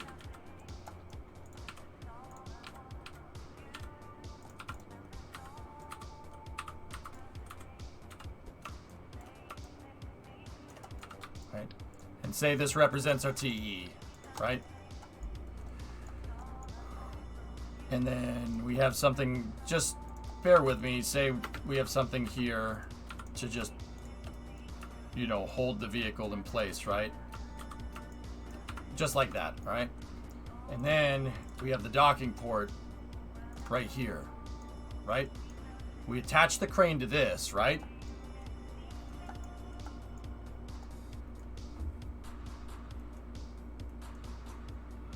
Then what? So the first thing is, how the heck do I roll the vehicle?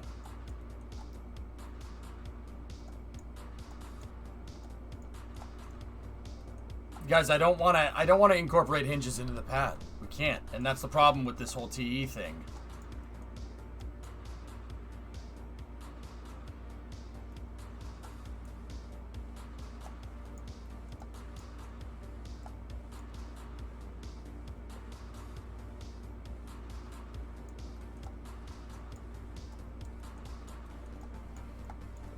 Yeah, but that's 2 docking port attachment. That'll screw the hierarchy up, Nuclear. If you have 2 docking ports in symmetry and one becomes the root, they're no longer in symmetry. It'll break the symmetry node. You don't want to do that. You need to have single docking ports that usually work along the longitudinal axis of the vehicle. Or else you're going to have a bad day. I did like I think it was you that said use the crane to lift up, just lift the TE, right? Instead of air brakes, we could just use a crane and turn the whole thing, but yeah, I'm not sure how well that's going to work. You know what? I need to go look at some reference. Let me look at how I did it with the other pad, okay? Just finished hockey and got a couple of pucks in the collarbone. It hurt. Yeah, the pucks definitely hurt.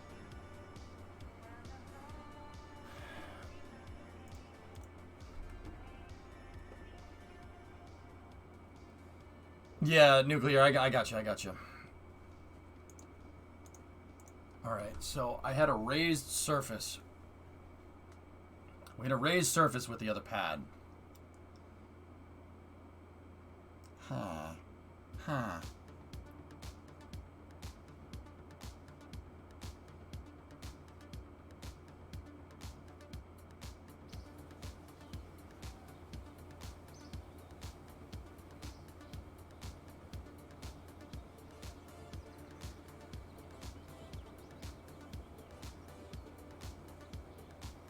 I'm thinking. I had a 2-axis crane with the other one, and I picked... How did we do it? I attached the back one, master, front one... No, we would need the front one to be the primary, right? Back one to be the secondary. We'd need to lift the whole vehicle up and then put it on the TE. Oh man, this is getting good. Man, I didn't think this was going to be this challenging. We ran into our first kind of hurdle here.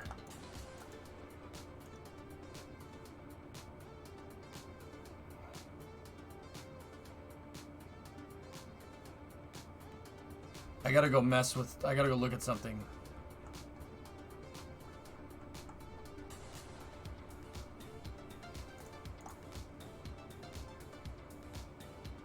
We could, Nuclear, it's possible.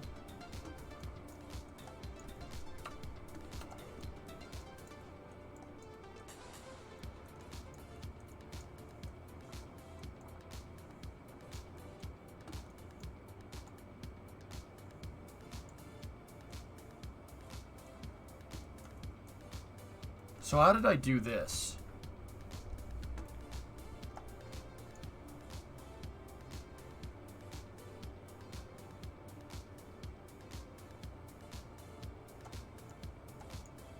They basically attach here to the frame, right? So they'd take SpaceX would take like Falcon 9 and they'd weed it back in and then they'd let it down and then they'd attach the points, right? That's how I did this here, and I did it with an extendo port, like that. But that didn't always work.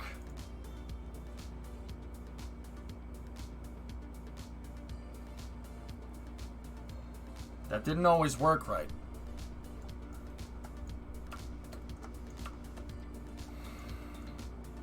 And the whole thing was up on Mark III's.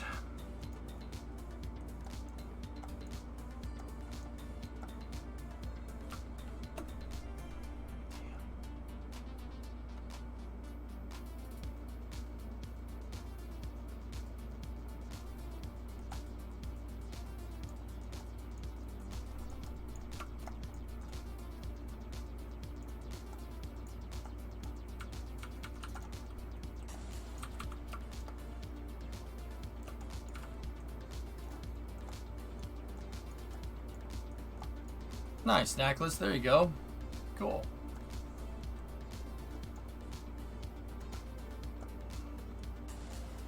So with this, the whole thing attached to the pad surface, and then we use the hydraulics. We attach those with the docking ports, and then we moved it.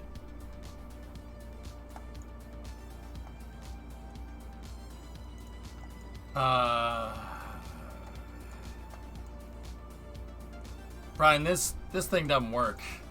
It doesn't work. I don't want to put it on Kerbal X so people download it and then say, hey, what the heck? This guy made this thing and it doesn't work.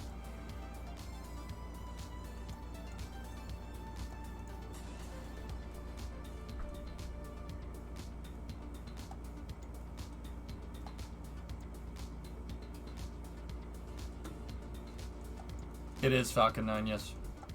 This is the first. This was my first attempt at a launch pad, Corey. Yeah.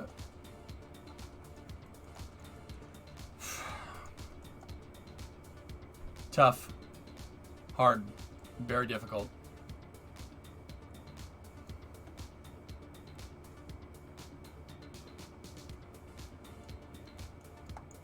Yeah, it's supposed to be kind of 39A's pad, give or take. I just don't know about vertical integration, man. I had a bad experience. Yep, there's the Kestrel capsule. I think that one has overclocked. Yeah, that one has overclocked Cubs as well for its LES, which is funny. 29 days and counting.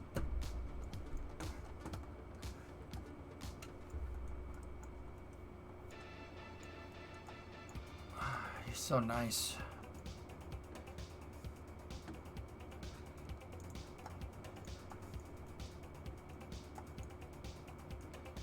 I don't think we have time for horizontal integration. It's not really a question of whether we have time for it or not, Green. That really has nothing to do with it.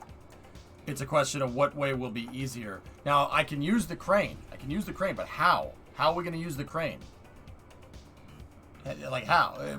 I could do it. So we could do it exactly like the first stage. That's no problem. I could do it like the first stage. That's not it.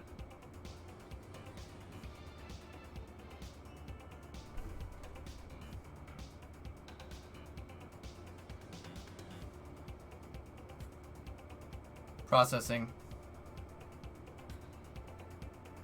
Don't know if it matters, but my birthday is in 12 days. Well, happy early birthday. Cranes would be easier tweets and a little less forgiving. Okay.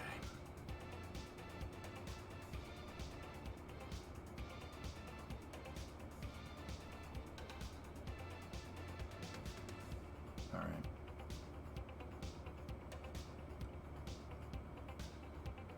Yeah. Okay. So, Venture Star lands on the runway, or X-33 or whatever, lands on the runway, right? We have a vehicle go over and grab it. That vehicle can pick it up, right? Or we have a truck that can tow it to wherever it needs to go. And come up with some kind of fifth wheel or a tow hitch or something on a trailer. Well, we gotta tug it back to where. Tug the thing back to.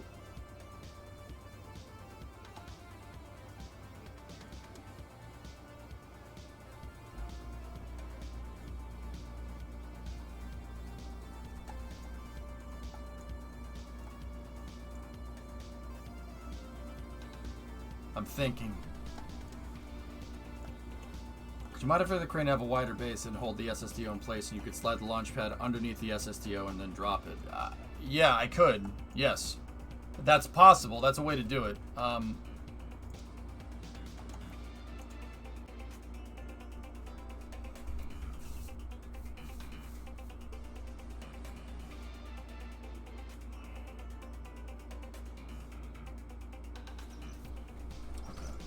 go back over here.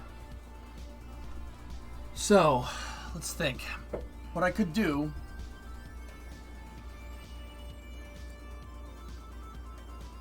We tow the thing back.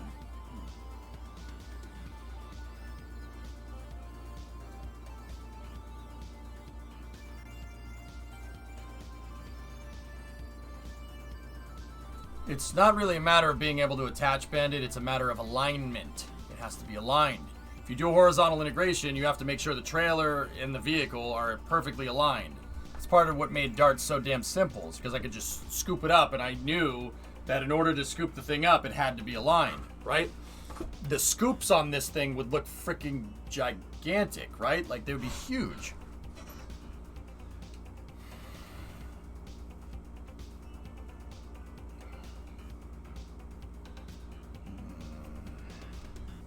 Guide rails. Yep, okay.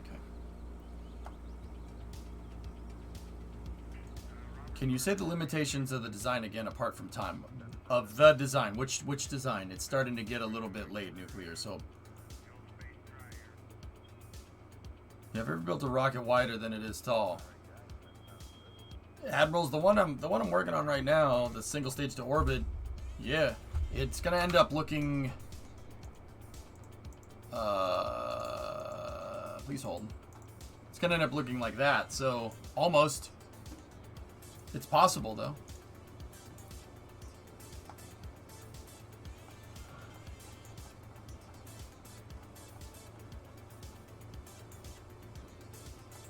I'm gonna need something like this thing.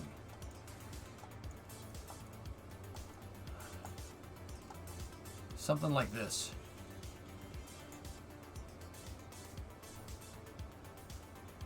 If I could somehow drag this thing back, right?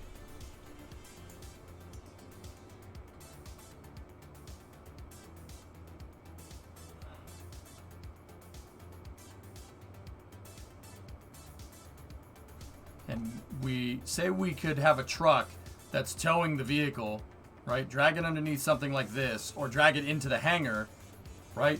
I can use the service platforms to line it, right? And then we could pick the thing up, pick it up,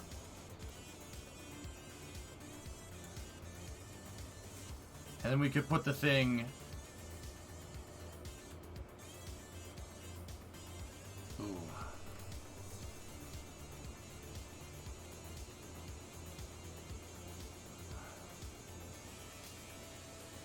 I could put the thing on the TE. We could lift it up and we could like roll this thing backwards. I could roll it to the transporter erector, and we could place the thing. I could place it on the TE, but I'd need to dock it to the pad this way, and then I need the launch pegs. How the heck am I going to do that? We would need to like back the thing in, attach it to the launch table, right? And then it would rest on the transporter erector, right?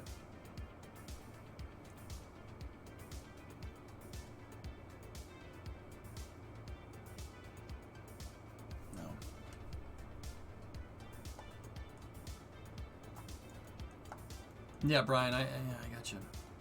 Could you expand the base of the crane and make it stationary with markers? Yeah. I mean, Nuclear, this already takes that into account that we'd have a wider crane. Once again, alignment is the problem. The thing about vertically integrating a booster in Kerbal is if you pick it up, right, and you pick it up and your docking port is aligned with the vehicle's center of mass, it'll line up for you. Gravity will line it up for you. That's why it's really easy to pick up stages and just put them down. On the pad, easy, no problem, right?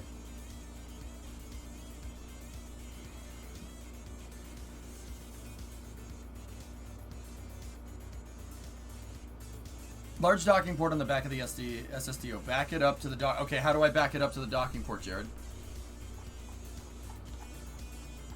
How do we do that?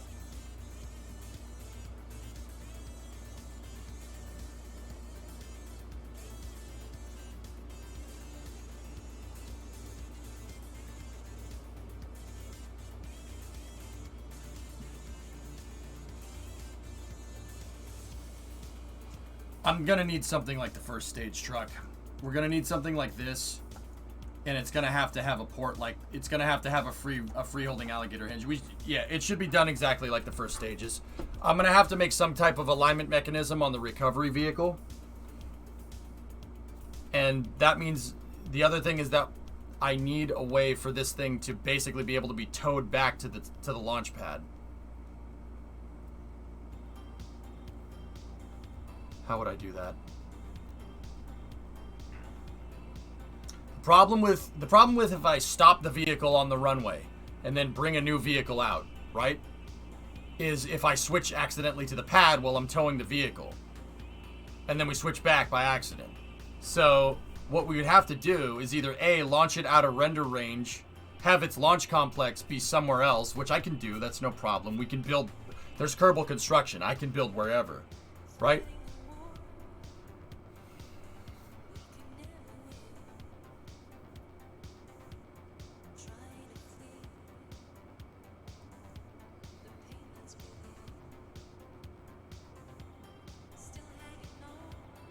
Could attach it to the pad? Well, how, Mason?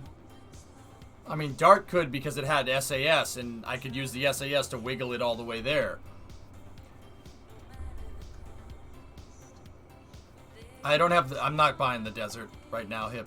Maybe a silly idea. Can you attach a docking port to the landing gear that is extended? Nah, I can't do that, Bill.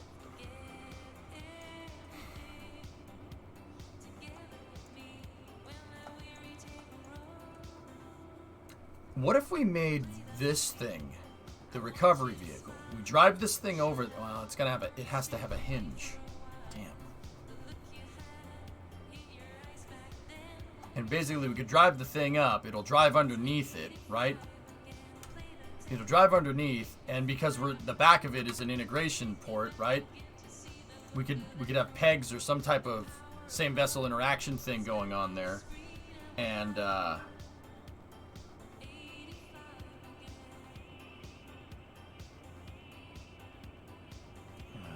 Yeah, that could work.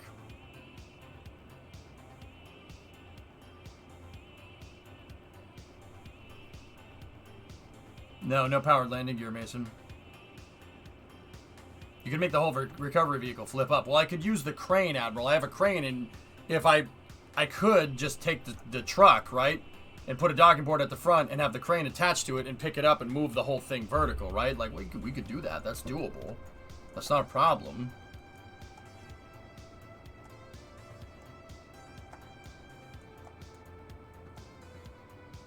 Why are you treating the SSDO like a normal rocket and not like a plane? Use a tug that holds the landing gear like a plane and to roll it. I just said why I don't want to do that like a second ago. You could switch to the pad by accident. So I drive the recovery vehicle up. We grab it. Plane has the brakes on. Now I got to switch to the plane. So I switch to the plane and I end up switching to the pad.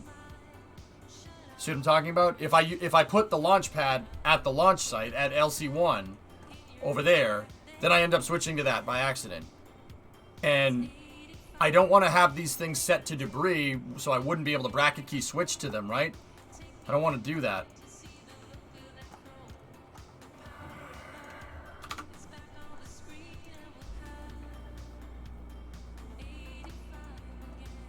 We can't have many hydraulics on this thing. If we have a lot of hydraulics, it's not going to work.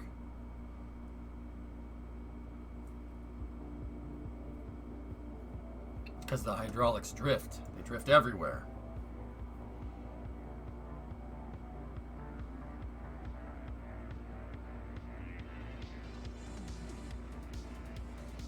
So, if we back the vehicle in and we attach this to the launch table, right? And the launch table is attached, the X is a docking port, okay? The launch table is attached like this to the transporter, right?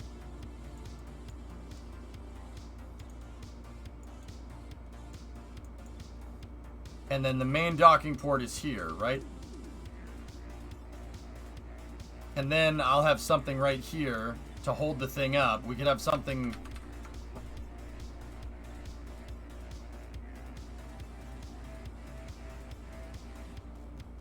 We can have an air brake. We can have an air brake with same vessel collision, hold this thing up into position like that, right? Okay, we could do that. That's doable. An air brake with SVI attached to it. We could just pivot it up, right? And it could hold the vehicles, it could hold it straight. Or I could have some kind of slide and we could drop it on the transporter erector and then push it back to dock here. We could drop it on the TE and then have it slide back into position. That would work as well. I could actually have an air brake up front to slide the thing back into position if we need to. And that'll push it up latching that docking port, right? And then whatever we use for the tracks, right, will just be there from same vessel collision now. So now, this is one piece. Now what? Remember, no hydraulics. We don't have any hydraulics in this yet, but now what we're going to do is eventually we're going to need to pivot this down, right? We're going to need to pivot this down to the pad, right? Or pivot at 90 degrees, right? Now, how do we do that?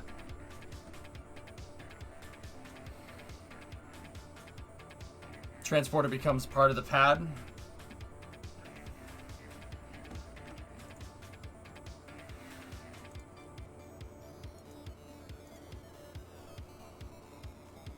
Well, Bandit, I've done that in the past, and we know that works. Last, please. Okay. Can we just finish the missions that the old pad would be used for so it can be removed?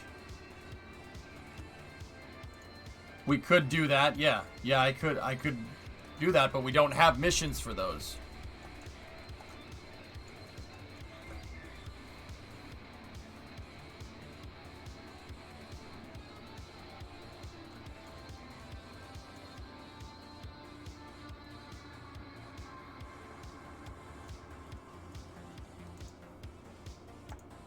This is Dart. It's a little Delta Wing mini shuttle. I didn't test it enough before I put it into service, Kyle, and it crashed. It ended up breaking. It killed Jeb, but not Bob and Bill, which is just infinitely annoying. But hey, it is what it is.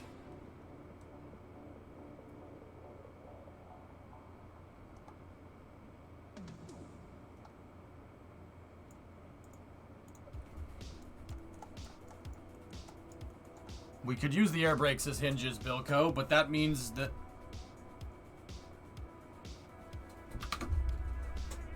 So even if we did use air brakes, like I said, center of mass of the vehicle's right here.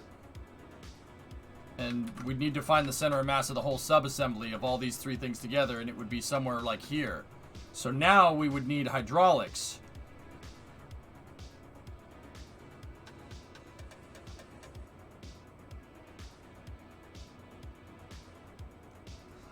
You know what, guys? I'm wondering if we had a hinge here, right?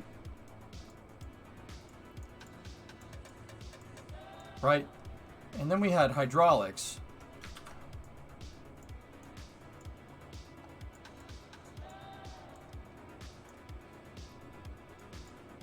And then we had another hinge here, right? And then that's buttoned up against the ground like that.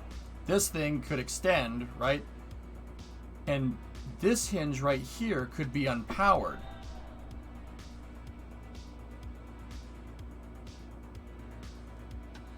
But see, now I need a pit. Now the entire pad needs to be off the ground, which means I need to... Yeah.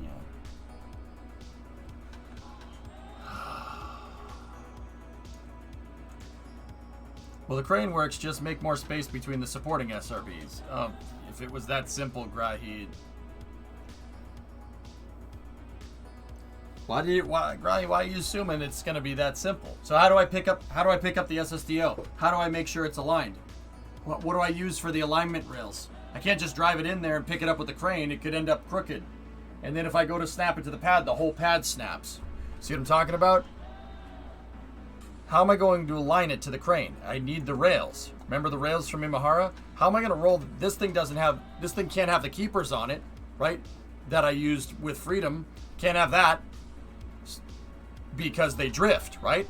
So, and I don't want to put that on there because I want this to be like Dart. I want it to be reusable, right? I want to land it, drag it over back to the hangar, load it up with a new payload, send it. Gear attached to a hinge. You like tempting the Kraken, I see. Nice.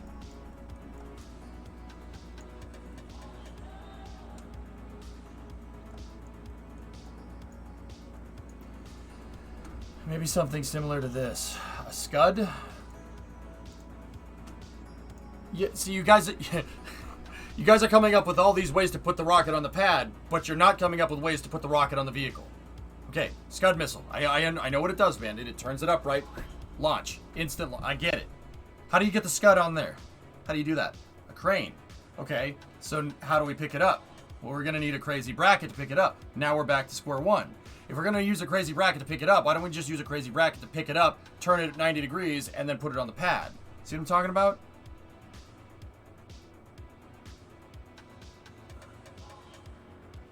What about a pad like the base of the crane with 4 legs that can adjust? With a crane to lift it. What about a pad like the base of a crane with 4 legs that can adjust with a crane to lift it? I'm not... No mental pictures coming to my head, Falcon. I'm having trouble visualizing it. Do you have Mark III fuel pads?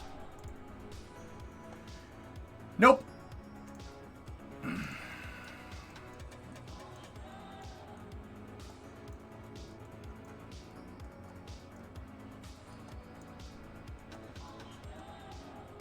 I'll stop mentioning after this, but finding a way to engineer margin for horizontal takeoff with immediate vertical pitch up might end up being faster and simpler.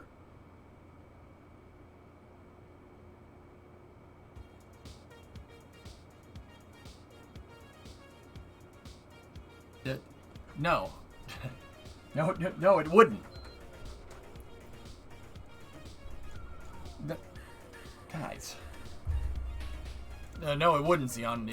It would be the opposite of that. Even if you take off, that speed that you use to go down the runway is speed you could have used to go up. It's very inefficient doing that way. Very inefficient, unless you have something like a Sabre engine.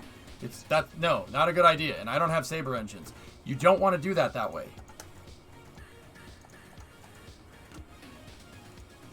The upper stage for the next Electron with the recovery is being made already. Red is reused. The next reusable rocket is already coming down the production line. Cool.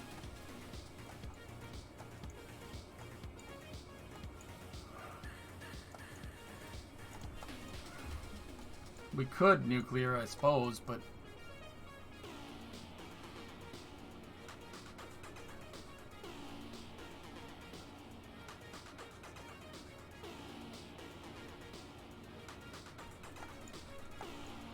Alright.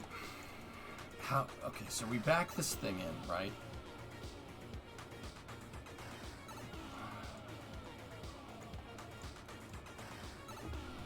Gotta find a way to... If I can tow the vehicle in, right? How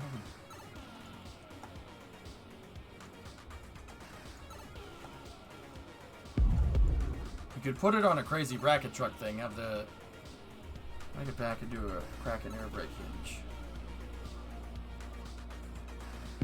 Ren with the double boots. Thanks, man.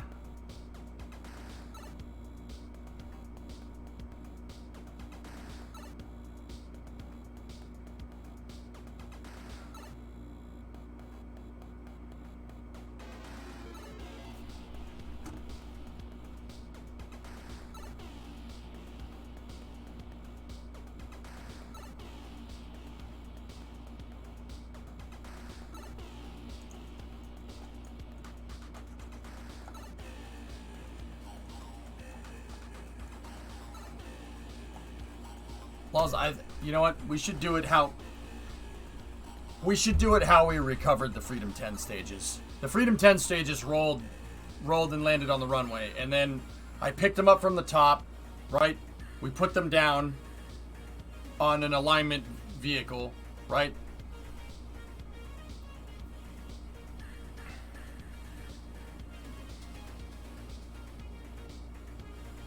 We put them on an alignment thing, and then the alignment thing could be the TE. We could use that to pick it up, right? It wouldn't be the transporter erector, it would just be a strongback, right? And we could pick up the strongback, right? That's it. Yo, I got it. Hold on. That's it. This is how we do this. So, SRB cradles. Okay? The side boosters for Atlas V, these things. See those right there? Side boosters. They have a whole cradle. See that? They're in a cradle.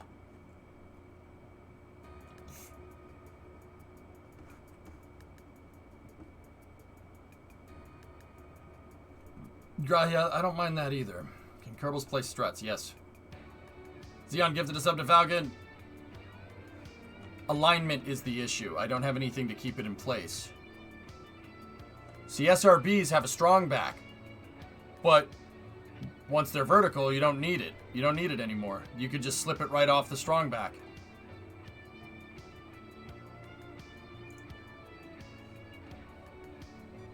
Right. Mama.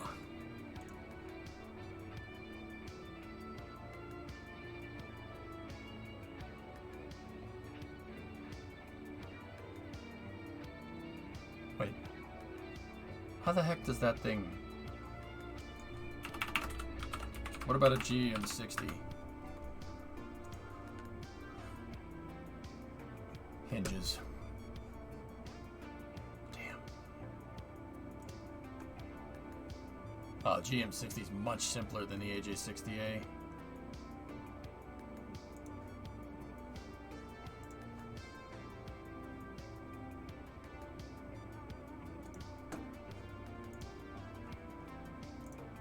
That's a shoe.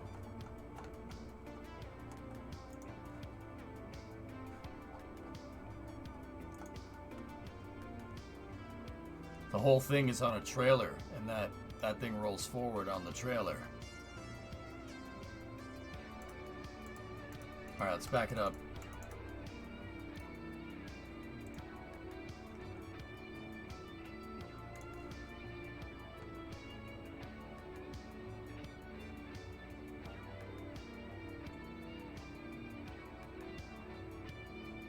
That's it!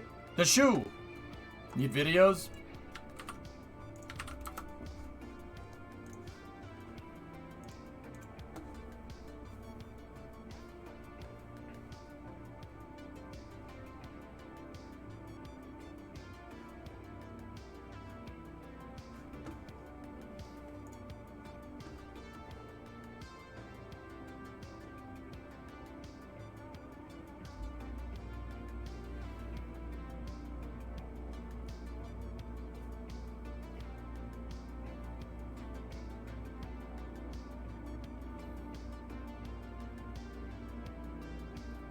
Please read the entire thing.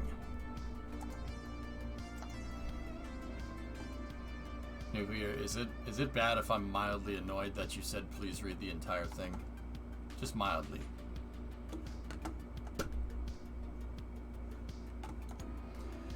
If Kerbals can place struts, then for recovery, create a crane similar to the one from career mode that can be driven to the landing location.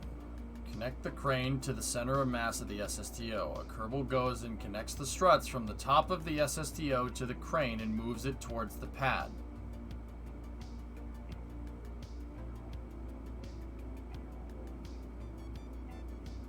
For the pad, you can just have the SSTO go in and have a piston that pushes the front of the SSTO to the center. Pistons will be set so that the gap between them is the same all the time. Yeah, but they drift. Yeah, Kyle, right? Yeah, the pistons will drift though, but it's not a bad idea. The pistons will drift though, man. Nuclear, don't. If you feel the need to tell RJ to shut up, just do it. I do it all the time. Yeah.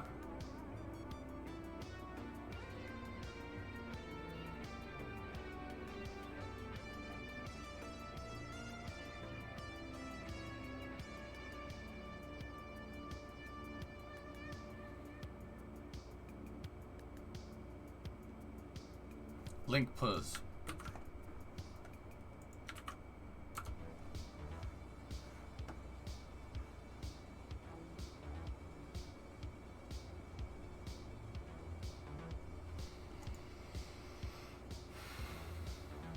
Yeah, drive. So you guys are saying drive up and under it. How? How are we gonna do that? We drive up and under it. How do we align? Guys, we're just gonna have to. I'm gonna have to tow the. Okay, how am I gonna do this? How am I gonna do this? We tow the vehicle back to the site. Then what?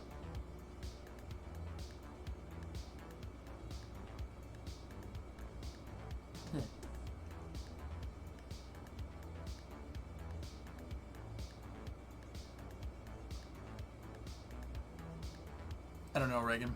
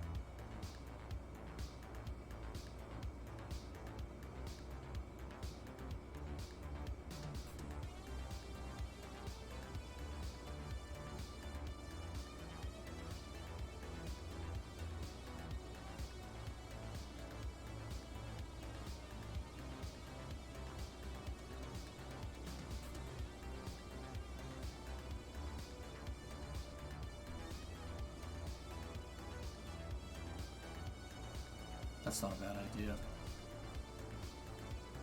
No.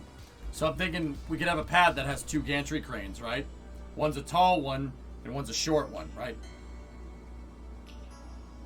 No, that doesn't work.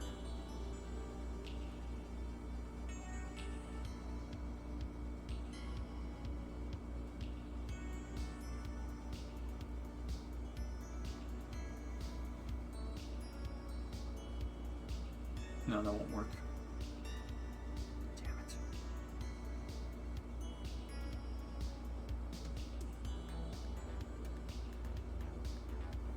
It's getting late.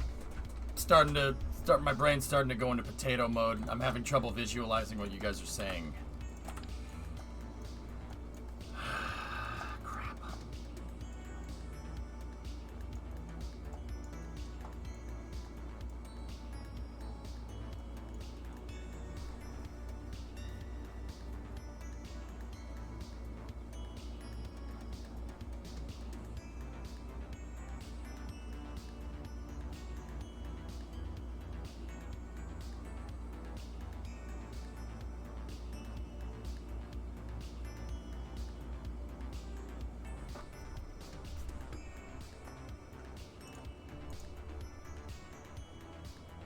Yeah, I see what you're saying, Brian. I was gonna do that thing, but with the same thing as the, yeah.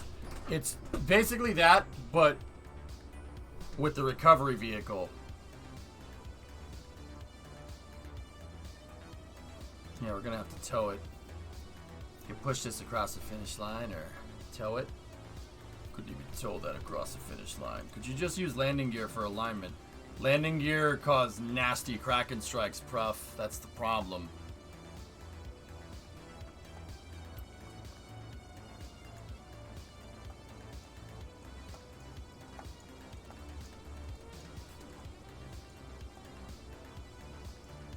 So how about, okay, all right.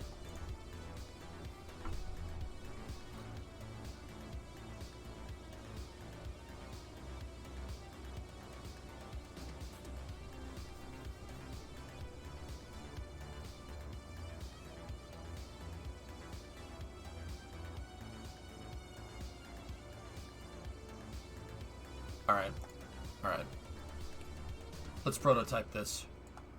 I want to try this. I just want to see what happens. I'm not sure how I'm going to do this. But if I figure this out, right, the trucks can drive in right here, right? Or I could just have the vehicle right here and we could pull it. We could attach to the back docking port on the vehicle. The vehicle can go right here, right? And a truck, because it's attached to the back docking port, right? It'll align, right?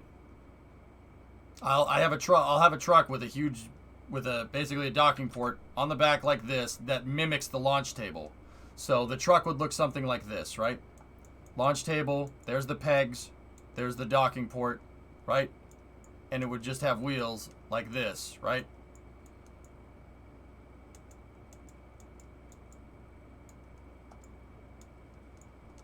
Right, there's our truck.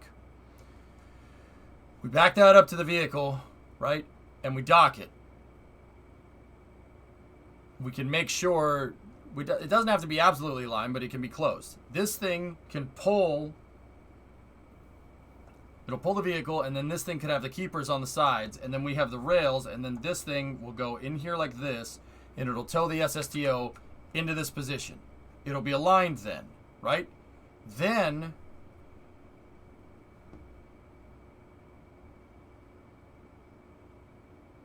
yeah, see, why don't... okay.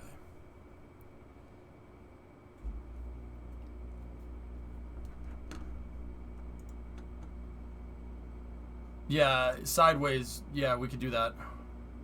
Car empty way to the SSTO. With the engine, and keep in mind, it's probably going to be more than this. I would figure 36 just to be absolutely 100% sure. It's probably not going to be 36, but I'd figure 36 just to be like 100%.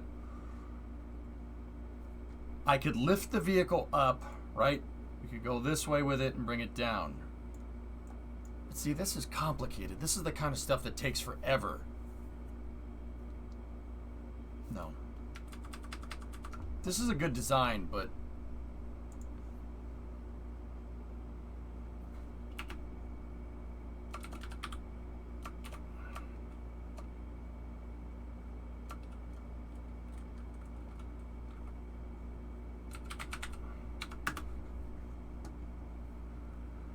that's not what I want to do.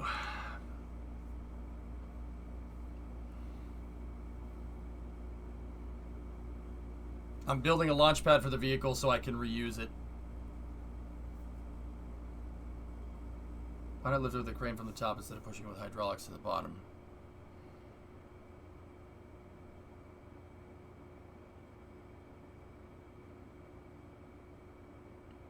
Yeah.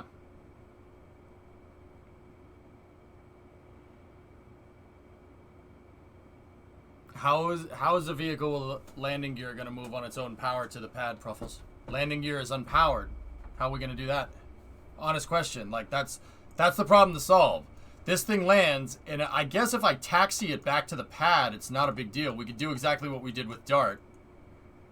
But what happens if it doesn't have enough momentum and it doesn't make it? Then what? See what I'm saying? Like, then what do we do then? Landing gear is unpowered. Landing gear does not have power. You can use SAS, gyroscope, and steering the landing gear to kind of wiggle it there. But, no, it doesn't.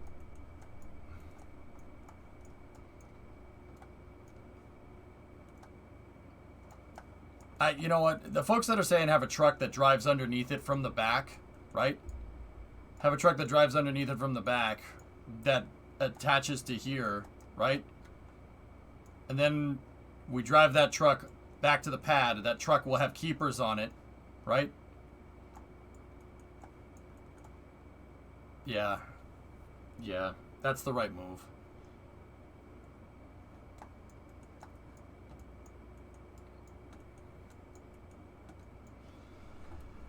Yeah, have the thing drive back to the pad, and then once it's at the pad, that truck will basically look like my first stage truck, right? But the cab will be... I don't know, the cab could be over here. It depends on the landing gear.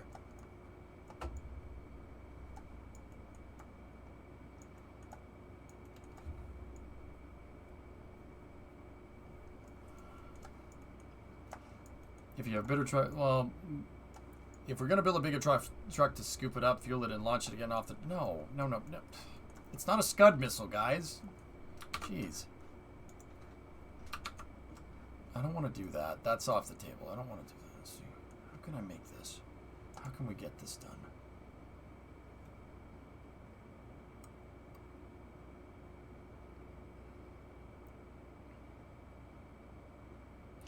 Can I just... hold on. Let me just check something. I'm going to look... I need to look at a promo video for the X33. I need to find one more.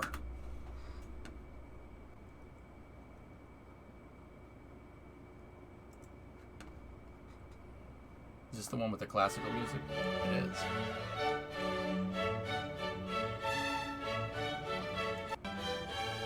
To develop technologies essential for lowering the cost of going to space. I swear this guy did VOs for the Discovery Channel. Fully reusable vehicle, the X33.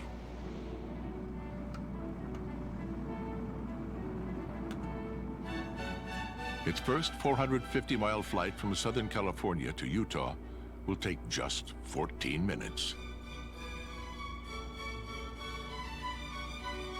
Alright, I want to look at this part. Right, numbed?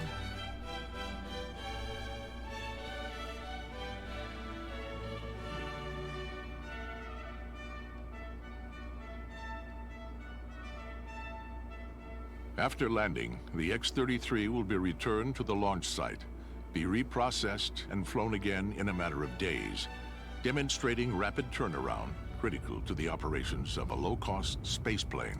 So I want to see something here. Because I think I saw something.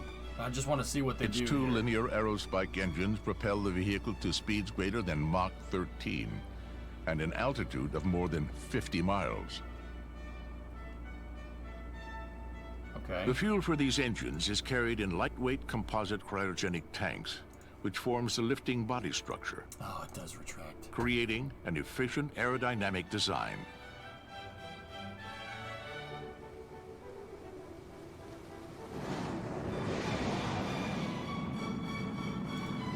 So I wanted to see how they scoop it up.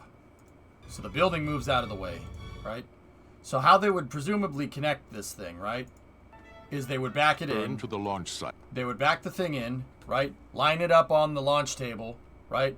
The building actually moves. The hangar for it actually moves. We can do that. I can do that. Just use the same guides as the crane and then have a truck tow it out of the way. Now, see, this makes it look like this is all one piece, right? But it's all moving as one piece. So it works like SpaceX's TE. Once again, we can do that. I can mess with it. I could make a simpler version.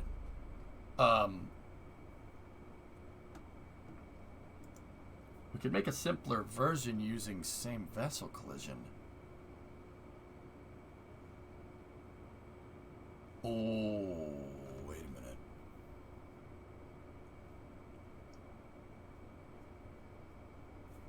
On a side note, the side fins clipped into the hangar wall for a second. No way. I didn't... maybe that's just the shadow.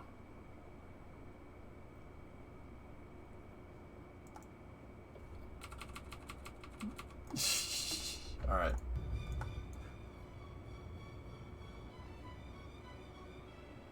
It's too...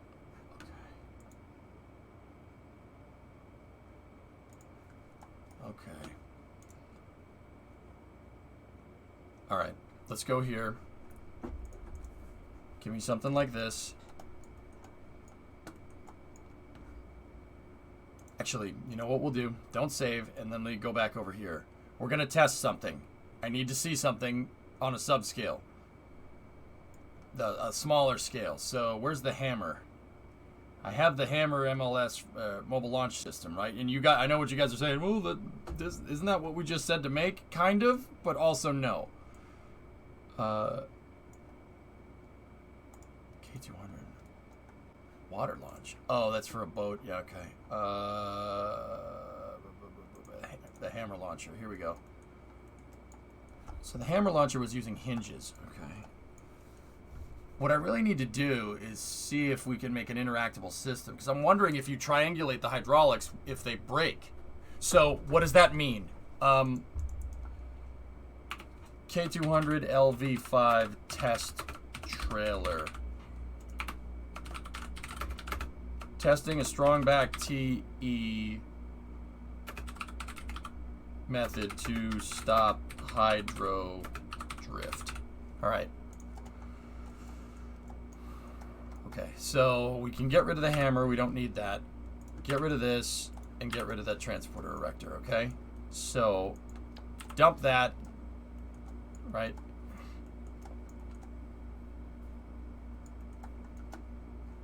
Okay, so what do we want to do here? So the first thing I'm going to need to do, right? Okay.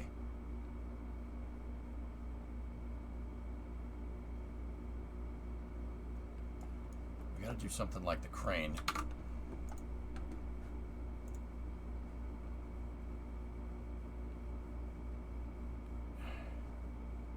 Save it under a new name? I did. The test trailer. Yep. So I'm gonna test this system out.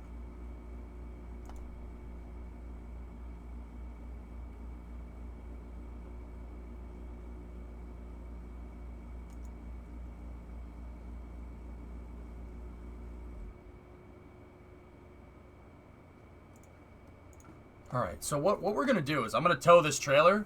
I'm going to build a little mini version of that transporter erector. I'll build a mini version of it. Then I'll tow it out to where the dark junkyard is, believe it or not, and I'll leave it there. I want to see if the hydraulics drift. I'll reload. We'll drive out. We'll drive to the pad. We'll drive back. We'll reload the scene a couple of times, and we'll see what it does. They might, but what I'm thinking is,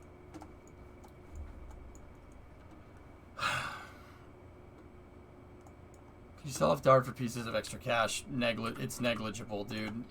It's not enough, like, to be useful. Okay, so we're gonna need a hinge like this, right?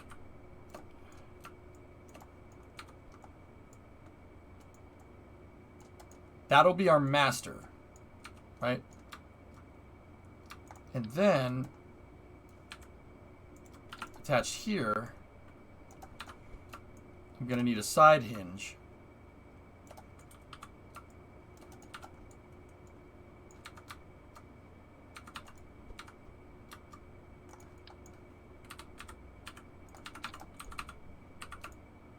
Like that, right?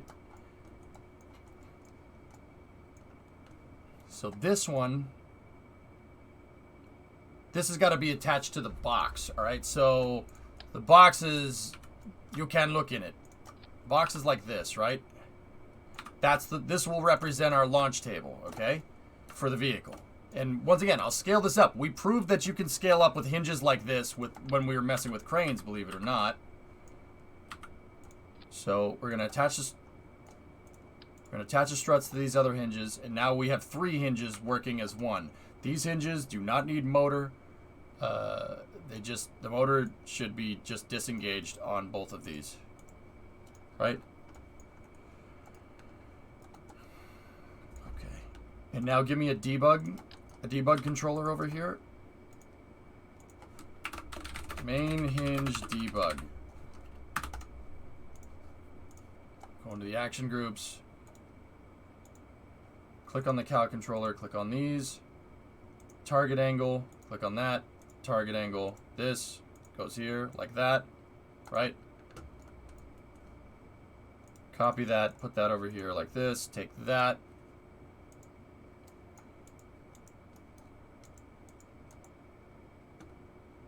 Right, then.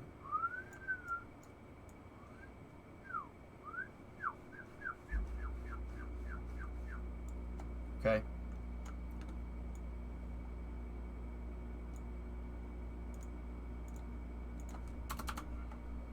Set that, copy that, put that there like this. So now I can control this, right? We can control it like that, all right? That's just a debug tool. That won't be part of the final design. So now I need, so let's just pretend that the table has the docking port like that, right? So this is the docking port for the vehicle, right?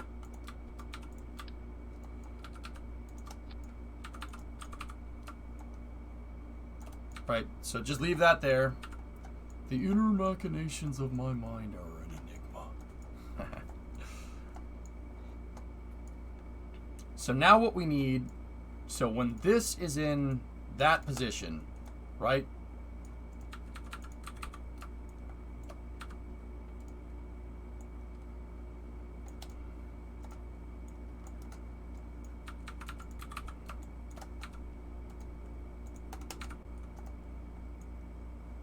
I don't know why that one doesn't want to move, but whatever. Let's just do that way and maybe it'll move correctly. Okay, so that's going to work like this. And now the transporter erector in this thing, it went all the way back down into the down position, right? Okay.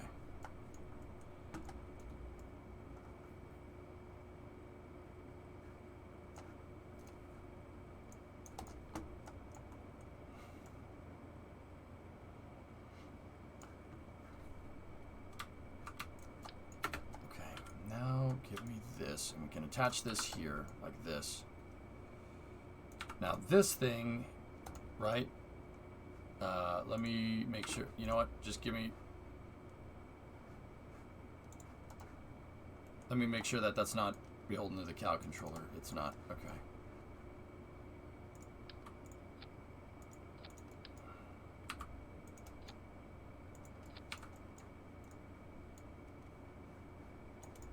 All right, so this hinge needs to be like this in this position. All right, so what I could do is we could double clip.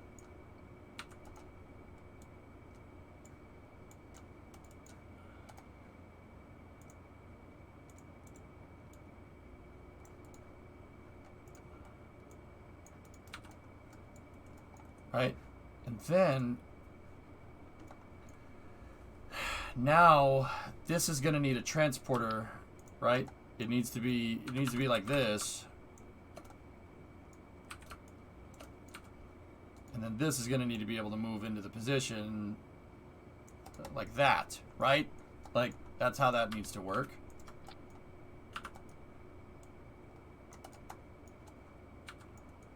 And then that's going to need to be triangulated, meaning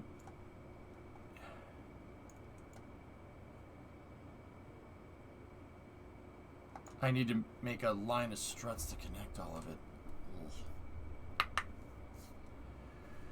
Ugh.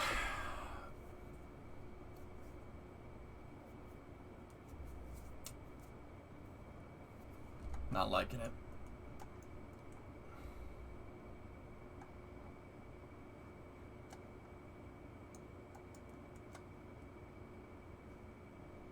I'm not sure I'm I don't want to do, it's not good.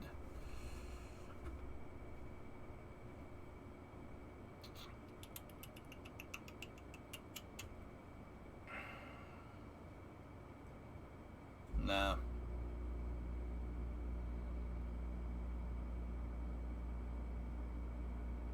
You need a power boom? Nice. I have no clue what you're doing. I zoned out. Yeah, I think most of the chat did. Yeah, it's not. Screw it.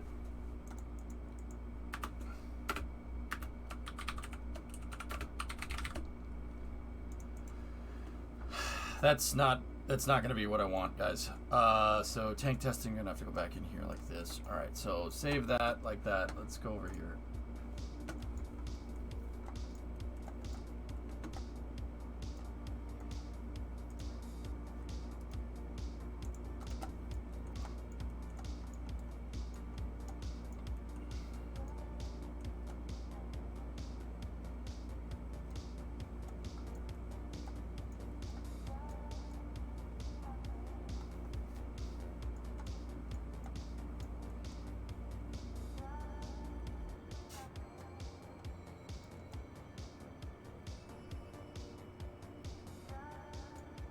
Yeah, okay.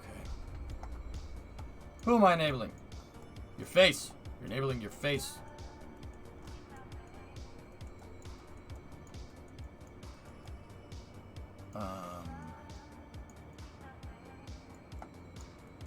I just finished my second 3D printed Electron model.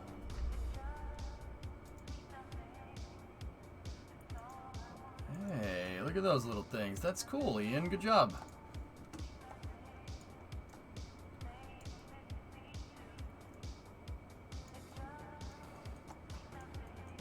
Yeah. Okay. Decals of paper, they're all hand cut out. Wow, dude, you did good. Yeah. Top integration point up here. And then some kind of guide channel, right? So when I go to pick this thing up, it'll move into position, right? We'll pick it up inside of its hanger or whatever. Place it on the truck. Back this up to the pad, and then a crane.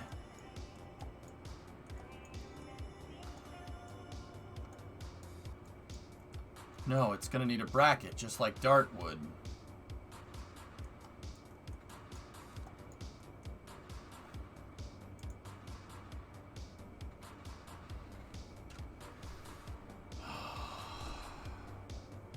Okay.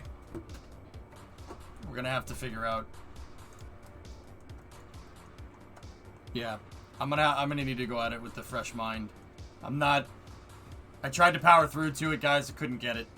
Sometimes you just gotta kind of put your nose to the grindstone and keep going.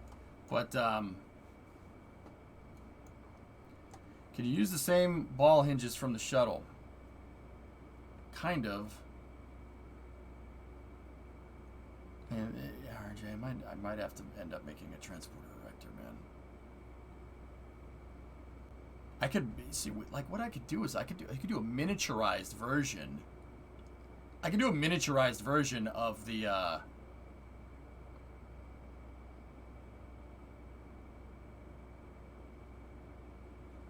of Condor's strongback. I can do that, but how? How are we going to do that? I don't have the Mark III fuselage to put on the side to raise the pad up off the ground. So how am I going to roll to the pad? You know, like that doesn't, it's not going to work that way. I hate the collapsible docking ports because they're imprecise, Falcon. That's the problem.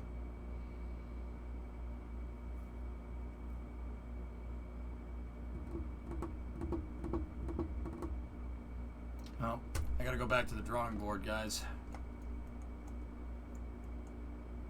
Of course, I could always just roll the vehicle, lift it up, put it on the transporter erector, and then rotate the transporter erector that way. But if I did that, how would the transporter erector would have to be part of the pad? It would have to undock, use Kraken Tech to move, in which case I would need hydraulics to push it anyway. Or we could pick it up with a crane.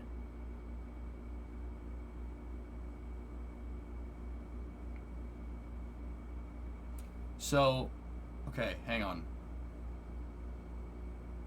So we have our transporter erector, right? Transporter erector can use Kraken Tech. That's no problem, right? TE is docked to the pad structure. Or it's just a strongback, right? It's not an erector. The crane is the erector. And then we put it on there. Put it on the TE. Nope. Nope. Yeah, I'm gonna have to go at it with a fresh mind in the morning, guys. What's today? Thursday?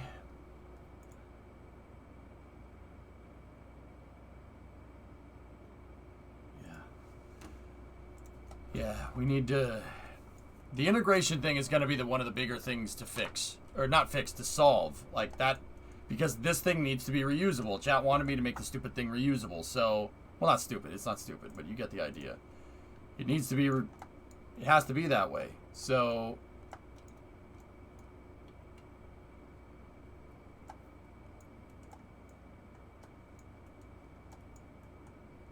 Yeah. I could have a truck that... I mean, we could put a docking port on the nose. How strange would that look? I'm just gonna humor myself now. How strange would that be?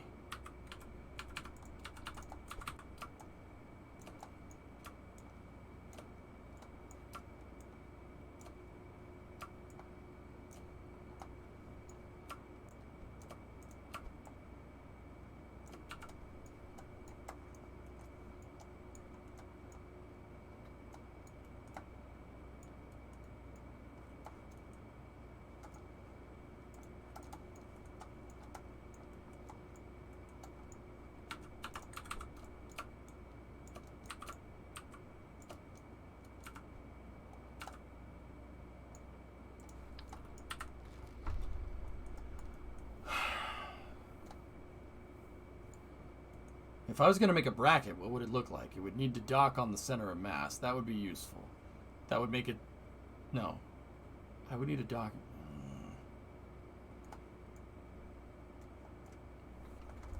I don't know. Maybe we should put in cartridge fairings. Cartridge... That actually might be a good idea. Cartridge fairings. It'd be better for payload integration.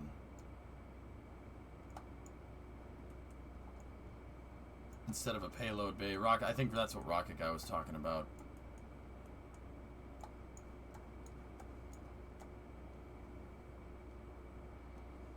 The hydraulics work fine, Canadian. The problem is how they're attached, dude. think of like if you had a hydraulic ram, right? And you had ball joints on either side of the hydraulic ram, and the ball joints were made out of tin. No, not tin, lead. So every time you use the hydraulic, the lead would take a beating, right? Because lead's weak. It's weak metal. That's why people make bullets out of them. So like when the bullet hits something, the lead expands, right?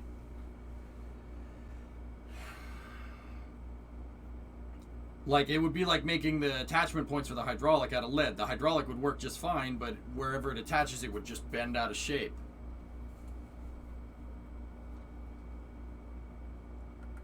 Hey, D-Car. You've been a fan of Rocket Guy. Right on.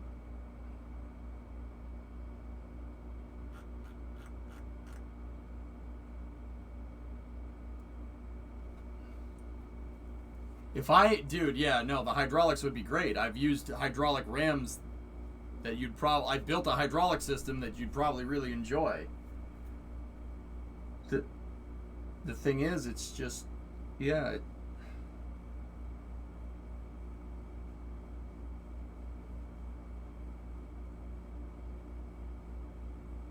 We got to do some hydraulic tests. I think, okay, so what I'm going to do tomorrow, probably, I might jump into some Minecraft, but what I want to do tomorrow is some hydraulic tests.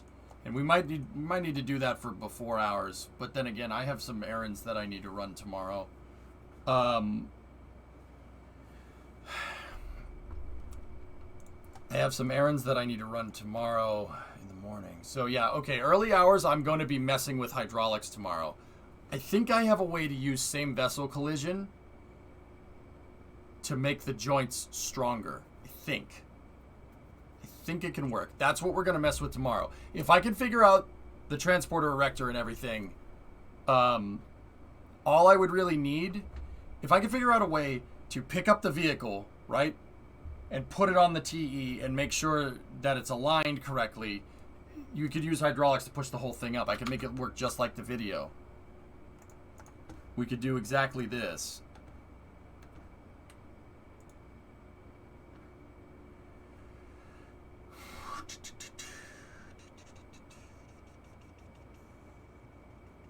See the hanger moving? No problem. I can make that. That's easy. Platform for this? No problem. I-beam rails? Easy peasy. Making a flame trench for it might be a little weird because the flame trench is in the ground. I don't know how that's going to work. I'm going to have to use a pedestal, so my whole the whole thing's going to have to be shifted up into the air.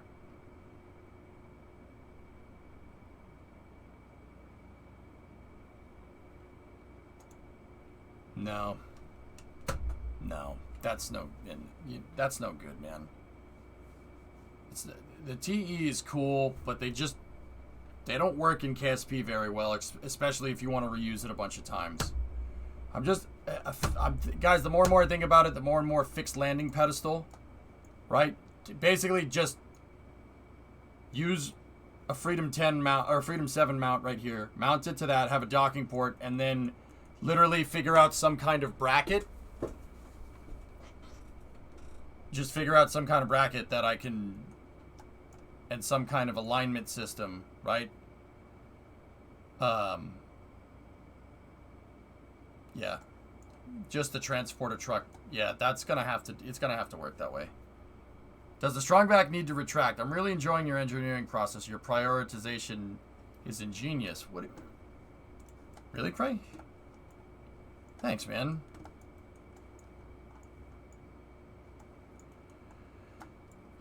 Just put some heat shields on the ground. It's actually better to put nothing on the ground. That's what we learned with Imahara. Because that had a in-ground flame trench, meaning that it just shot at the ground and that was it. Dumb questions, but do the marking on the SPH floor mean anything? No, they're just there to look nice.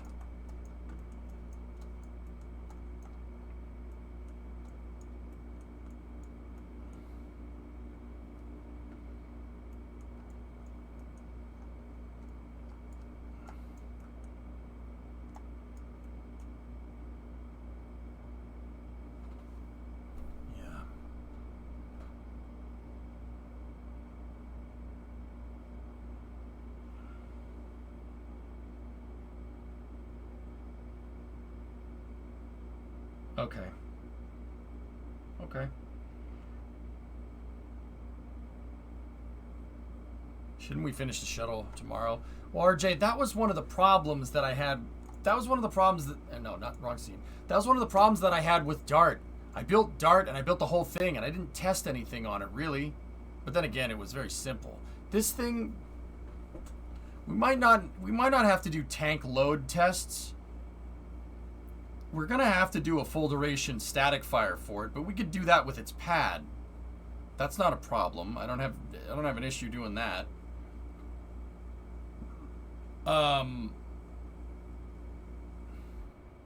Discovery, go at Hey, throttle up. Sleepy. Sorry, I haven't been around much, EJ. I had a lot of real life stuff going on, and a friend got me back into an old game. Yeah, I know what you mean. You have to develop all things in parallel. It's because, like I said, I designed the stupid flip truck with Dart, right? Thinking, oh, I'll just make a better version of this later. Nope. The entirety of the Dart program, I just used the stupid flip truck. We have to do a collusion test with the tank for sure.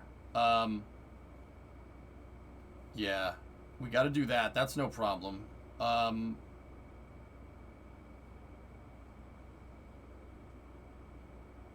think you might have testing fever from Dart though. I don't, RJ. I know what I need to do to remedy this. It's fine.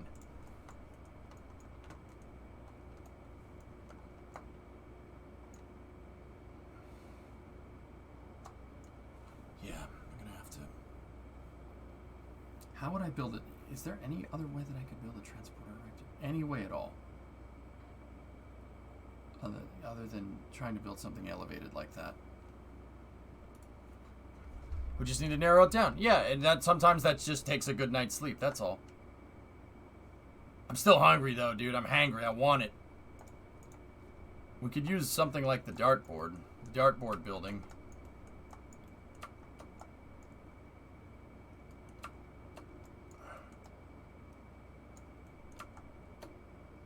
Yeah, I can make movable buildings. That's no problem. Done that many times. That was this is the original Dart storage complex. I think it's really cool. It's a vertical takeoff, horizontal landing vehicle, Grav Shark. You'd take a huge grav loss taking off horizontally, dude. It'd be, yeah, that would be a waste of time.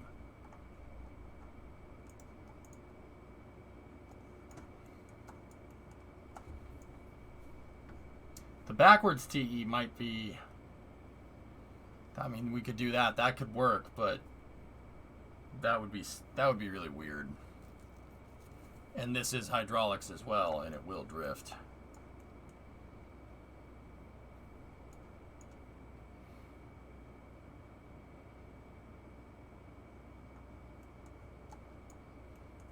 Yeah, we got some challenges ahead of us, dudes.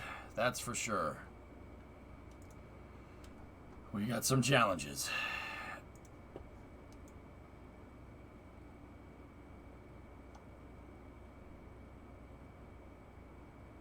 Alright, we're gonna go at this hard tomorrow.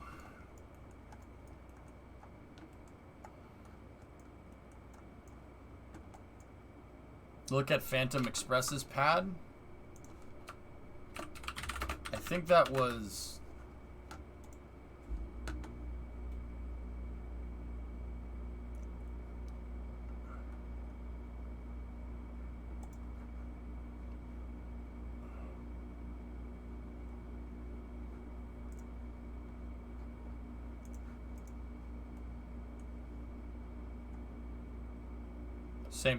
Same thing. So it's a TE, it's a transporter erector with a fixed...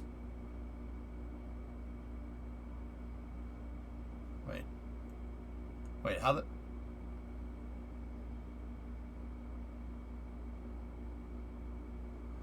Oh, RJ, that's not... Yeah. The TE is down. And that means I could put the hydraulics on the sides. No, I can't do that. I can't put the hydraulics on the sides because the wings would be in the way.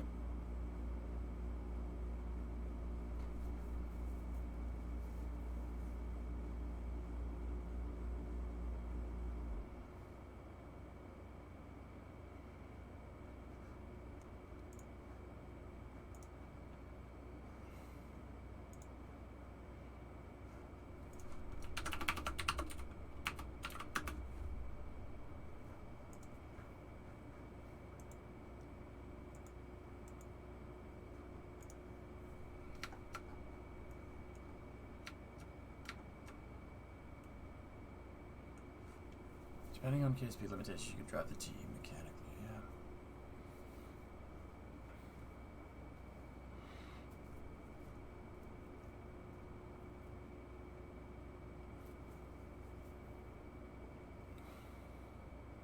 yeah. Yeah, the trucks are really weird looking, huh, Mitch?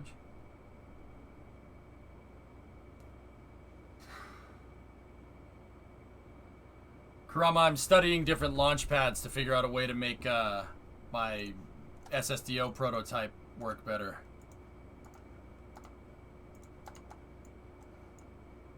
Oh, the Buran pad. Yeah. The TUA would be very, very, very tough to make.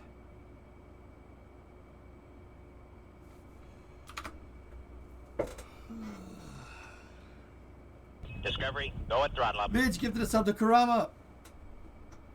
I did that before. It works. Honestly, getting the actuation is not a problem. I could have a hinge on the end of this, right? We could roll this up. It could attach. I could have a hinge on the end here. Then roll the vehicle up to it. These hinges, though, would be very susceptible to drifting. At least I think they would. Not if we see if we triangulated it, maybe. And then I could take the crane, attach here, pull the whole thing up, right?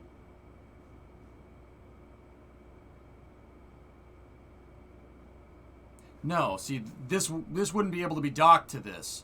This would have to just hold it in place like the flipper arm for Dart. That's not, yeah, see, that's not going to work. It won't work that way. Taxiing right onto it would be a good idea, though. I do like the idea of the bent down TE like this. That's not a bad way to do this.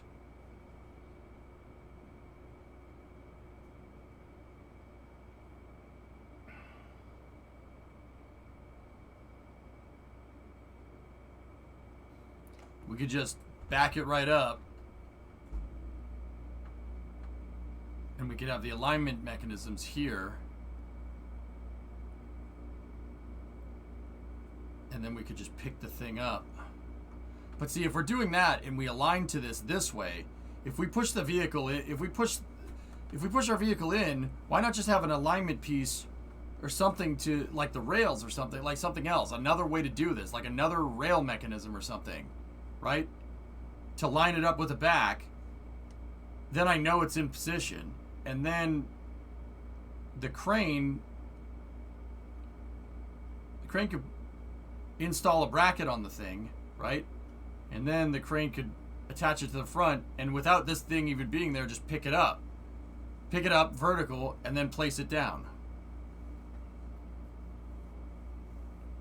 Yeah, Prey, that's what I mean. I don't need a strong back if we're just gonna pick the stupid thing up with the crane. But once again, how do we pick it up with the crane? I can't have multiple docking ports.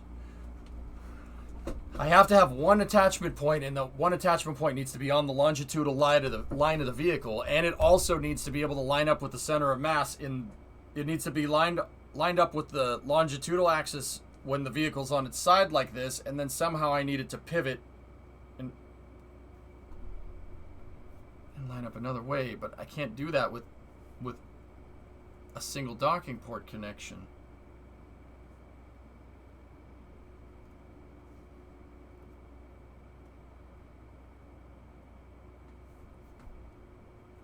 Yeah, Kyle, we can do that.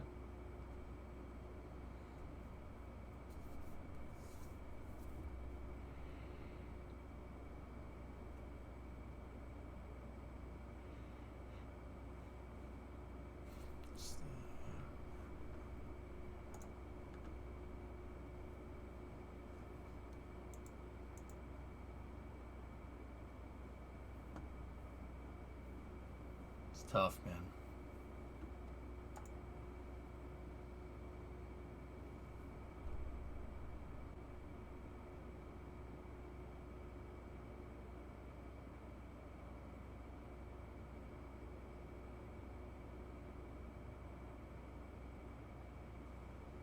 It's tough.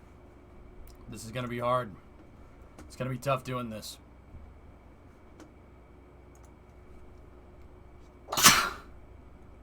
Sorry. Freaking allergies, man. It's a turbo. Yeah. Bless thee. Would it be that much more inefficient to take it off like a plane? Yes. Yes, I would. Yeah, yes, I would tell you that, Joshy. Yeah, taking this thing off like a plane would be about as useful as launching a semi-truck off an aircraft carrier's catapult. Yeah, to get it to go down the road faster. Yeah, that's not really how that works.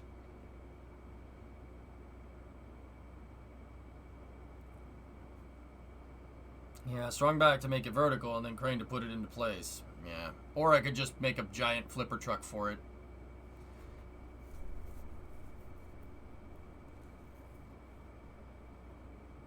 Guys, you gotta remember, this thing with a full tank of gas is way heavier than any airplane ever. Trying to take this thing off horizontally just because it has landing gear would be like trying to land that horizontally because it has wings.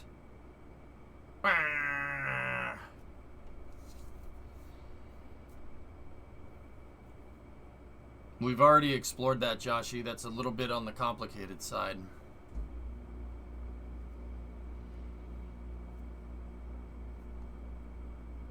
Yeah, it's a little bit too complicated. Let me just do one last thing before I go to sleep. I just want to look around. XS1, there's Venture Star. Oh, man. One of you guys suggested maybe just don't move this. I don't have a problem with that. If we wanted to do something like this, and then we could end up making it look like Atlas V's mobile launcher and just have this all fixed as one piece, I don't really mind doing that way. And then the crane could just pick it up and move it into position.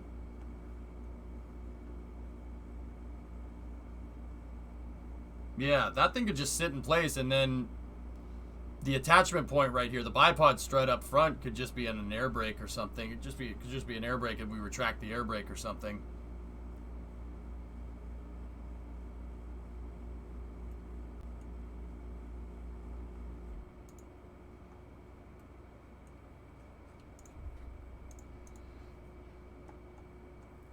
That's the actual X-33's pad, for what it's worth, fellas.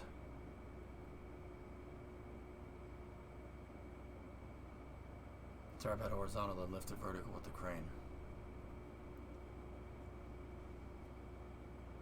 Yeah. Pray, the more and more I think about it, the more and more I should just treat this like one of my first stages. You saw the first stages that flew back, right? We should just treat it that way. Yeah.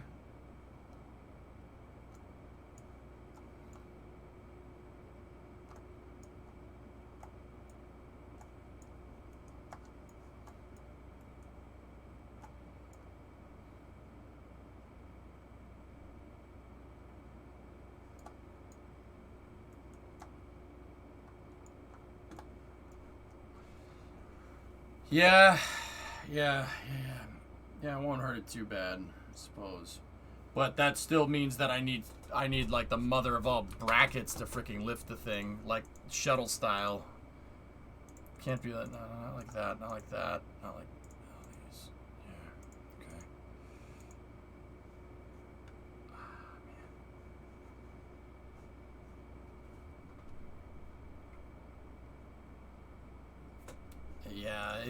Yeah, I'm just gonna I'm gonna have to do that. I'm gonna have to do it that way. Okay, I already have that picture. Is there anything else that I missed before I kind of say like, oh, that's how it has to be? Oh my gosh, I want it. I want it. I want it. I want it. I want it. I want it.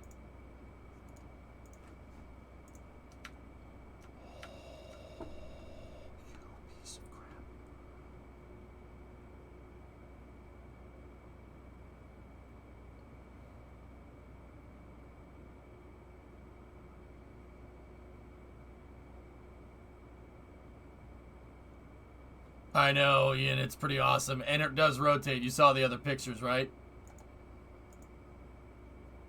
Oh!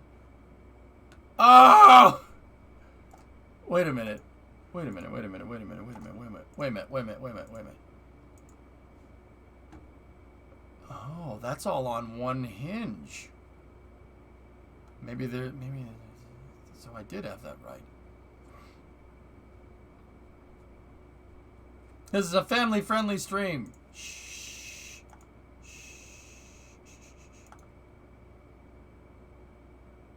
There's got to be a way. There has to be a way I can do this in Kerbal without hydraulics drifting. There has to be. There just has to be.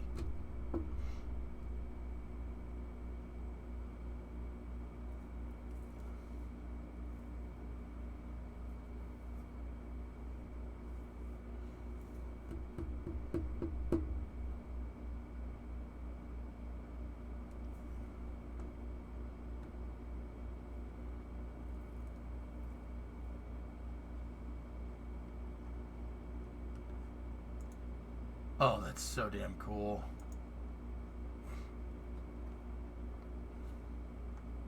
Man, this thing would have been sick. I'm, like, the more and more I mess with this, the more annoyed I get. Like, this thing would have been amazing.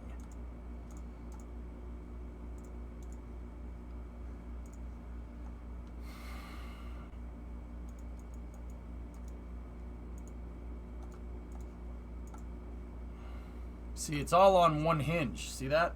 The whole thing moves on one hinge, but how does this all move together? I know, right? What if you don't use the hydraulics? Just use a long-sided triangle with wheels on different axes. A long-sided triangle with wheels on different axes. I mean, maybe. Yeah, Sprocket, we could do that. I'm kind of having trouble visualizing what you're saying, but...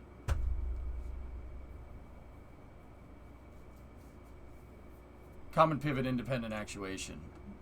Pray, there's got to be a way I can make this. There's got to be.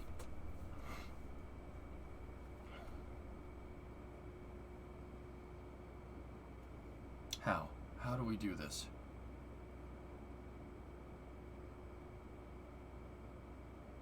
How would we do it with Kraken Tech? We can make it.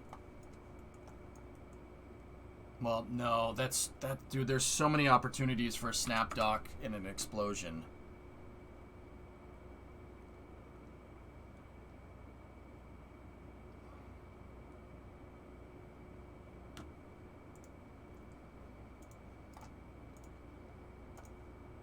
I'm just gonna save all these pictures.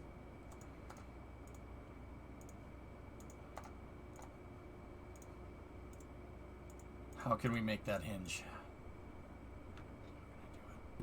Can you do it without docking? It would be difficult. So, we'd have to move the whole thing in one piece. This all would have to be moved in one piece, right?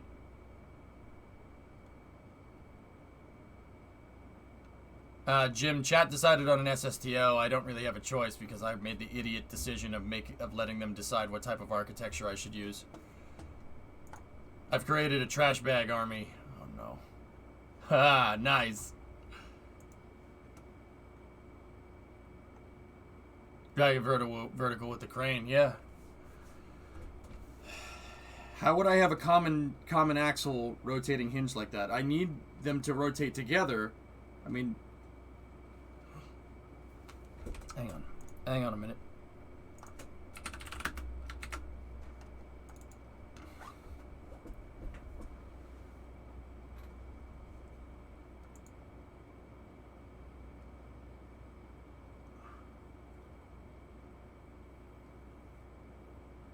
Matt, yeah, but if I did something with the dual hydraulic jacks, I would have to raise the whole thing up off the ground. But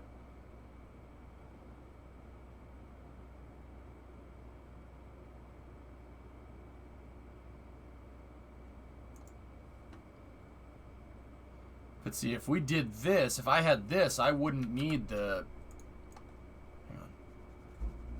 Hang on, get rid of this. Get rid of the truck movie thingamajigger. Get out of here.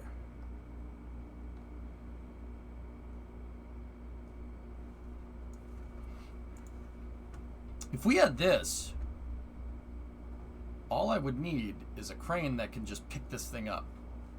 The recovery vehicle, right? The recovery vehicle could just pick the thing up. We wouldn't need the crane. We could just put this over here. And then I could have my hinge design right there on the pad. And the recovery vehicle, which we pretty much already figured out from the Freedom rockets, this thing, right? I could just make a wider version of this. It's no problem. Make a wider version of this, and it has guides on the top. That solves our alignment problem. So this thing drives up, or we tow the vehicle underneath it. It locks it into position, right? We pick the thing up. It backs up, drops it on the strong back, and then we turn it.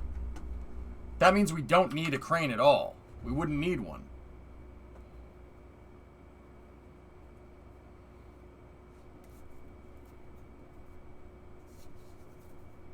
Sure, go ahead.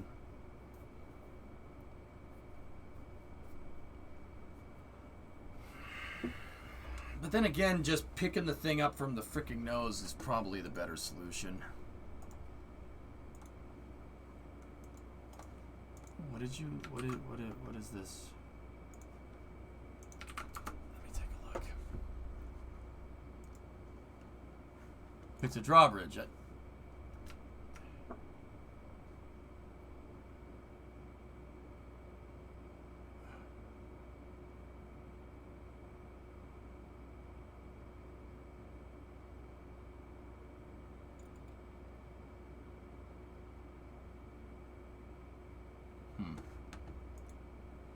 But you'd use half of the design. Picking it up from the nose is a bit cheesy. I don't like it, Prey. You wouldn't pick something up from the nose cone, especially on a re-entry vehicle. It's the heat shield. That would be stupid. Yeah, see, like, if I have to do that, I will, but I really don't. I really don't. I really don't want to do that.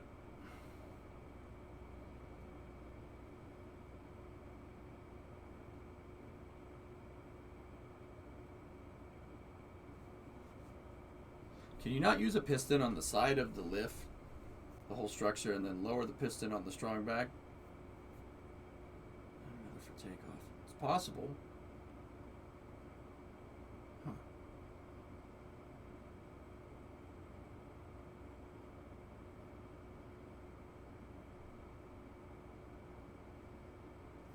Shady, the easier solution would be to have it fixed. We can do that. Sorry, we're on a deep dive right now. The easier solution would just have this in place, right? And then just have this thing retract or whatever. What you need is the mate demate device. That's basically what you just saw. That's basically what that thing is.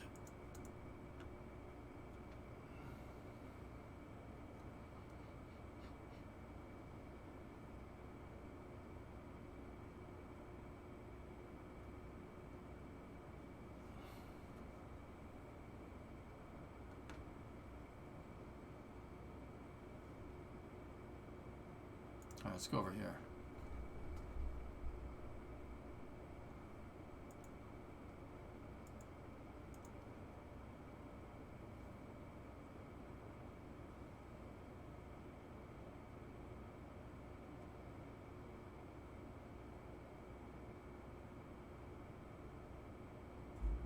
Would stop for you if you're using glider captures instead of docking ports on a lifting bracket. Yeah, lifting stuff via gliders can get a little dicey, Prey, that's all.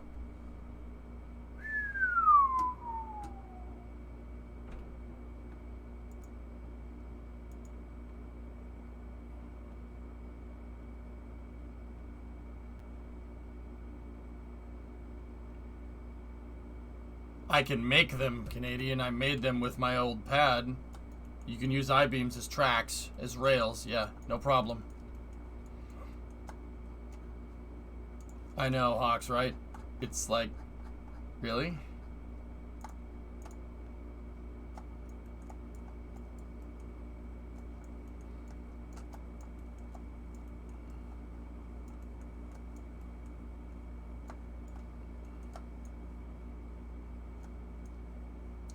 Curved tracks are a little bit harder. Why is this not a real thing? It got rule 8'd just like Constellation did. Yeah, I know, Falcon. Yeah, I know what you mean. I know why, but why? Yeah. No, I got you. Maybe there's a way we can use a hinge to push it up. So, a push rod?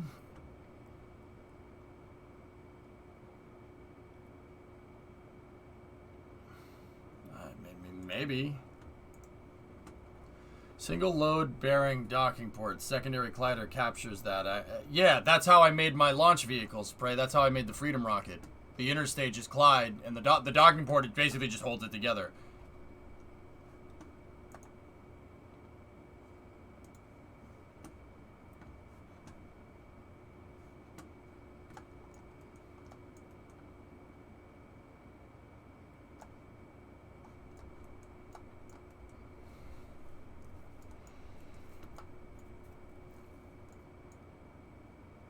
I'm thinking, guys. I'm thinking.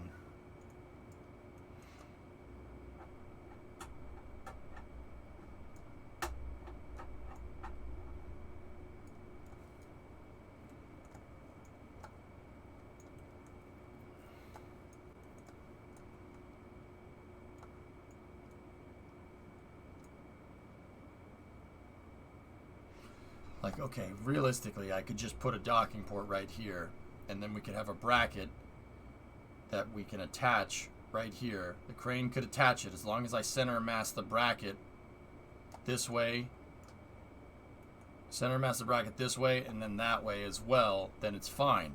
So as long as the center of mass of that bracket lines up this way and the center of mass is right there, I could put counterweights on it. Crane could drop the bracket on, go up here to the front. The bracket could have a, you know, piece that goes out like this with a nose. And basically, I can make a bigger version of Dart's bracket. That's probably going to be the easiest way, guys. But I still need to install that stupid thing on here. That's the problem. I like Lockheed's way of doing it, just scooping the thing up and turning it vertical. But I'm failing to see how we're going to do that.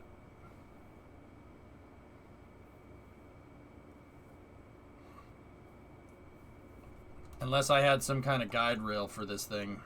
That's the, yeah, the guide rails for this would be the way to do it.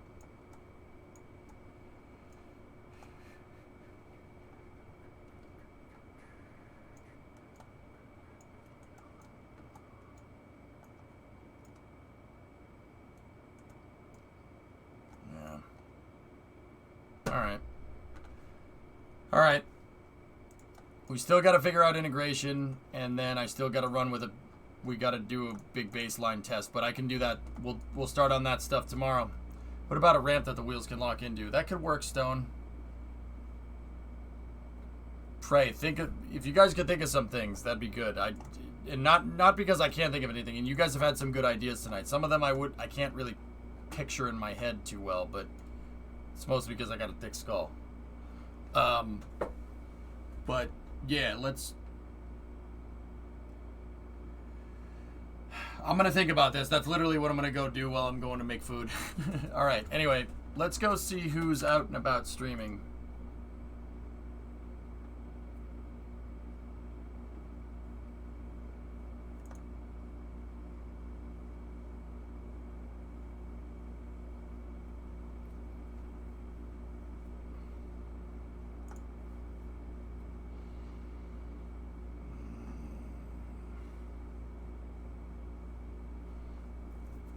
There's nobody around. Tater, what's that? Just ask Hot Wheels. Oh, don't show that to me. Why would you do that to me?